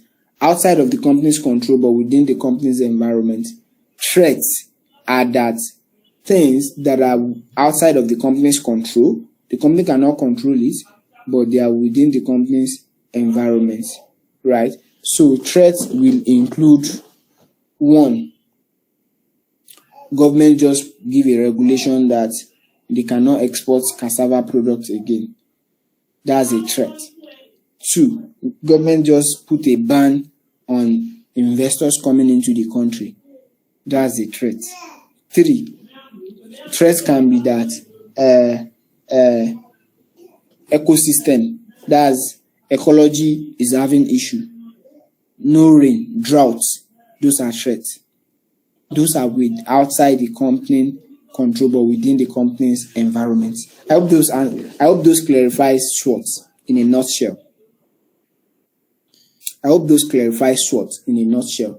Now, moving on, there are some already that we should kind of expect.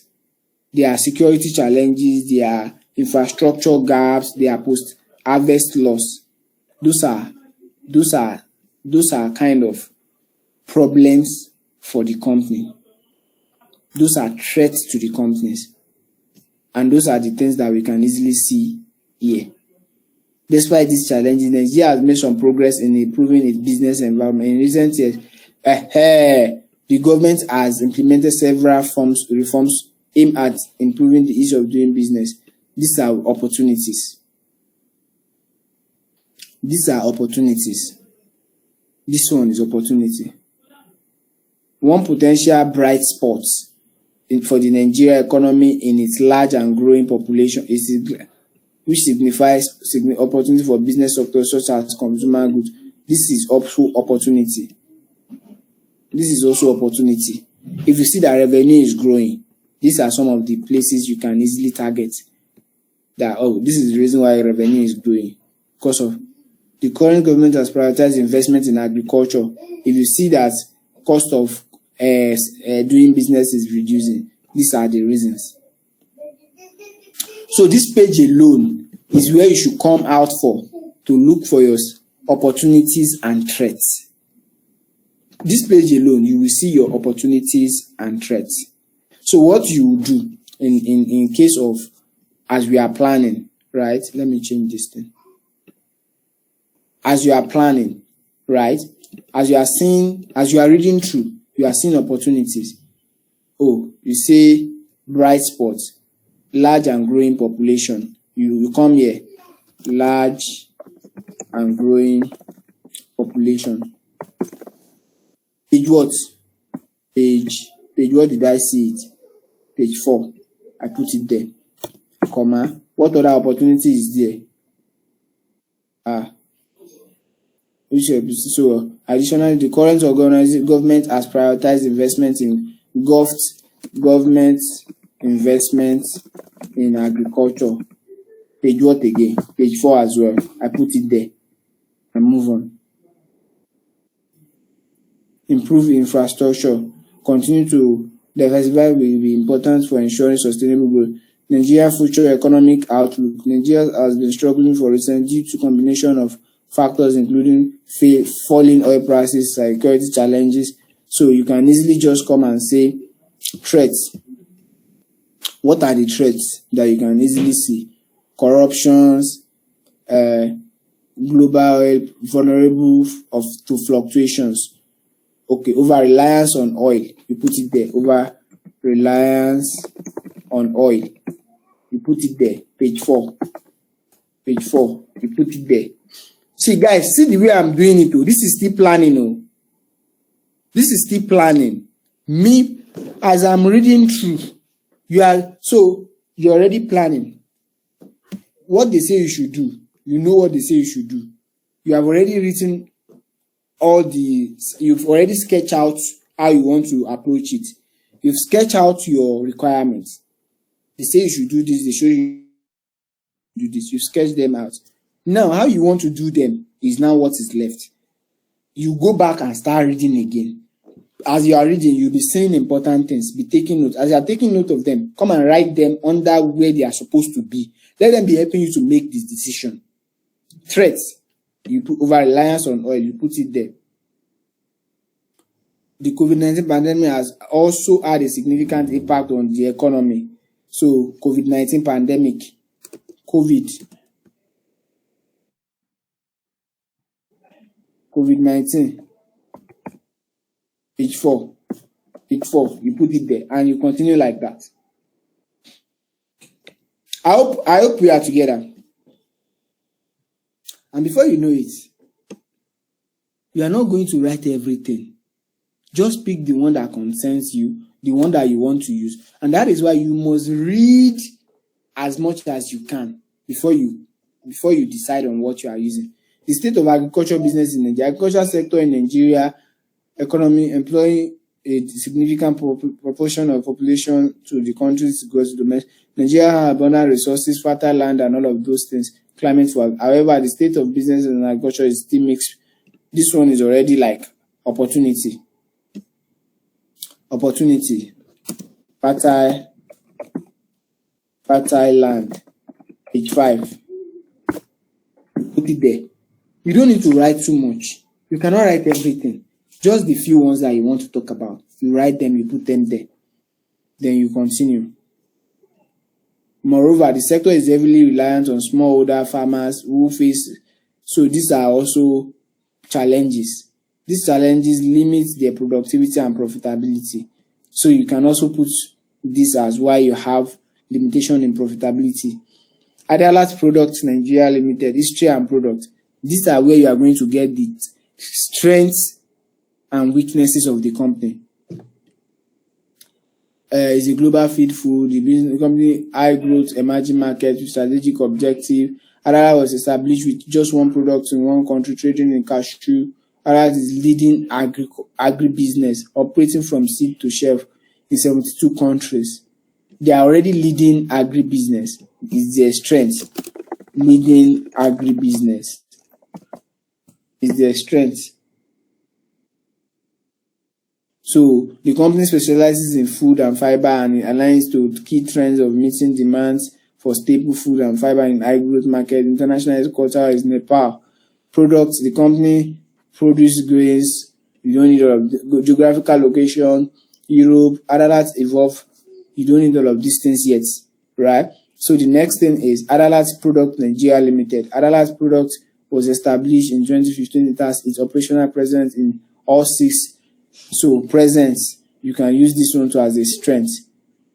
These operational offices are involved with a host of customer and service provider local. This can also be a strength. Present in 6 geopolitical zones. Present in 6 geopolitical zones.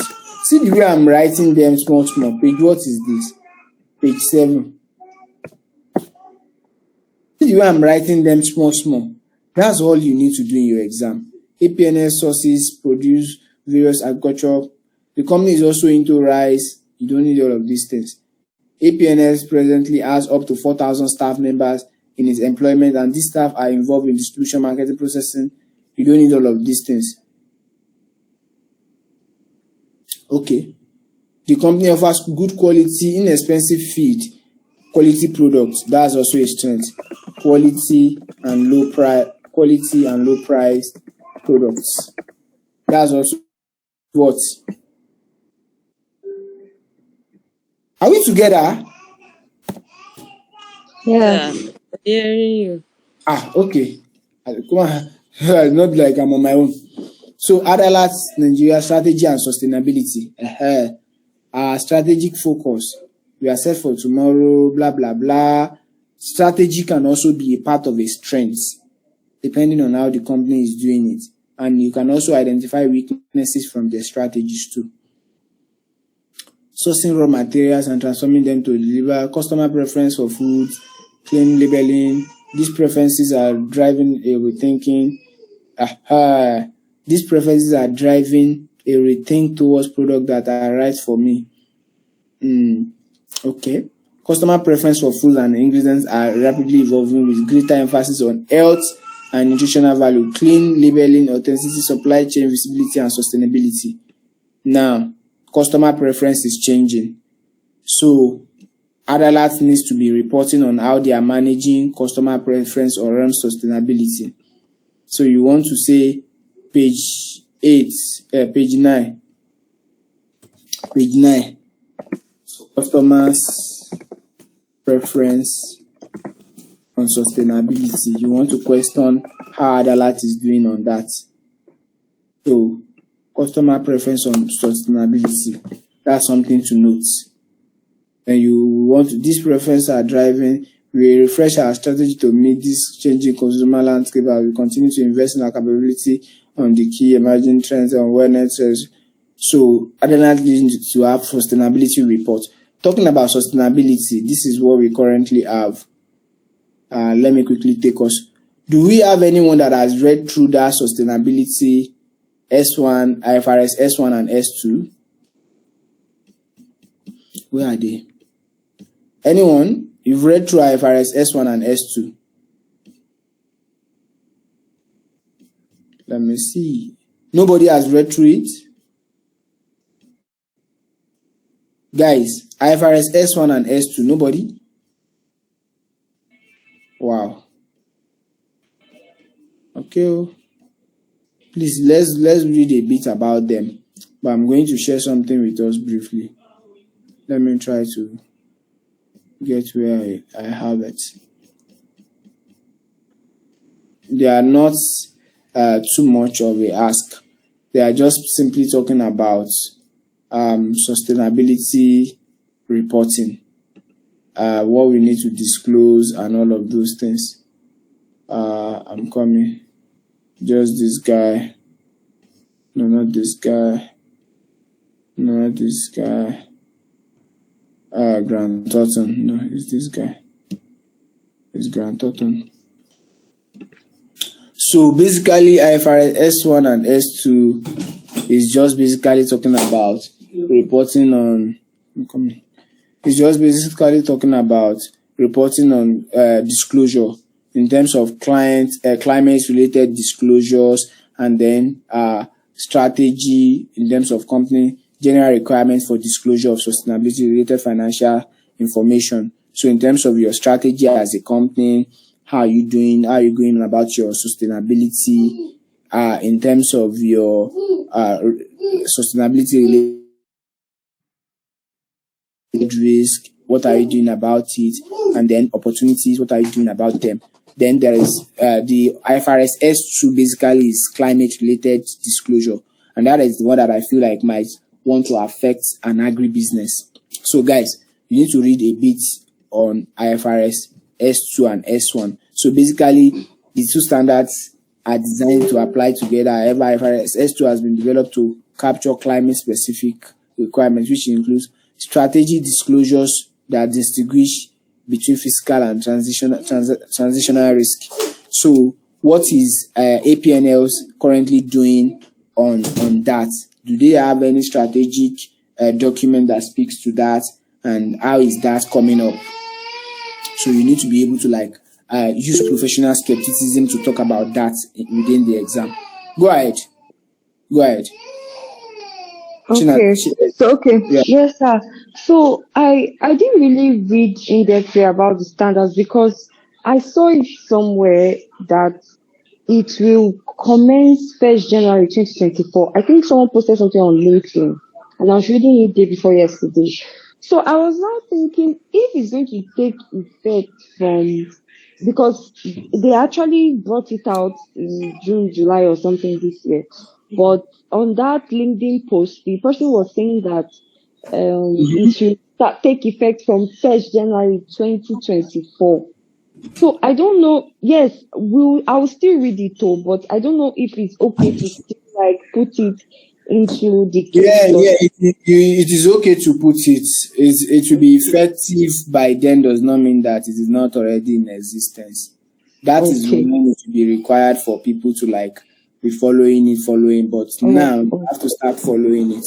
It doesn't mean that it's something that they need to start considering in terms of. So basically what they are just saying is that you have to have strategy around how you are going to manage your sustainability, climate-based sustainability, your governance around IFRS S1, IFRS S1 and IFRS S2. I'll share this one with us.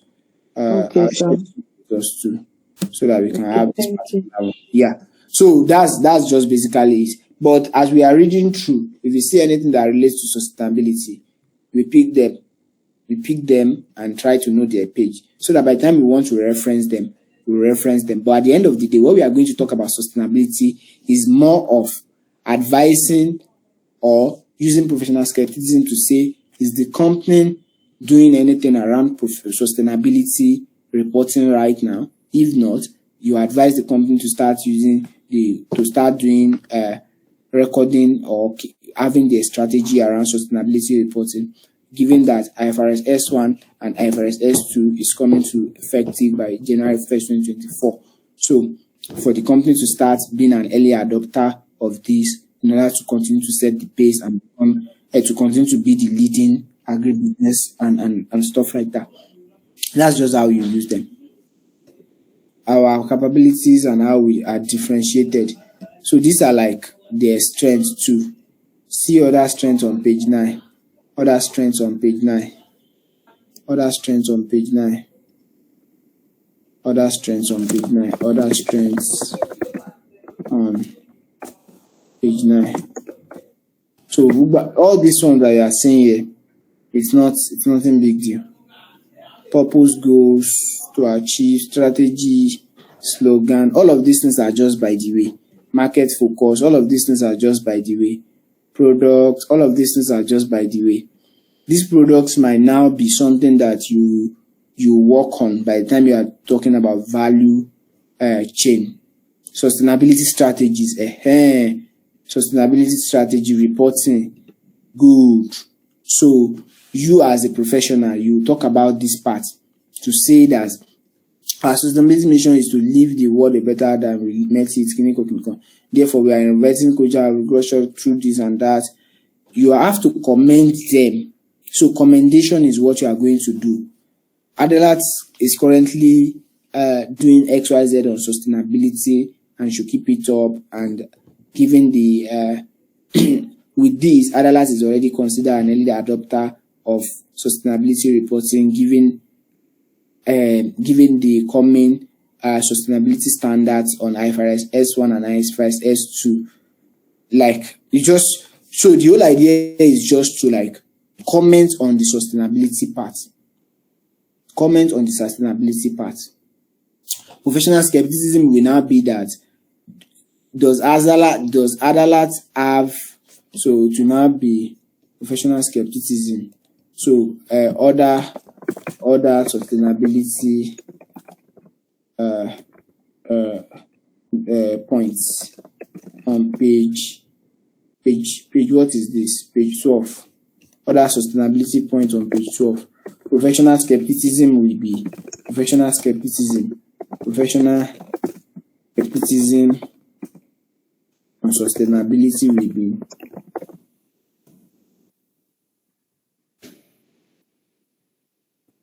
professional skepticism will be and sustainability will be does Adalat has what it takes to manage, does Adalat has the required resources to manage its sustainability strategy and resources strategy and manage the sustainability strategy and meet the global sustainability reporting standards and do IFRS S1 and IFRS S2. That's all. Does Adalat have what it takes? That will be the professional skepticism that you are going to demonstrate. So these are just comments that you need to pass. You don't need to write professional skepticism anyway. You just want to pass the comment to say, does Adalat have what it takes to manage their sustainability strategy, to manage and execute their sustainability strategy. So yeah, that's that on that sustainability. Then the financials basically. So at this point, I don't think there is any other thing. We've spoken about sustainability briefly. So I'll just do a recap. Then we'll take questions on areas that we have not addressed, if any. Recapping for us, right? Wow, time has gone too far. Recapping for us is that when it comes to the unseen and the preseen of the case study should be treated as one. The case study should be treated as one. The most important thing is you are starting your case study. Have your answer booklet. You have your front page and then you have your back page. The back page of your answer booklet, maybe a page or two, should be used for your planning. Your planning is meant to be 1 hour. Please use the 1 hour to plan.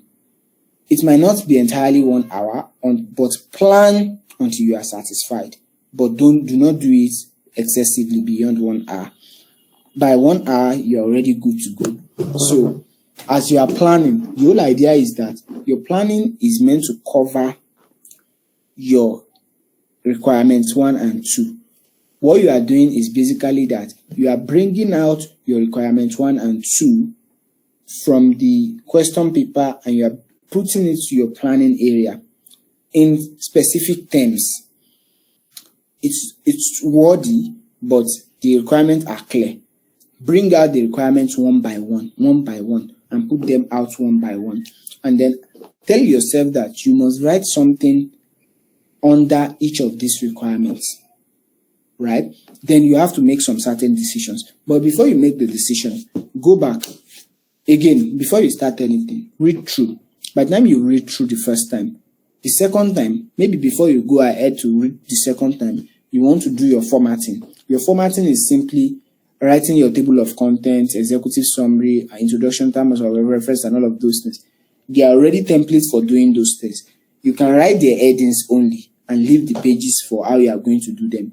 Or you can write the headings and write something inside them. There are already templates for how you can go about that. I'm going to share that. But I recommend that you write your executive summary, heading, leave a page, write your introduction and terms of reference, leave half a page, methodology and procedure, half a page, findings and observation, 8 to 10 pages, because this is where you have most of the activities to be written out, right? Usually your findings and observation is where you are going to demonstrate your requirements 1 and 2, but you're not going to write them as requirements 1 and 2. Your requirements 1 and 2 will usually be financial performance analysis and business environmental analysis, or some sort of investment appraiser, or some sort of strategic financial decision making, right? Usually what you want to do is you want to have headings for each of the requirements. Have headings for them. Don't write any requirements 1 or 2. Have headings. If they say you should evaluate the financial performance of the company, come and say evaluation of APNS financial performance. Do it just like that. By the time you are done doing it just like that, write some starters to evaluate the APNS financial performance. We have analyzed, we have done this, we have done this. Though you have not yet done them, but remember that you have decided that you want to do them. But because this is the first time you are doing it, what you want to do is just to do your findings and observations. Leave a 10-page or 8 to 10 page. By the time you do that, you move on, you go to your conclusions and recommendations. Leave a page. A page should be enough for your or half a page should be enough for your conclusion and recommendations. Then you can write your disclaimer. If you have already used a cover page right from the beginning, now you have written a disclaimer there, that's also fine. Then the next thing is your appendices. In your appendices, you don't need to leave any page because the rest of the pages are meant for your appendices. When you are done formatting, then focus back to your planning. When you get back to your planning, right, you've gone to your requirements 1 and 2. You know what they say you should do. You've analyzed them out in your planning area. By the time you are done analyzing them down in your planning area, leave sufficient space. Do them just like the way I've done them here. Let's say for example, they've said you should do some financial performance evaluation or to check financial health. Write it out, financial health, under your planning. To do your financial health, you know that you need ratios and trend. You don't need common size. Nobody says you should do that unless you are checking through, you are reading through, and then you see that you need to do common size. But again, I've said it severally. Before you start your planning proper, read through once again. And as you are reading through, be making your decisions on how you want to go about your planning. So as much as possible, right? What you want to do is to say that, oh, okay, you are reading through. As you are reading through, you know that your requirements 1 and 2 have said you should do X, Y, and Z. Your requirement 1 has said you should do something around financial health checking, and your requirement 2 has said you should make a decision whether or not a company should go with this new investment or with this expansion that they want to do. You've written it there, and they probably will say you should do one thing else. Maybe they say you should do an NPV. Since they say you should do an NPV, write it out clearly, NPV somewhere in your planning area. 2 things are usually most important. 1, you are going to likely have to do something around commentary, and you are going to do calculations. If you don't know the calculations, does not mean you should not write the commentary. So as much as possible, even if your calculation is wrong, your commentary, ensure that you look through the case studies enough to be able to write good commentary. Meanwhile, if they say you should do anything on investments appraiser, whether something is profitable or not, I repeat, anything on investment appraiser, whether something is profitable or not, it's always plus and minus. Do not stress yourself too much. It is always plus and minus. What do I mean plus and minus? Plus and minus mean that look at the inflow that you are likely going to get if you proceed to do that thing, and look at the outflow that you are likely going to incur if you proceed to do that thing. what is the difference. If the inflow is more than the outflow, tell them to proceed. If the inflow is lower than the outflow, tell them to not proceed, and then give them the reason. The reason is because they are going to make loss. Also, then you can now attach some of the things that you have read in the past within the case study scenario. You can now attach it there to say, also, because of so and so that you have seen in page 8, put it there, and you move on. You don't necessarily need to code the page. I just use that as an example. Right, moving on, right. Again, by the time you have done that, you've been able to like plan to say, oh, okay, these are the things that they say I should do. And you are doing them gradually. You are making that decision. As you are reading through the second time or third time, you are going to be noting the points that you want to use within your planning. Say, for example, your financial ratios. In your commentary part, you need some points to be able to comment, right? To comment, two things really for your financial ratios. One of them is that you must understand the cost. What is the cost? You want to write the result. The result is the percentage difference. Then the cost. What were the costs? You can either use if the cost is directly to the case study scenario, you can use the case study scenario. But if that particular ratio you are calculating does not have a direct impact on the case study scenario, then look at the financial statement again. Which of the line items contributes to that thing? Then, if that line item that contributed to it has a story in the case study scenario, then do a trend analysis for that particular line item, then relate that story to that particular ratio that you have calculated. Then you have your full mark. Also, do not forget, when you are doing the ratio commentary, as soon as you are done saying that this is the result, this is what caused the result, try to tell them the implication as well. The implication is that if the company continues to incur these high costs on its employee, the company might face serious problem in the future, continue to have reduction in their gross margin and might not be able to grow anytime soon. Otherwise, the company should do this and that and to be able to maintain their growth going forward. Right. Then the next thing is your SWOT analysis. Your SWOT analysis and your financial analysis can be used hand in hand, because also, while you are talking about your financial strength, by the time you are talking about the strength of the organization, you can always also link them to the numbers to say, oh, these are the way the company is doing. The company is, because of the company's quality team, the company is also able to achieve X, Y, Z. So basically, SWOT and financial analysis can go hand in hand, because by the time you are doing some sort of other analysis that you probably might be able to see in the unseen part of the whole thing, you are going to be able to like easily identify and be able to relate them. Very sure. So next is applying professional judgment and skepticism. I've said it before. When it comes to professional judgment, you are the one that will just say, oh, because if these things continue to be like this, this is what will happen. That's professional judgment. Professional skepticism is that, oh, you have done this thing. Are you sure you have done it the right way? Is that the way you are supposed to do it? Is if they give you a management account, try to talk about the fact that whether it is because it is unaudited, that means you probably might not be able to place high reliance on it because it is unaudited. That's professional skepticism. Also, if they give you an audited account, you might also want to question who are the auditors. Are they one of the big four or those nominate you? That's also professional skepticism. Then because they spoke about sustainability reporting, talk about sustainability reporting and let them understand that, oh, the company is currently in line, they are currently doing well with their sustainability activities, but then do they have the capacity or the required resources to manage and efficiently execute their sustainability efforts, right? Also, how well are they prepared to adopt the IFRS S1 and IFRS S2 sustainability reporting standards? So literally, when you're able to see all of those things, then technically you have been able to cover that part of the sustainability reporting stuff. Then most importantly, right, is your conclusion and recommendation. By the time you get there, basically you are concluding with everything that you have spoken about since morning. Also, these parts are also part of what will form your executive summary.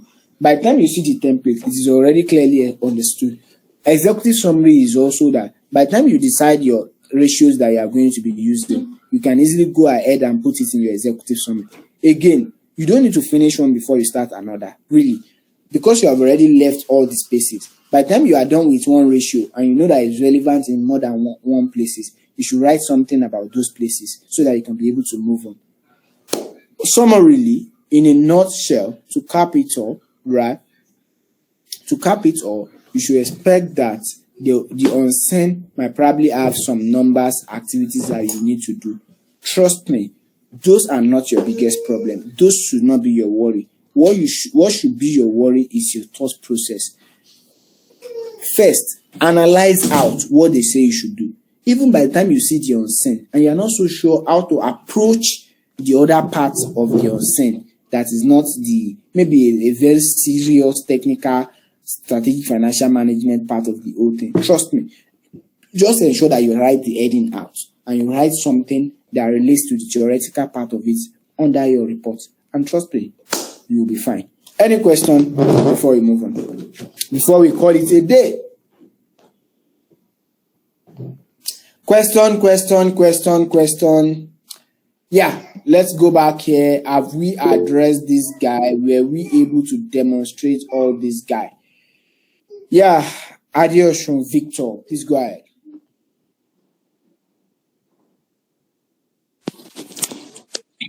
Yes, I've been following the lecture all through. So this is just like my personal this thing now. So from my end here, so one problem I'll probably have is seeing the probably the financial statements, like what they have in the precinct now, and then trying to like work like solving the ratios. Yes, I know how to do that, but then one challenge I think I have is the appendix part. So how do you advise we structure or I structure the appendix and then relating it to the report itself? Okay, how do I advise you structure your appendix? Did I get that correctly? Yes, because I feel it's kind of like a struggle for me. Yes, I might be able to calculate, but then when I'm finally building my report and then I have my report, I have my structure down already. I've already calculated this, but then I really don't know where to place it.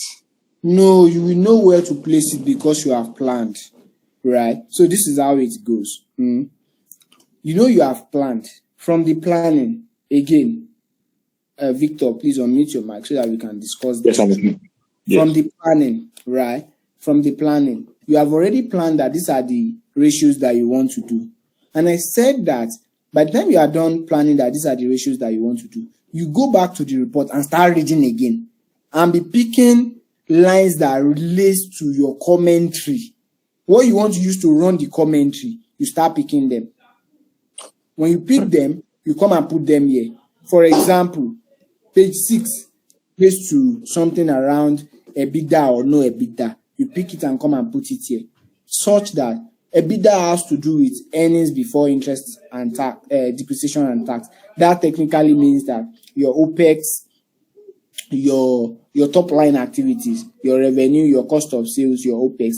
What could have made your EBITDA reduce if it is reducing year on year? Maybe it's your revenue, then maybe it's your cost of sales. If it is your cost of sales, then you want to say the reason why your cost of sales is reducing. That's what I've demonstrated here. So if I hear you correctly, what you have just said or what your concern is what we demonstrated here. I'm coming. Just hold on.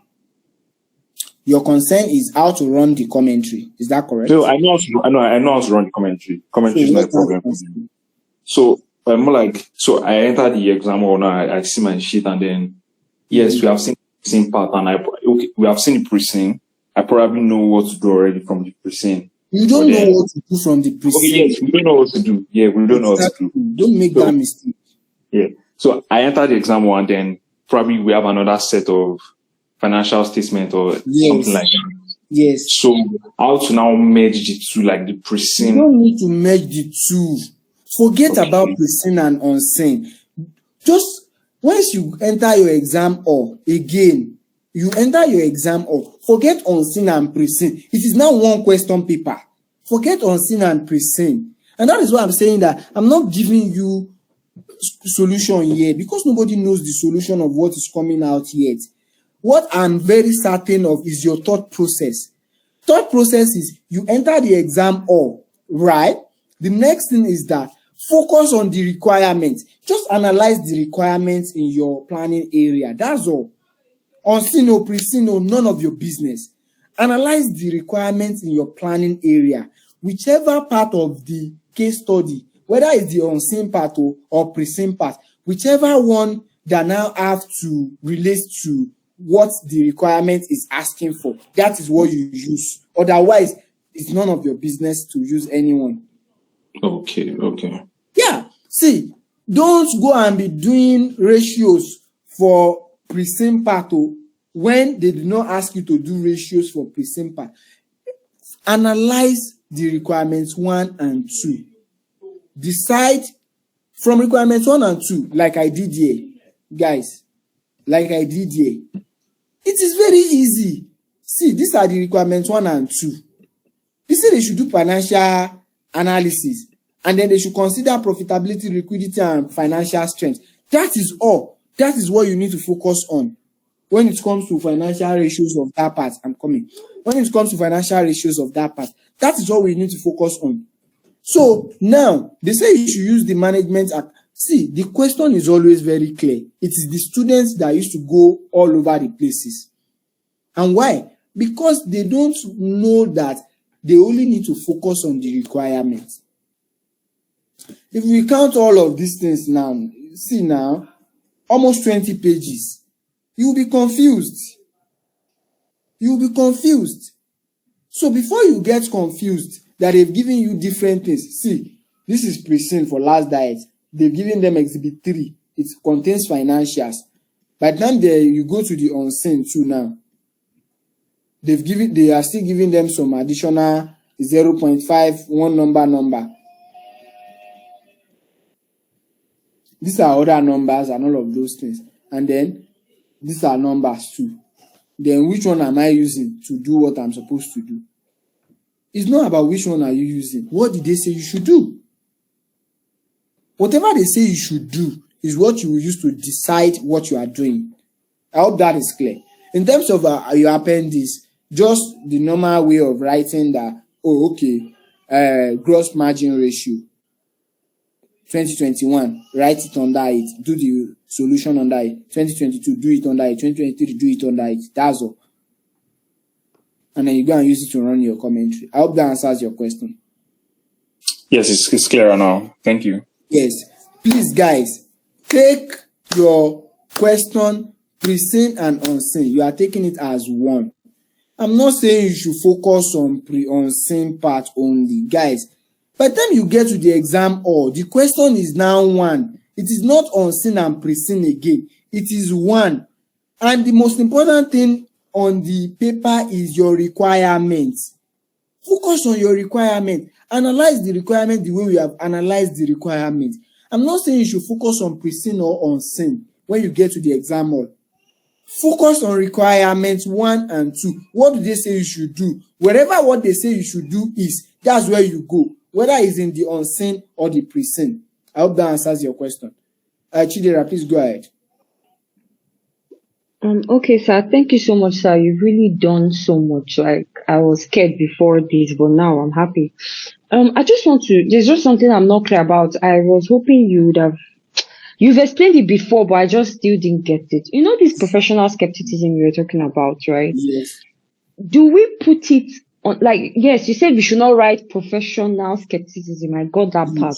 But is it just one skepticism for everything, or in each findings and recommendation we have to, kind of put on every, like, it's just one, Abby? It's it's not just one. It is when it's okay for appears. every every finding. It's not every findings. It's not every findings. So it is just when it appears. It will not always appear. Okay. Like now, there is the part. So they did something. There is the part that sustainability reporting is a new thing, right? Yes. And I said professional skepticism is that, do they have the capacity at this time to even execute what they say they want to do? That's professional skepticism. Okay. Also, if they end up giving you a management account, while you are talking about their financials, when you say, oh, maybe you are looking at these financials now. I'm coming. Okay. You are looking at these financials. You see that 2020, you see that they give you 2020, 2021, 2022, 2023, 2019, 2020, and 2021. These are consolidated financials. Let's now say they now bring 2022 management accounts. And the number, let's say the revenue number is now saying 67 million. From 47 to 67 million. Professional skepticism should be that how did the number quickly grow? You might not be able to trust the number because they have not done audits. So because they have not done audits, you might not be able to place full reliance on the numbers. That's professional skepticism. Yes, sir, I understand that very well. I understood those parts. Now, what I'm saying is the position of these things. Is it just right under the financials and then right under the sustainability? That's where we just put. You just write under when it is apparent that you can question something. Yes, I know. Like, yes, no, like let's assume that there was already a 2022 unaudited management account here, and I've talked about my profitability. Oh, okay. So you're now asking at what what point exactly are you going to add? Yes, the position. Now Yes, the position will be when you are running commentary for one of your ratios. Okay, perfect. So, Okay. for example, let's say you are running commentary for the EBIT, the ROE ratio, right? No, let's use one of the ratios. I'm coming. Let's use which of the ratios are we using? Let's use EBITDA and CE. You know, when you are running commentary for one of the ratio, EBITDA and CE, for example, all of a sudden revenue jump so much that EBITDA is now looking fine. Something that is bad in 2020, 2019, 2020, and 2021. And 2022 is now looking fine. You now question it. By the time you are done running the commentary like this, like the one that I ran here. Okay. This is a professional skepticism, for example. Okay, awesome. But it's not like 110%, but this is how a professional skepticism will look like. It says that even with the increasing operating cost APNL is currently incurring, it can be deduced from its plan to enter the untapped Nigeria market that APNL will recover if it leverage the new CBN policy to enter the market and thus boost its revenue and improve its financial health over time. This is an ordinary comment that is supposed to be like a professional skepticism.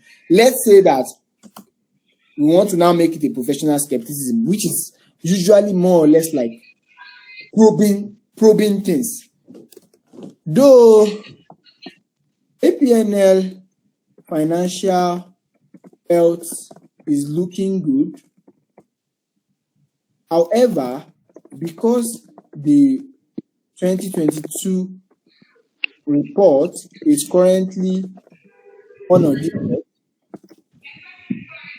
we might not be able to place complete reliance on the accuracy, on the final accuracy. We might not be able to conclude.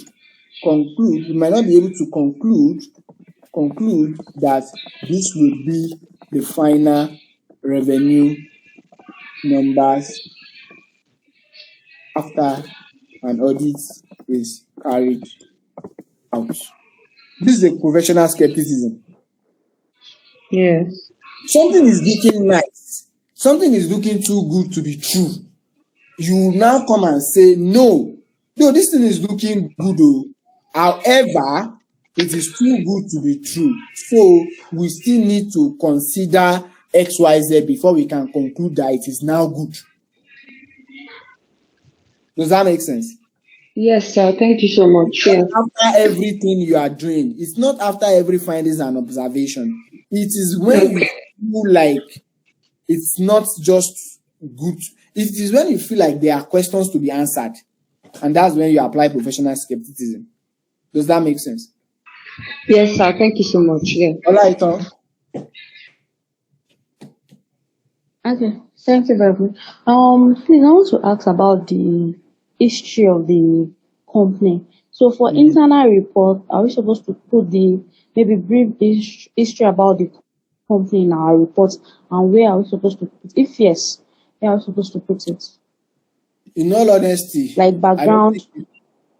I don't think you need all of those things. Those are just formatting story. You don't need them. Why do you want to put history? What are you putting history for? The only place that you might want to put something that relates to history is this your introduction and terms of reference. But this is an internal report anyway, so why do we need history? So you don't need history. Okay. No. Okay. You don't need it. Okay. Where do you so another question again. I will come there. Go ahead. What did you say? Someone asked, where do we put ethical? Issues. Okay, I saw that sentence.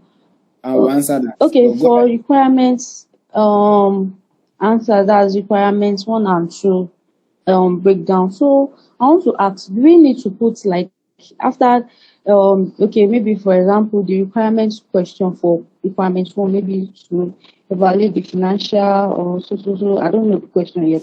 So after putting it, do we need to put like another, Go ahead.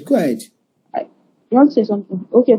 Okay, after putting the requirements question for that requirements 1, so are we, for each findings or for each things we want to do, maybe it's for financial ratio, after the financial, are we going to put other headings, maybe the recommendation parts, the conclusion, are we putting headings, or we just like write it? No, you are not putting any heading. So guys, I've already helped us to define all the headings that we need. These are all the headings that we need.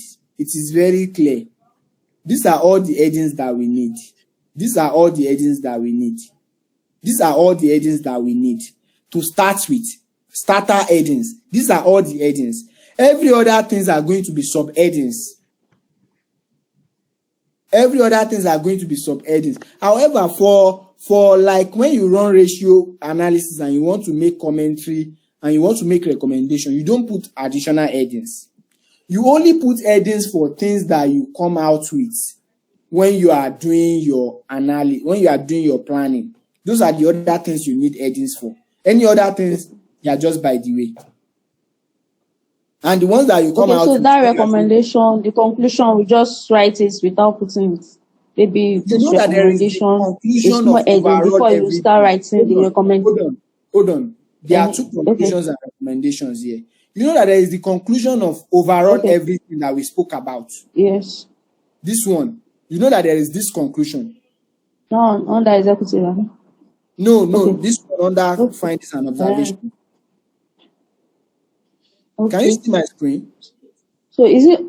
I can see it. So is it under requirement? Each requirement. No, this one is different. This one is another fresh page. This one is like when you are done with everything, you are just giving a summary of what happened. But those other ones that they say in this place, that conclusions are making recommendations. This one are just by the way you writing something. When you are writing something, you want to make conclusions within what you are writing, just like I did here. I did it here. Hold on. Just like I did here. This is it. I'm coming. This is it here. This is a similar thing here. But I want to show us the one that I use that I colored. I'm coming. It will be up. This is it here. See, in this place alone, there is conclusion and recommendation. There is judgment. This is the conclusion. This significant drop in operating APNS can be attributed to, you are already concluding something here, but no wala. Even though this is also another professional judgment too, even though it is observed that the company's revenue grew by this particular clinic, the company's personnel and other operating expenses simultaneously grew by this. Now, see the main conclusion here. If this significant loss persists, This is the main conclusion. It may indicate a going concern problem for APNL. This is conclusion.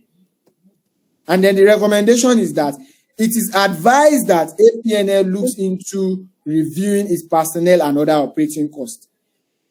Recommendation. Does that make sense? Okay. Yeah. So this one will be part of the report. No separate heading, nothing. This one will be part of the report. And this one will always flow with reporting. Does that make sense? Okay. Yeah. Thank you. Okay, somebody is asking for ethical considerations. When it comes to ethical consideration, those ones too are also, where do we put them? Those ones too will also surface in the face of writing your report. For example, by the time they give you the unseen, if there are bad practices that is doing, APNL is doing, you mention it. Even if there are no bad practices, they are doing something good, you mention it as part of ethical consideration. Because sustainability, being conscious of sustainability is also ethical. It's an ethical practice. So it's already like something you can chip in to say that APNL can be considered ethically sound as it takes sustainability as part of its priority and has a different or separate strategy for sustainability, which makes them continue to be a lead in the agribusiness industry. All these things are comments that comes randomly based on where you deem them fit within your report. And that is why I said, number one thing, analyze your requirements 1 and 2. Don't take them as requirements 1 and 2 like you are doing your FR, and this is report writing. Take this thing like a report. Analyze the requirements into different segments. They say you should do financial analysis, put it there. Evaluation of financial health. Like, summarize. You have to use your creativity to summarize and give headings. By the time you give all these headings, evaluation of financial health, that will be one. Analyzing whether this particular project is worth it or not. Project appraiser. You now put hyphen, something like this. I'm coming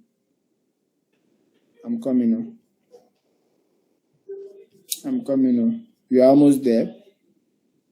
Something like, I will send us this, so this will help us to manage our expectations very well. Something like this. Investment appraiser, Tito Factory. Something like this. So it's already part of the requirements. So you already know what they say you should do. So it is under these requirements when you are talking about these things that you are writing about this. See, this is under ethical evaluation of faith group. Another requirement. They say we should look at the investment appraiser, whether it's good to go or not. This is another requirement entirely. Did you see me put requirement 2? No.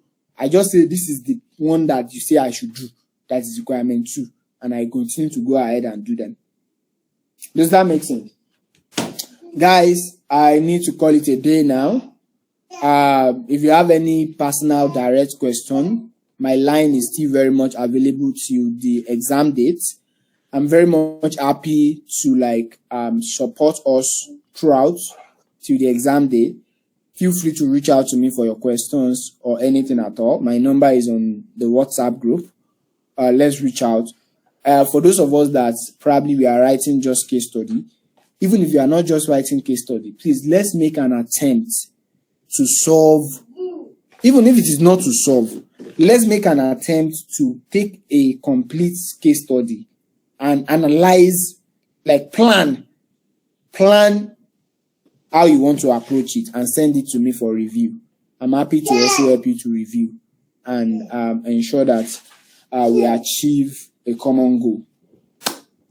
Any final question before we call it a night? Any comments, observations, contributions? What did you expect that we have not treated that we just need to briefly talk about? Because I feel like I have marked all my we've spoken about all of these things, and I feel like we've done justice to them. All right. Thanks so much, sir. We really appreciate. Thank you. Meanwhile, my area of concern here is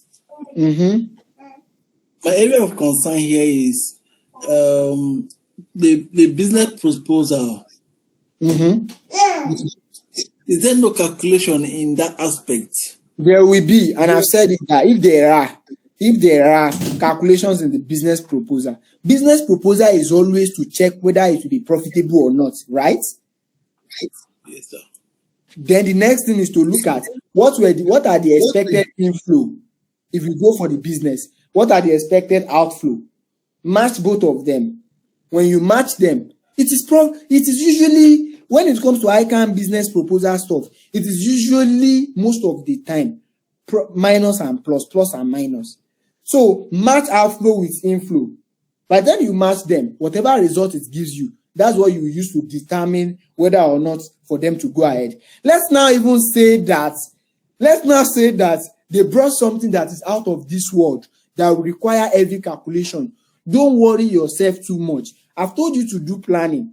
You know that if they say you should do business proposal, that means you have headings within your observation and some findings and observation that says business proposal evaluation, but that means you have an heading that you want to use, because I said there must be sub-headings for everything that you write out within your planning area. There must be sub-headings for them in your observations and findings and observations. Since there is already that thing, you now have to go to your case study, which you must have done. From your case study, you will have seen them make some comments that will relate to that business proposal that makes it worthy. Go and use those things to run your commentary. Run your commentary, even if you are not able to solve the calculations because it is too hard. Run your commentary. But before you give up on the calculation, do your best and be able to see something that you can just use to go ahead and speak.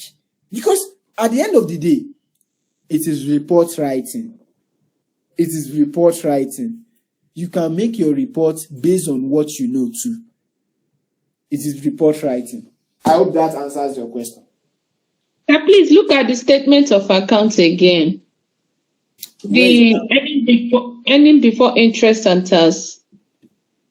And depreciation and amortization, sorry. EBITDA. There's no EBITDA there, that's what I'm saying. So how do we go about calculating it now?